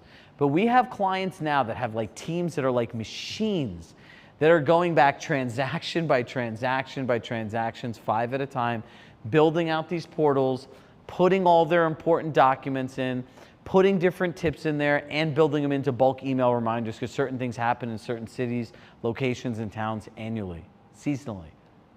Your clients will never, ever forget you. Never. Something cool goes in there, ping, I'm going to put it in my Compass One portal. And guess what? You know how the CRM works? There's this $1 million thing called tags, right? When you find something interesting, I'd be organizing my CRM and looking at my tags and saying, all right, great. These people all share the same interests, right?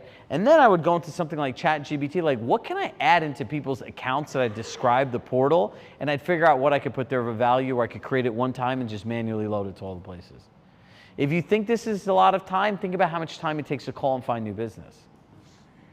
And that's it. This is the best opportunity for you to reach out to people.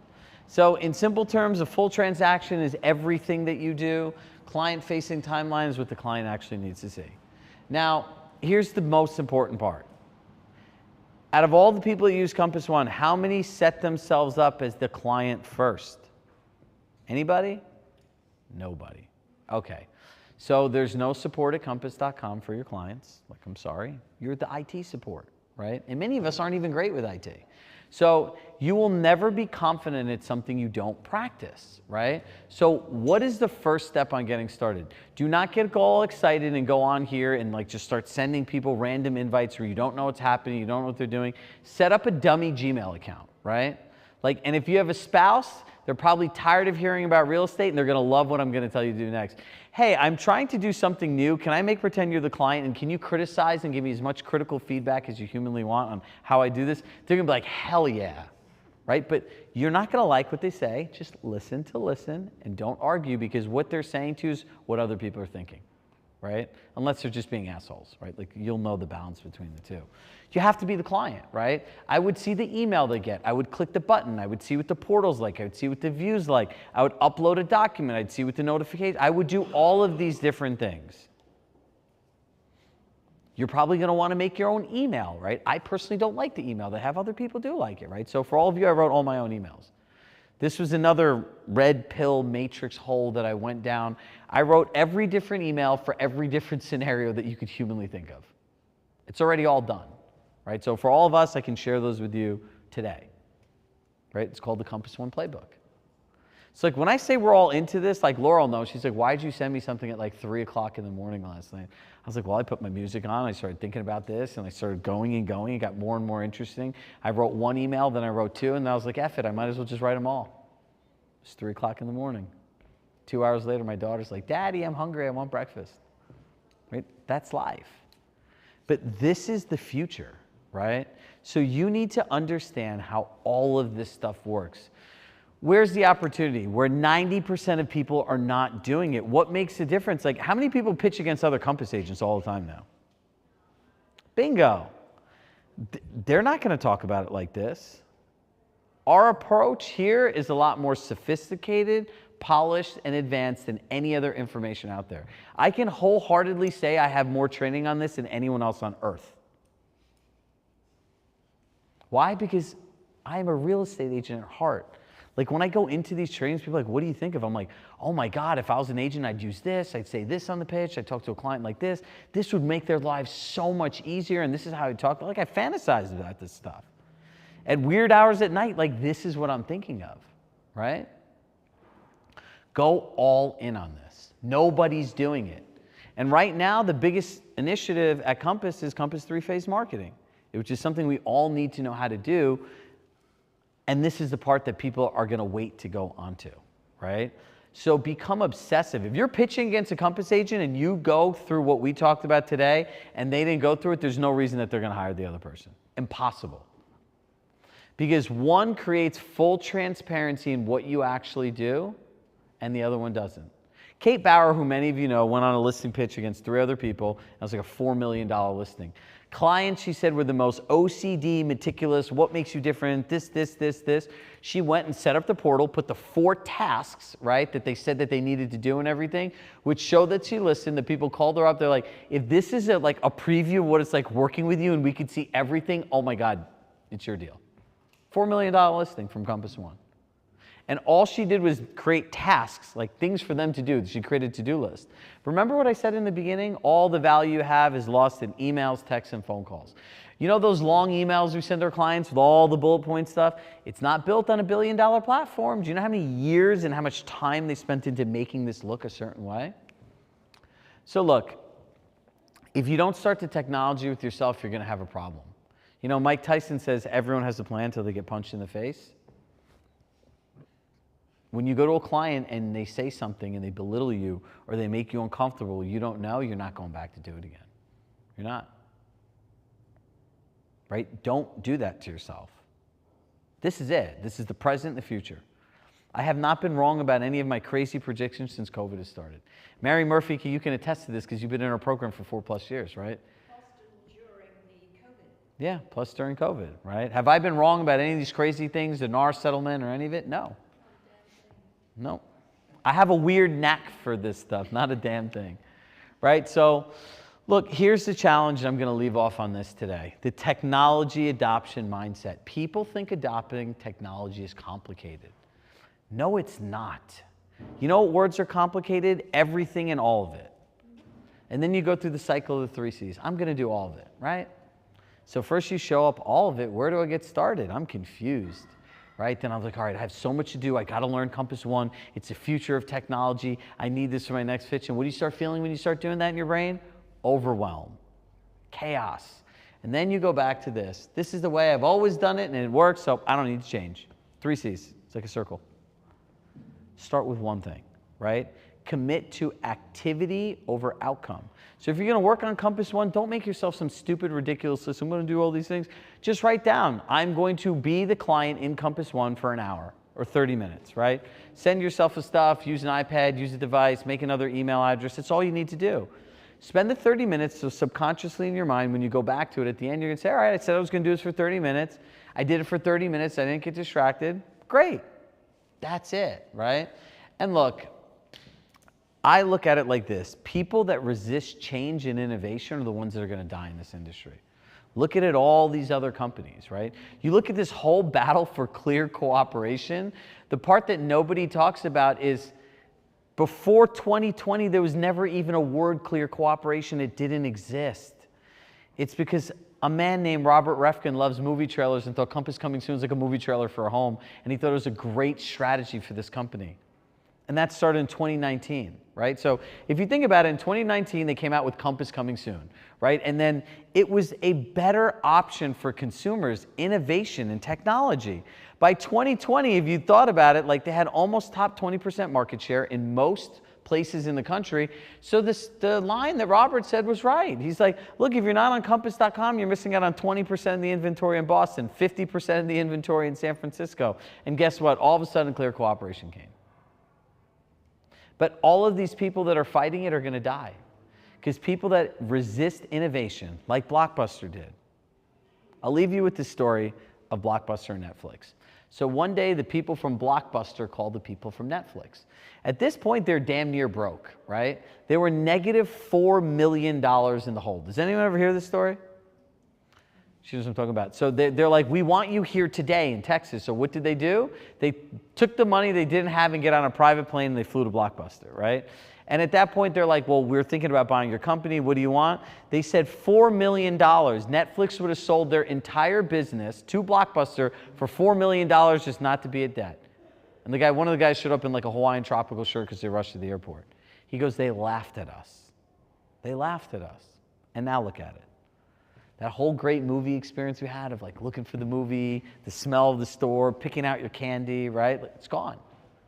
They didn't innovate and they died. Look at Toys R Us, the greatest toy store of most of our generations. They didn't innovate and they died, right? It's everywhere you go. So today, we have our choice to innovate. Don't be the 90% of people that are like, well, it doesn't do this and it doesn't do that. I'm going to wait to see how everyone else uses it. Don't do it. Like, talk to Summer today. Her Compass One thing and game is dialed in. You could even scan her thing and like take a look at her templates and stuff like that. We will give you one and train you all on it. But look, like people are doing this stuff, right? And the only thing you want to say is, why not me? That's it. So next I have, it was a hard stop, right? So we have one more session and then we'll have a few hours of a break. Our lovely team will turn this room over and we'll have an open bar, more food, music, live music, and we'll have a really fun party here tonight. So how many people want to party? Yes. Now we're talking. So Jason, where are you? Mr. Wilson. They're like all running.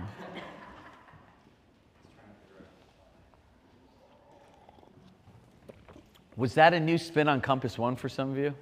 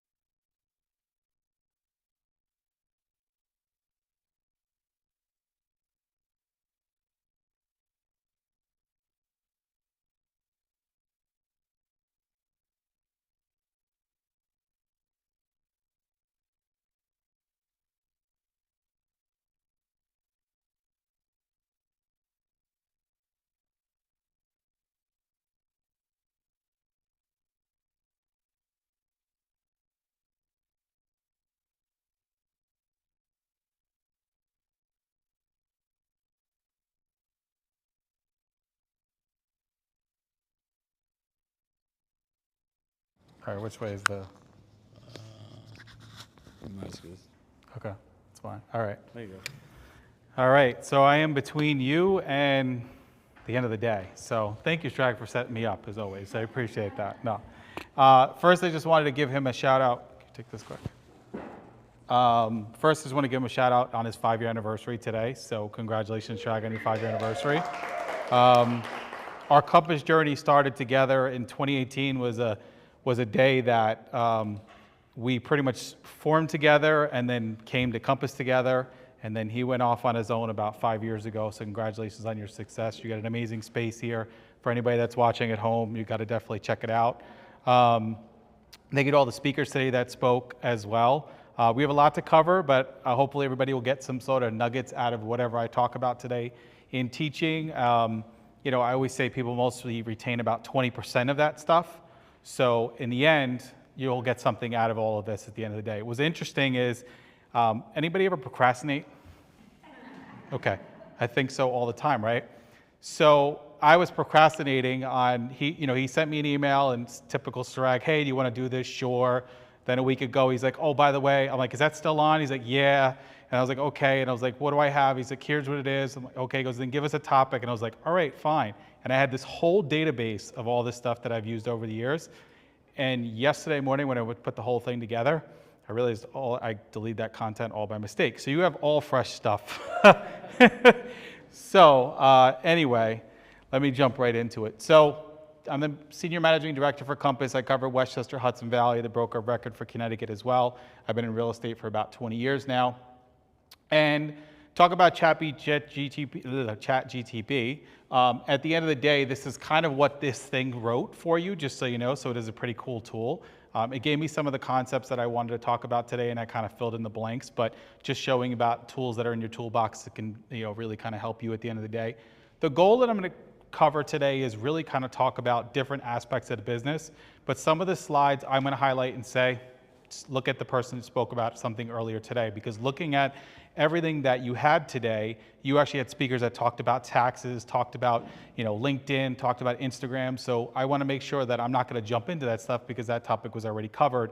And just what I'm going to say to the slide is like defer to that person because that was the person that actually spoke about that. So mind shift from agent to CEO. In all the years of me doing this, the biggest thing that people make the mistake of is you're an entrepreneur, right? And so watching the last 20 years, one of the things that I would say coming to Compass a little over 6 years ago is that Compass agents actually get that. That's still a big disconnect in our industry overall. They're all waiting to know, what have you done for me lately, as from a brokerage standpoint and everything else. And what I really loved about the Compass journey is that people are more like CEOs and looking for that partner that's going to be the COO and actually work them through the process versus traditional real estate companies that are out there. So treating your real estate business like a company, that's the key. What are your priorities? Many companies prioritize customer service, right? And so to drive profitability, and some stand out in their customer service centric approach, including Amazon, Apple, Zappos, and Chick-fil-A. And when I think about these companies, the reason why when I teach and train, I always try to bring in perspectives of other companies than just typical real estate agents, right? We have plenty of agents that are extremely successful in this business, but I always like to look at, let's see the things that are being done on the outside. So I go back to like Zappos. If you ever read the book, Delivering Happiness, that book which talks about Zappos and Tony Hsieh, a lot of things they talk about in there are in reference to customer service. And I think that's really where, if you look at our industry, has evolved so much. It's evolved to where we were, to where we are now, and it's really about customer service. Because at the end of the day, everybody here is competing with each other. Everybody online is competing with each other, but there's something that makes them different. Amazon, Apple, Zappos, and Chick-fil-A, and just kind of jump through them. The reason why I'm saying this is because what happens sometimes, we have imposter syndrome, and we have these things that kind of set us back about us comparing to someone else. But everybody in themselves are different. So for example, if you go, Amazon's known for customer-friendly return services, one-day shipping, and overall customer-centric policies, and they get stuff to your house pretty quickly. Let's just say it like that, right? Next is Apple offers personalized technology support, including dedicated apps, live chat, and call scheduling. Now just think about this from a perspective. You get in your car today, and what is in your car? It's Apple CarPlay. It's not Google CarPlay, it's not anything. Now before I was in real estate, I was in the cell phone industry. Nokia was a big player back then, Qualcomm, there's all these different other companies. When we get into our car, it's Apple CarPlay. So talk about a company that just kind of went to the next phase to where they are today. Just think about how powerful Apple is. I have thought about, I look at Yankee Stadium, and when you go to a Yankee game, you see the Razr promotion. I'm like, I love that phone back in the day. I'd love to go to that small phone, but I can't give up the Apple operating system. Because how's it going to work in my car? How's it going to work with my laptop? How is it going to work with these other things? That's just a stronghold that Apple has. But remember, they didn't create the cell phone. Zappos, right? Zappos didn't provide, they didn't create anything. They didn't create shoes. They just created an online experience to get shoes to your house really fast and customer centrics. By the way, Amazon bought them back in 2009. Then you Chick-fil-A, right? Chick-fil-A, I remember going to an event with Shrag out in Texas, and I remember them talking about a Chick-fil-A sandwich, and I've never had one before that time. But it still amazes me today when you think about that company. If you ever drive a Chick-fil-A, and I drove a lot between taking my kids back and forth to college, why is it that's the only fast food joint that there is a line out the door? And they've been around a really long time. They're doing something right, that they're a fast food joint that always has a line. They have great customer service, but they always have a line at the end of the day. They sell more than a chicken sandwich. And you have to think about that from your business perspective of what you're doing, right? So customer service drives profits, right? Happy customers are likely to make repeat purchases and recommend your brand, right? Reduce churn. Excellent customer service can help retain customers, be more cost effective, positive word of mouth, right? Competitive advantages, and increase brand value. When you think about it, it's working about through your routine, and the results are going to happen if you do everything right. If you really think about your brand and what you bring to the brand, think of what you're going to put out there. You know, if you take any of these companies, I would definitely say when you have time, look at what these companies do differently. Look at what these companies' value propositions are. And think about those 2 or 3 values that you can put out there as part of your buyer presentation, your listing presentation. These are the things that you want to do to make sure how your brand kind of stands out just a little bit differently than everyone else, okay? And that's what I wanted to focus on, is because it's really about customer service, right? I'll tell you today, right, just perfect example. Today I had 2 situations where I had to call sales managers from other companies. Now, to totally be honest with you, that majority of the time when I have to call another sales manager, they do not pick up the phone. Never pick up the phone, just never ever happens. Well, honestly, today I was shocked because I had to call sales managers, 2 different sales managers, and they both picked up the phone. And we both were able to resolve something over the phone. And I have to tell you, that was truly amazing because that has not happened in a long time. We both came to a really good conversation. We both agreed that their agent was in the wrong. And we were trying to find a solution at the end of the day. Now, majority of the time, that's not the case. So even though you think, oh, well, you know, this only happens from agent to agent, it happens from manager to manager sometimes too, where they don't call back. They never respond. We can't even find them. There's one sales manager, I think I'm waiting 6 months, still haven't gotten a return phone call back from that person. So I wanted to get a little bit history, right, about some of those companies we just talked about. So Chick-fil-A has been around since 1967 when they opened their first location. So why are people still running there like it's the first time that place has ever opened? Why is it? They must have something really good other than a chicken sandwich that makes people go back all the time, right? Apple started with a personal computer back in 1976. But remember, it almost failed. I don't know, in my older age, I like to watch documentaries, so I like to watch all these films and stuff like that. But it's still crazy when you watch certain movies about Steve Jobs and these people out there of what they have done, and they've changed the world by just making one little change. You know, Amazon.com was a bookstore, online bookstore. But weren't there Borders? Wasn't there Barnes & Nobles? Weren't there other bookstores out there? How did a company that started in 1995 go from an online bookstore to something that is like pretty much on the tip of our tongue and owns every major company out there? How's that possible, right? You know, shoesite.com is what actually Zappos.com started as, and then it was purchased by Amazon back in 2009. You know, Zillow started as an offering tool back in 2006. Okay, it all had the Zestimate. That's what they had. Right? In 2007, Realtor.com was actually the top real estate website. Now, the reason why I know that it was a top real estate website, and now I know this data here, that in February 2007, the full address was released to the public, was because I was teaching a class. This is when I started teaching back in 2007, and somebody raised their hands and they said, we're going to go out of business in 3 months. Realtor.com is giving the full address to a property. Just think about that. Back in 2007, if a consumer went on a real estate website like Realtor.com and they looked up a property, it would just say Westport, Connecticut. It would not give the address. And sometimes it only gave 4 photos. That's all it gave. That's how much the industry has changed from where we were to where we are now. And just think about it, that this company was number 1, and this company was probably somewhere around the 3 or 4 somewhere range, and look at how the tables have turned. You know, Apple, the iPhone launched in 2007. Just think about it.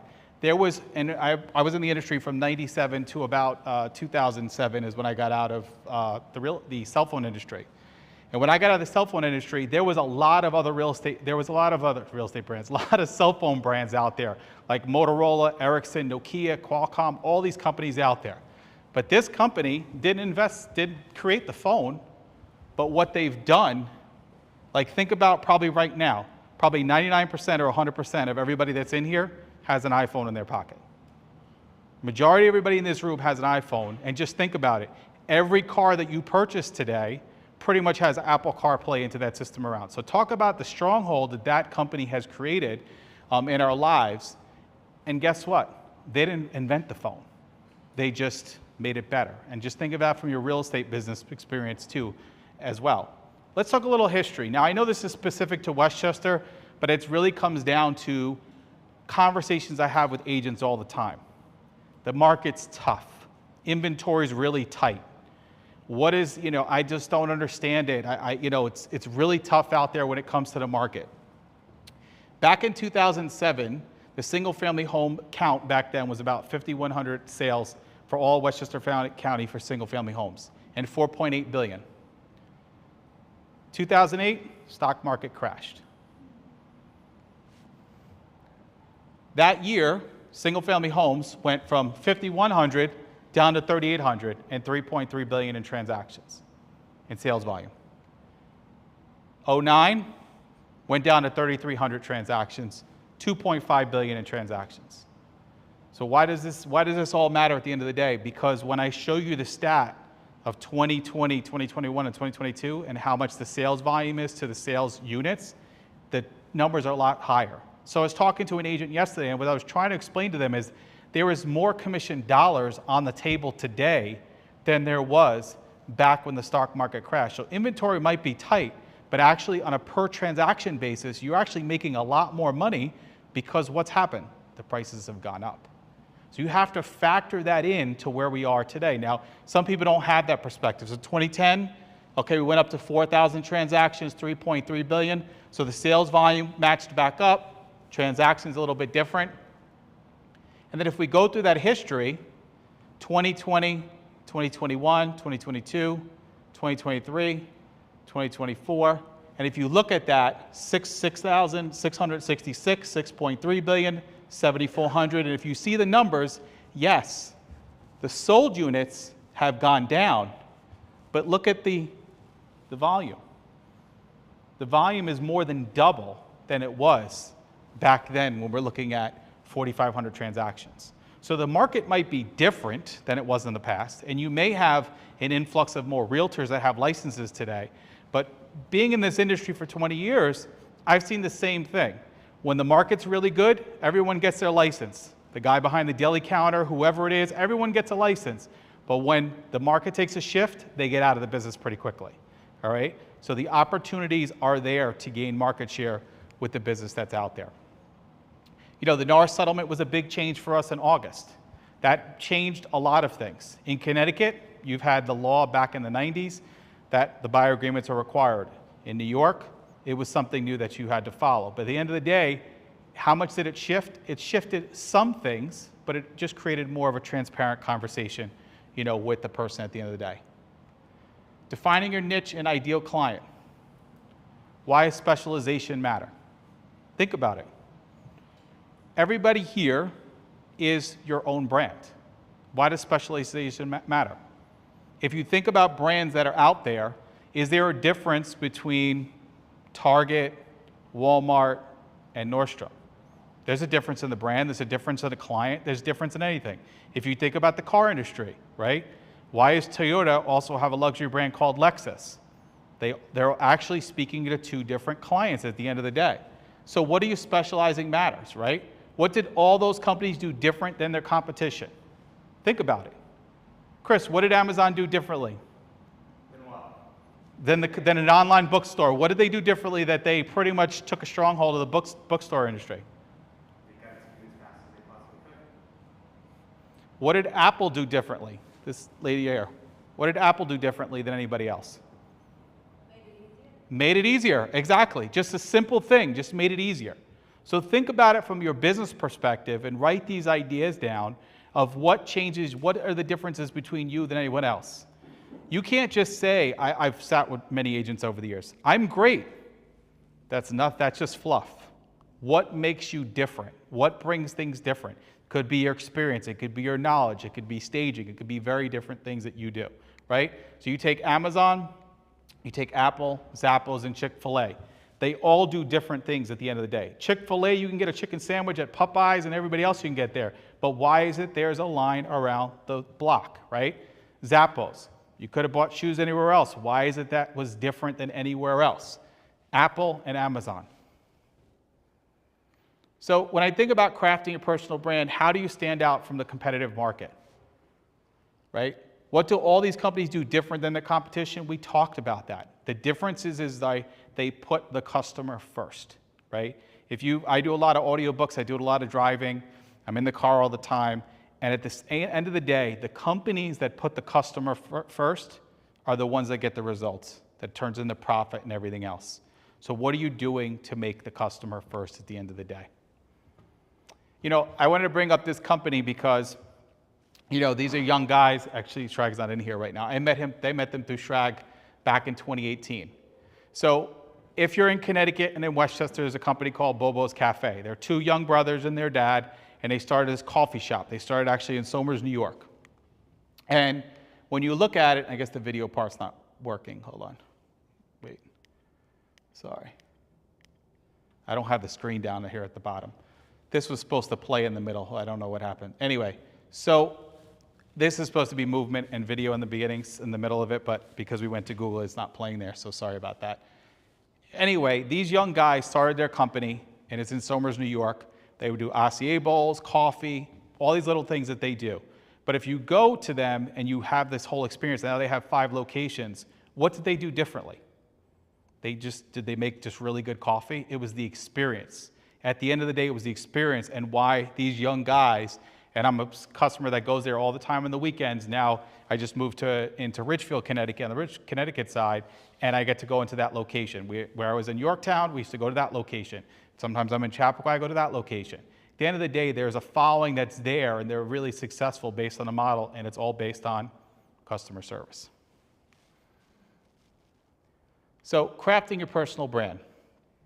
You know, I wanted to bring up 2 things when I think about, you know, crafting your personal brand.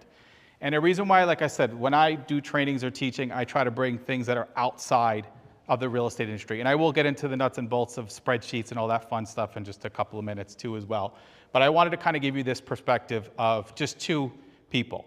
So the student athlete and the sports broadcaster are my longtime coaching clients, AKA my sons. So I have an 18-year-old and a 20-year-old. They'll be 19 and 21, and they're both in college.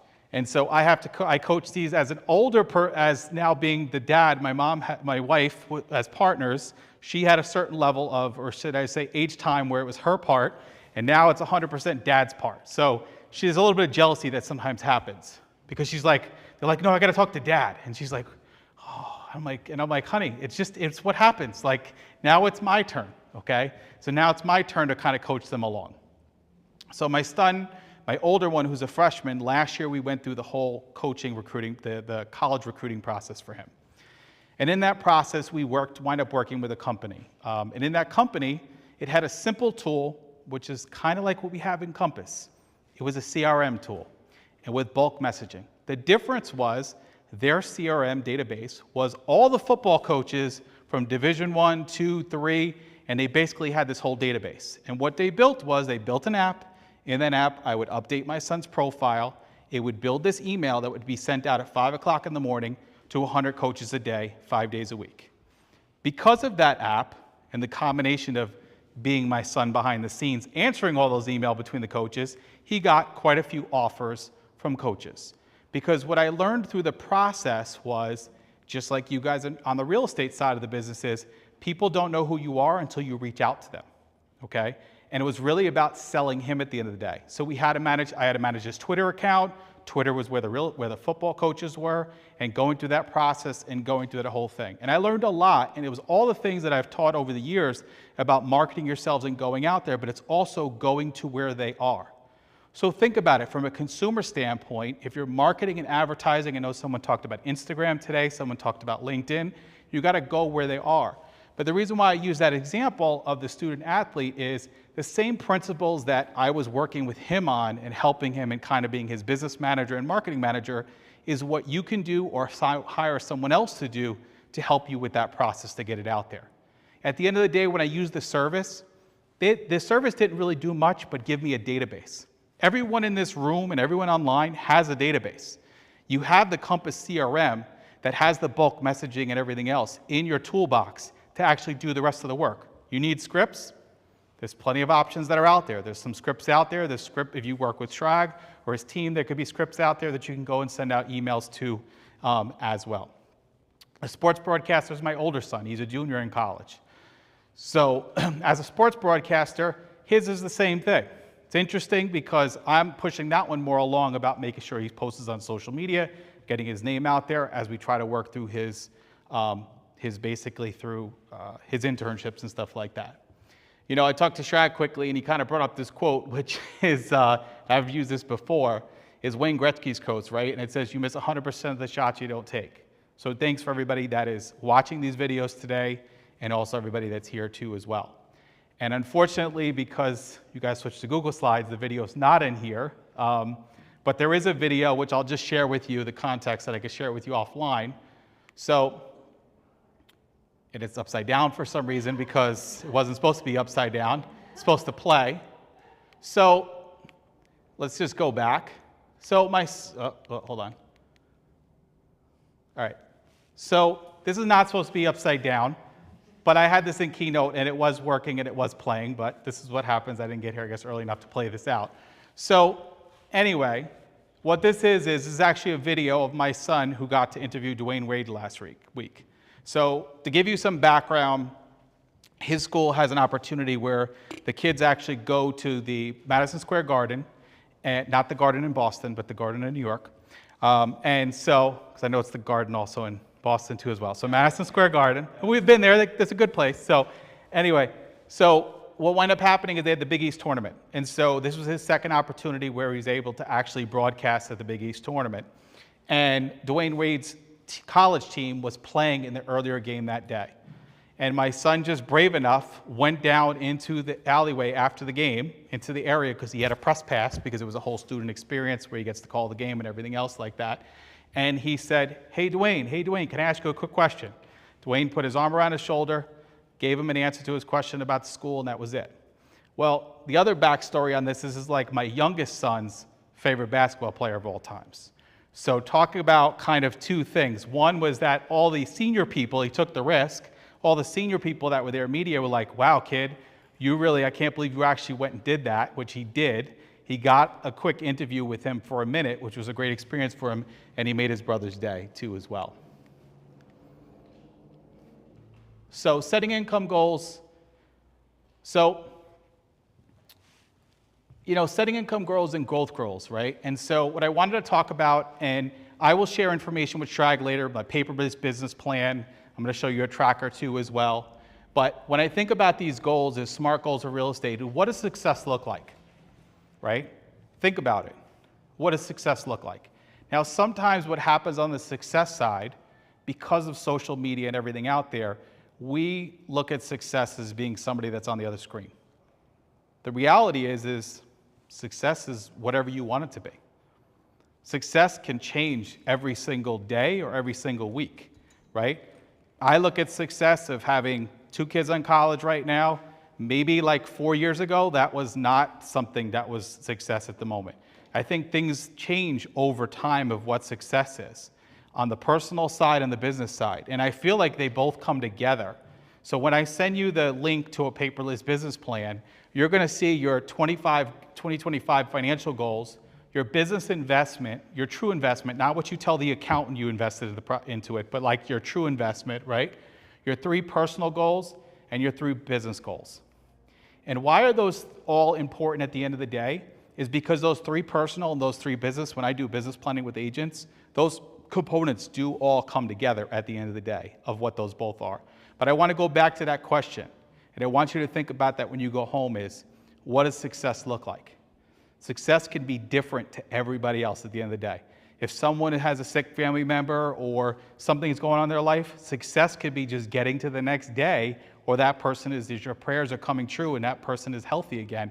That could be success. So I want you to think about it differently, because I look out there and I see what's out there online, and success always looks different. This was a video too as well, so it's just a flat thing, but I will share this with you. This is a Google form that you fill out, and once you fill it out, it's actually going to send you a paperless business plan that has all these questions you're going to ask, and it'll give it back to you as a follow-up. You know, also understanding, I also have this Google Sheet that I created. In this Google Sheet, I have it for both available for agents and also team leaders as well. In this Google Sheet, you basically, this was a video too as well, but it's not working, so you can see how it was. You type in the numbers, and actually all the formulas are all right here in the system, okay? So I will share that with you too as well. Tax strategies and deductions. Joseph Wilson covered that, so I'm not going to cover that, so we're going to move on to the next slide, okay? Some of our speakers today covered expenses, AKA investments in your business. That will be deductions, okay? So keep that in mind. So wrapping up, remember you have your tax planner that was here today. So implementing your CRM, don't have to really talk about it. You have the Compass CRM. Want to know more information? Just go to academy.compass.com or reach out to your agent experience manager. No reason to cover that topic. What? It sounds like an infomercial. Yeah, exactly. Well, I saw you had a bunch of speakers that covered some of these topics, so I needed to make sure that I wrapped those all in, right? So automating and outsourcing scaling, virtual assistants and transaction coordinators, they're great as long as you know what they're doing, or you can always find out in your market. They have we have also our TC teams, so we have our listing services, buyer services, and contract services at Compass. You can look at that. Those might actually be more inexpensive than you hiring somebody, having to train them and go through that process at the end of the day. Depends on what you're looking for. Time management. So a couple of things that I wanted to kind of talk about is daily productivity habits, but also time blocking. Why is time blocking really important? I know Shrag talks about this stuff all the time on the time blocking side. Time blocking is important at the end of the day. And just to give you kind of a quick book to recommend is Buy Back Your Time. That's actually a book that's out there by Dan Martell. I just finished that not too long ago, and it really kind of talks about it. If you way back, let's go back to like 2007 again, when Realtor.com was #1 and the iPhone first came out, we actually had a lot more time on our hands. You know, Facebook, Instagram, TikTok, all that kind of stuff wasn't really out there. You know, it was funny, I was just thinking about this. When TikTok went down for 24 hours, it was almost like the power went out in my house, because my sons all of a sudden started talking to us and say, hey, you want to play Monopoly? You want to do we have a power outage? No, TikTok was down. That was it. It was just TikTok was down. That's just how much time was consumed with TikTok, that when that went down, it was like we had a power outage in the house. It's totally just mind-blowing, but I wanted to kind of bring that up, just thinking about from a time management standpoint. So time blocking, right? Daily action checklist, I will follow up and send you that, just a document that's there. Daily goal sheet. Daily goal sheet is 3 goals a day. Keep them short and sweet. Those 3 goals can actually work towards your bigger goal, which could be what you're trying to plan when it comes to a financial aspect of it too, as well. Another good book and what is your routines? So a couple of the book recommendations I would just give you too as well. Mel Robbins has a new book called The Let Them Theory. It's actually really good. Definitely check out her podcast too as well. And The 5 Resets is another good book that I just finished not too long ago. And The 5 Resets kind of jump into a little bit of that, also about kind of resetting your mindset and everything else as well.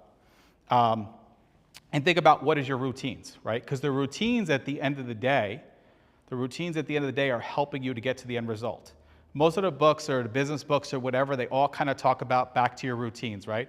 I think about Jessica because she posts everything on social media and her stories. Her routine is I don't really go to the gym that much, but you can see she does all the time.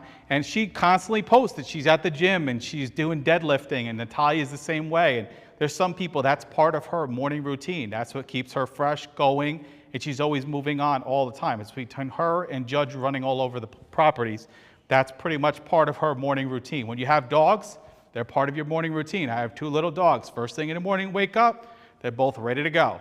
It's part of my morning routine. What is your routine, right? What are those routines that you have out there? Think about it right now is, what was your routine like prior to the iPhone? What was your routine like before we got put into getting into so deep with social media and everything else? How much more has that taken up your time when you think about it? I was in one book I was listening to today, was actually a Mel Robbins podcast on this morning. She was just kind of talking about, the doctor was talking about dopamine, and that if you consume so much content in the morning, you actually lose all your dopamine for the majority of the chunk of the morning, which could mess you up on your productivity for the rest of the day when it comes to doing your work at your job. So when you're doing social media, you should always be about strategic. Get on and get off. I go on there, I do my birthdays, I quickly check the notifications, I get on and get off. I don't go into that kind of death scroll at the end of the day. Focus on your routines and not the results. One of the big factors in one of the books I listened to was about the routines. If you think about customer service and you think about all those companies, what did they do? They focused on customer service, they focused on the routine. And the routine gave them the results, right? Made Amazon profitable, Apple profitable, all those companies profitable. Digital marketing, social media was touched by Claire, and I can't say Bert's last name, so that's what was on the invitation. So I'm not gonna, my son could say that name, I can't, so I'm just gonna go from there. Referral. Work in the Compass Network, attending as many 2025 events as you possibly can. Agents that I know that really work this Compass Network, some of them, they do 50% of their businesses work in the network. Don't just say you're gonna do it, just do it, right? I'm going to the Boston event next week.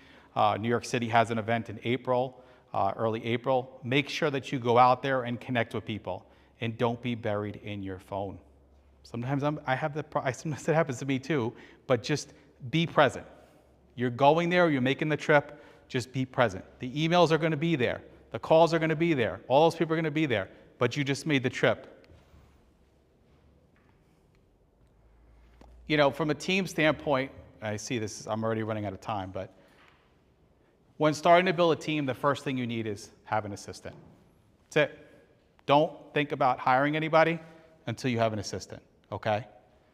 Do you have time to the team to coach and support the team?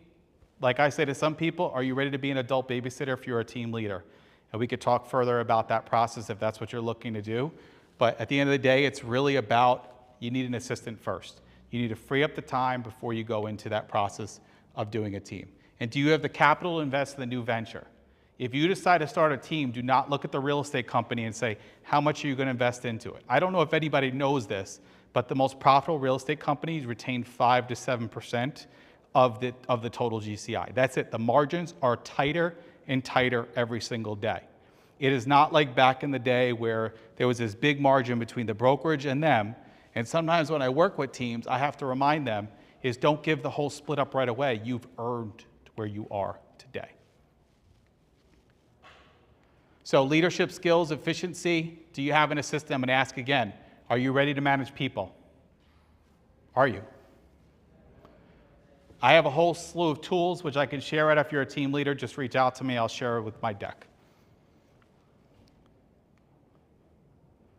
So a couple of things just to wrap up here. And I have one more slide after this, okay? I'm just going to press this through, and then I'll go through each things on the list. So fill out your paperless business plan. Fill out and maintain financial tracker, right? It's all about knowing your numbers. It's really important about knowing your numbers at the end of the day. A daily action checklist to know what you are doing or not. And I can share this information, just reach out to Shrag. Your daily goal sheet. Make sure you have a good accountant. Okay, I've left a typo there. One credit card for business expenses, keep it clean. And MileIQ for your business mileage tracker. Make sure you're using a business mile tracker for your mileage when you're showing properties. I don't understand why people don't or bring in listing sheets or whatever. I used MyLIQ. I used to travel a lot for another real estate company all the time. I would literally just give my MyLIQ report directly to expense my mileage. It was so great to have that because every time you drive, you just slide left and right. If it's personal or business, personal and business is just a really great tool in your toolbox. I would definitely recommend making sure you have something like this or you have some sort of mileage tracker on your phone. So to wrap up, recap, takeaways, and next steps. Take a deep breath. You guys had a really long day today, very long day. Cut back recreational social media viewing. The death scroll, as some people call it. Let's cut back on that a little bit. Let's just be a little bit more present, okay? Next time, let your brain daydream. Remember back in the day when we were kids in a classroom?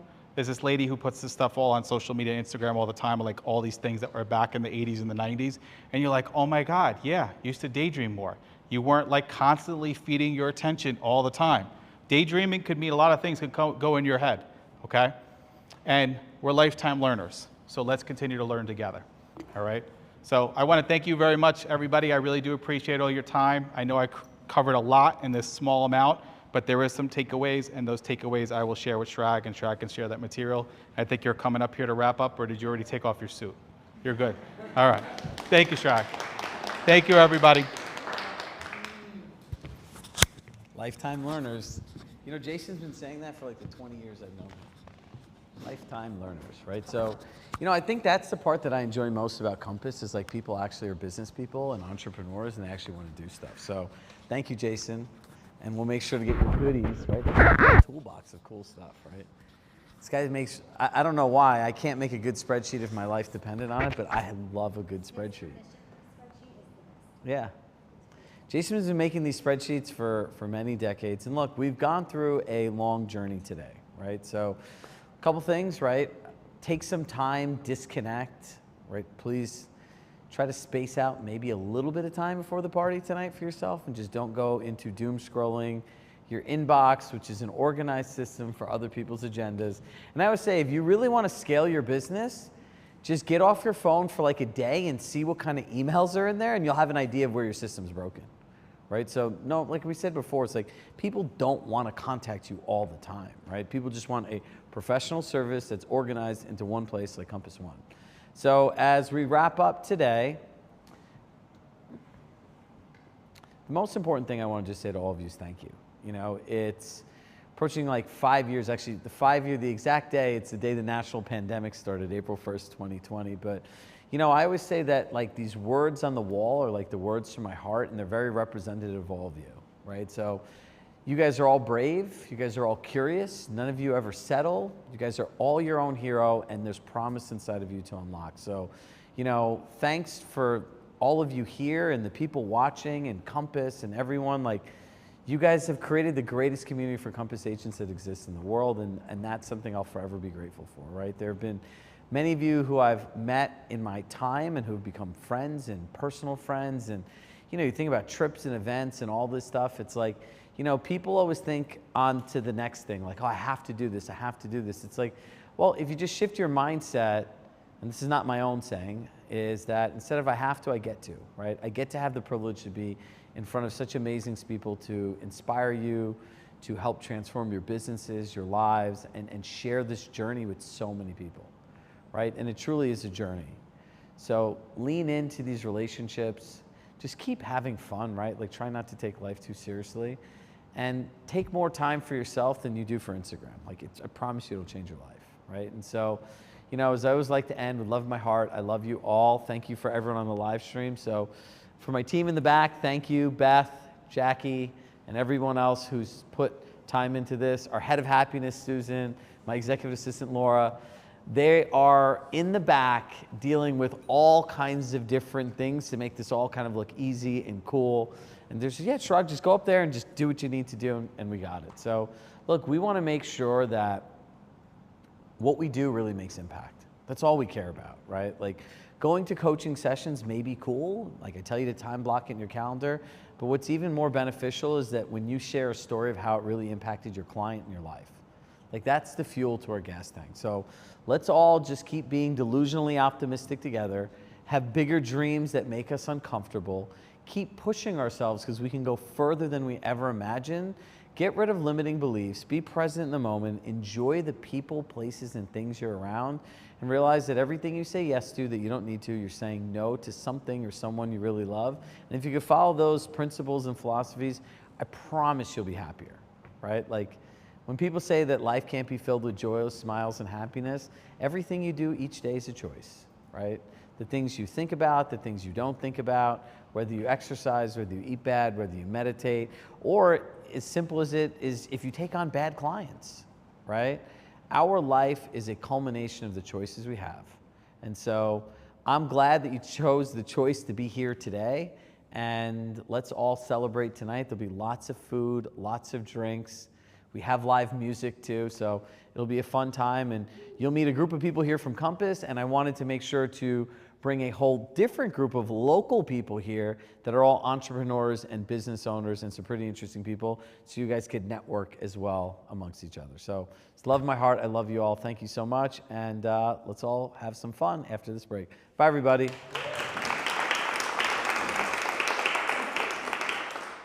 That's a wrap.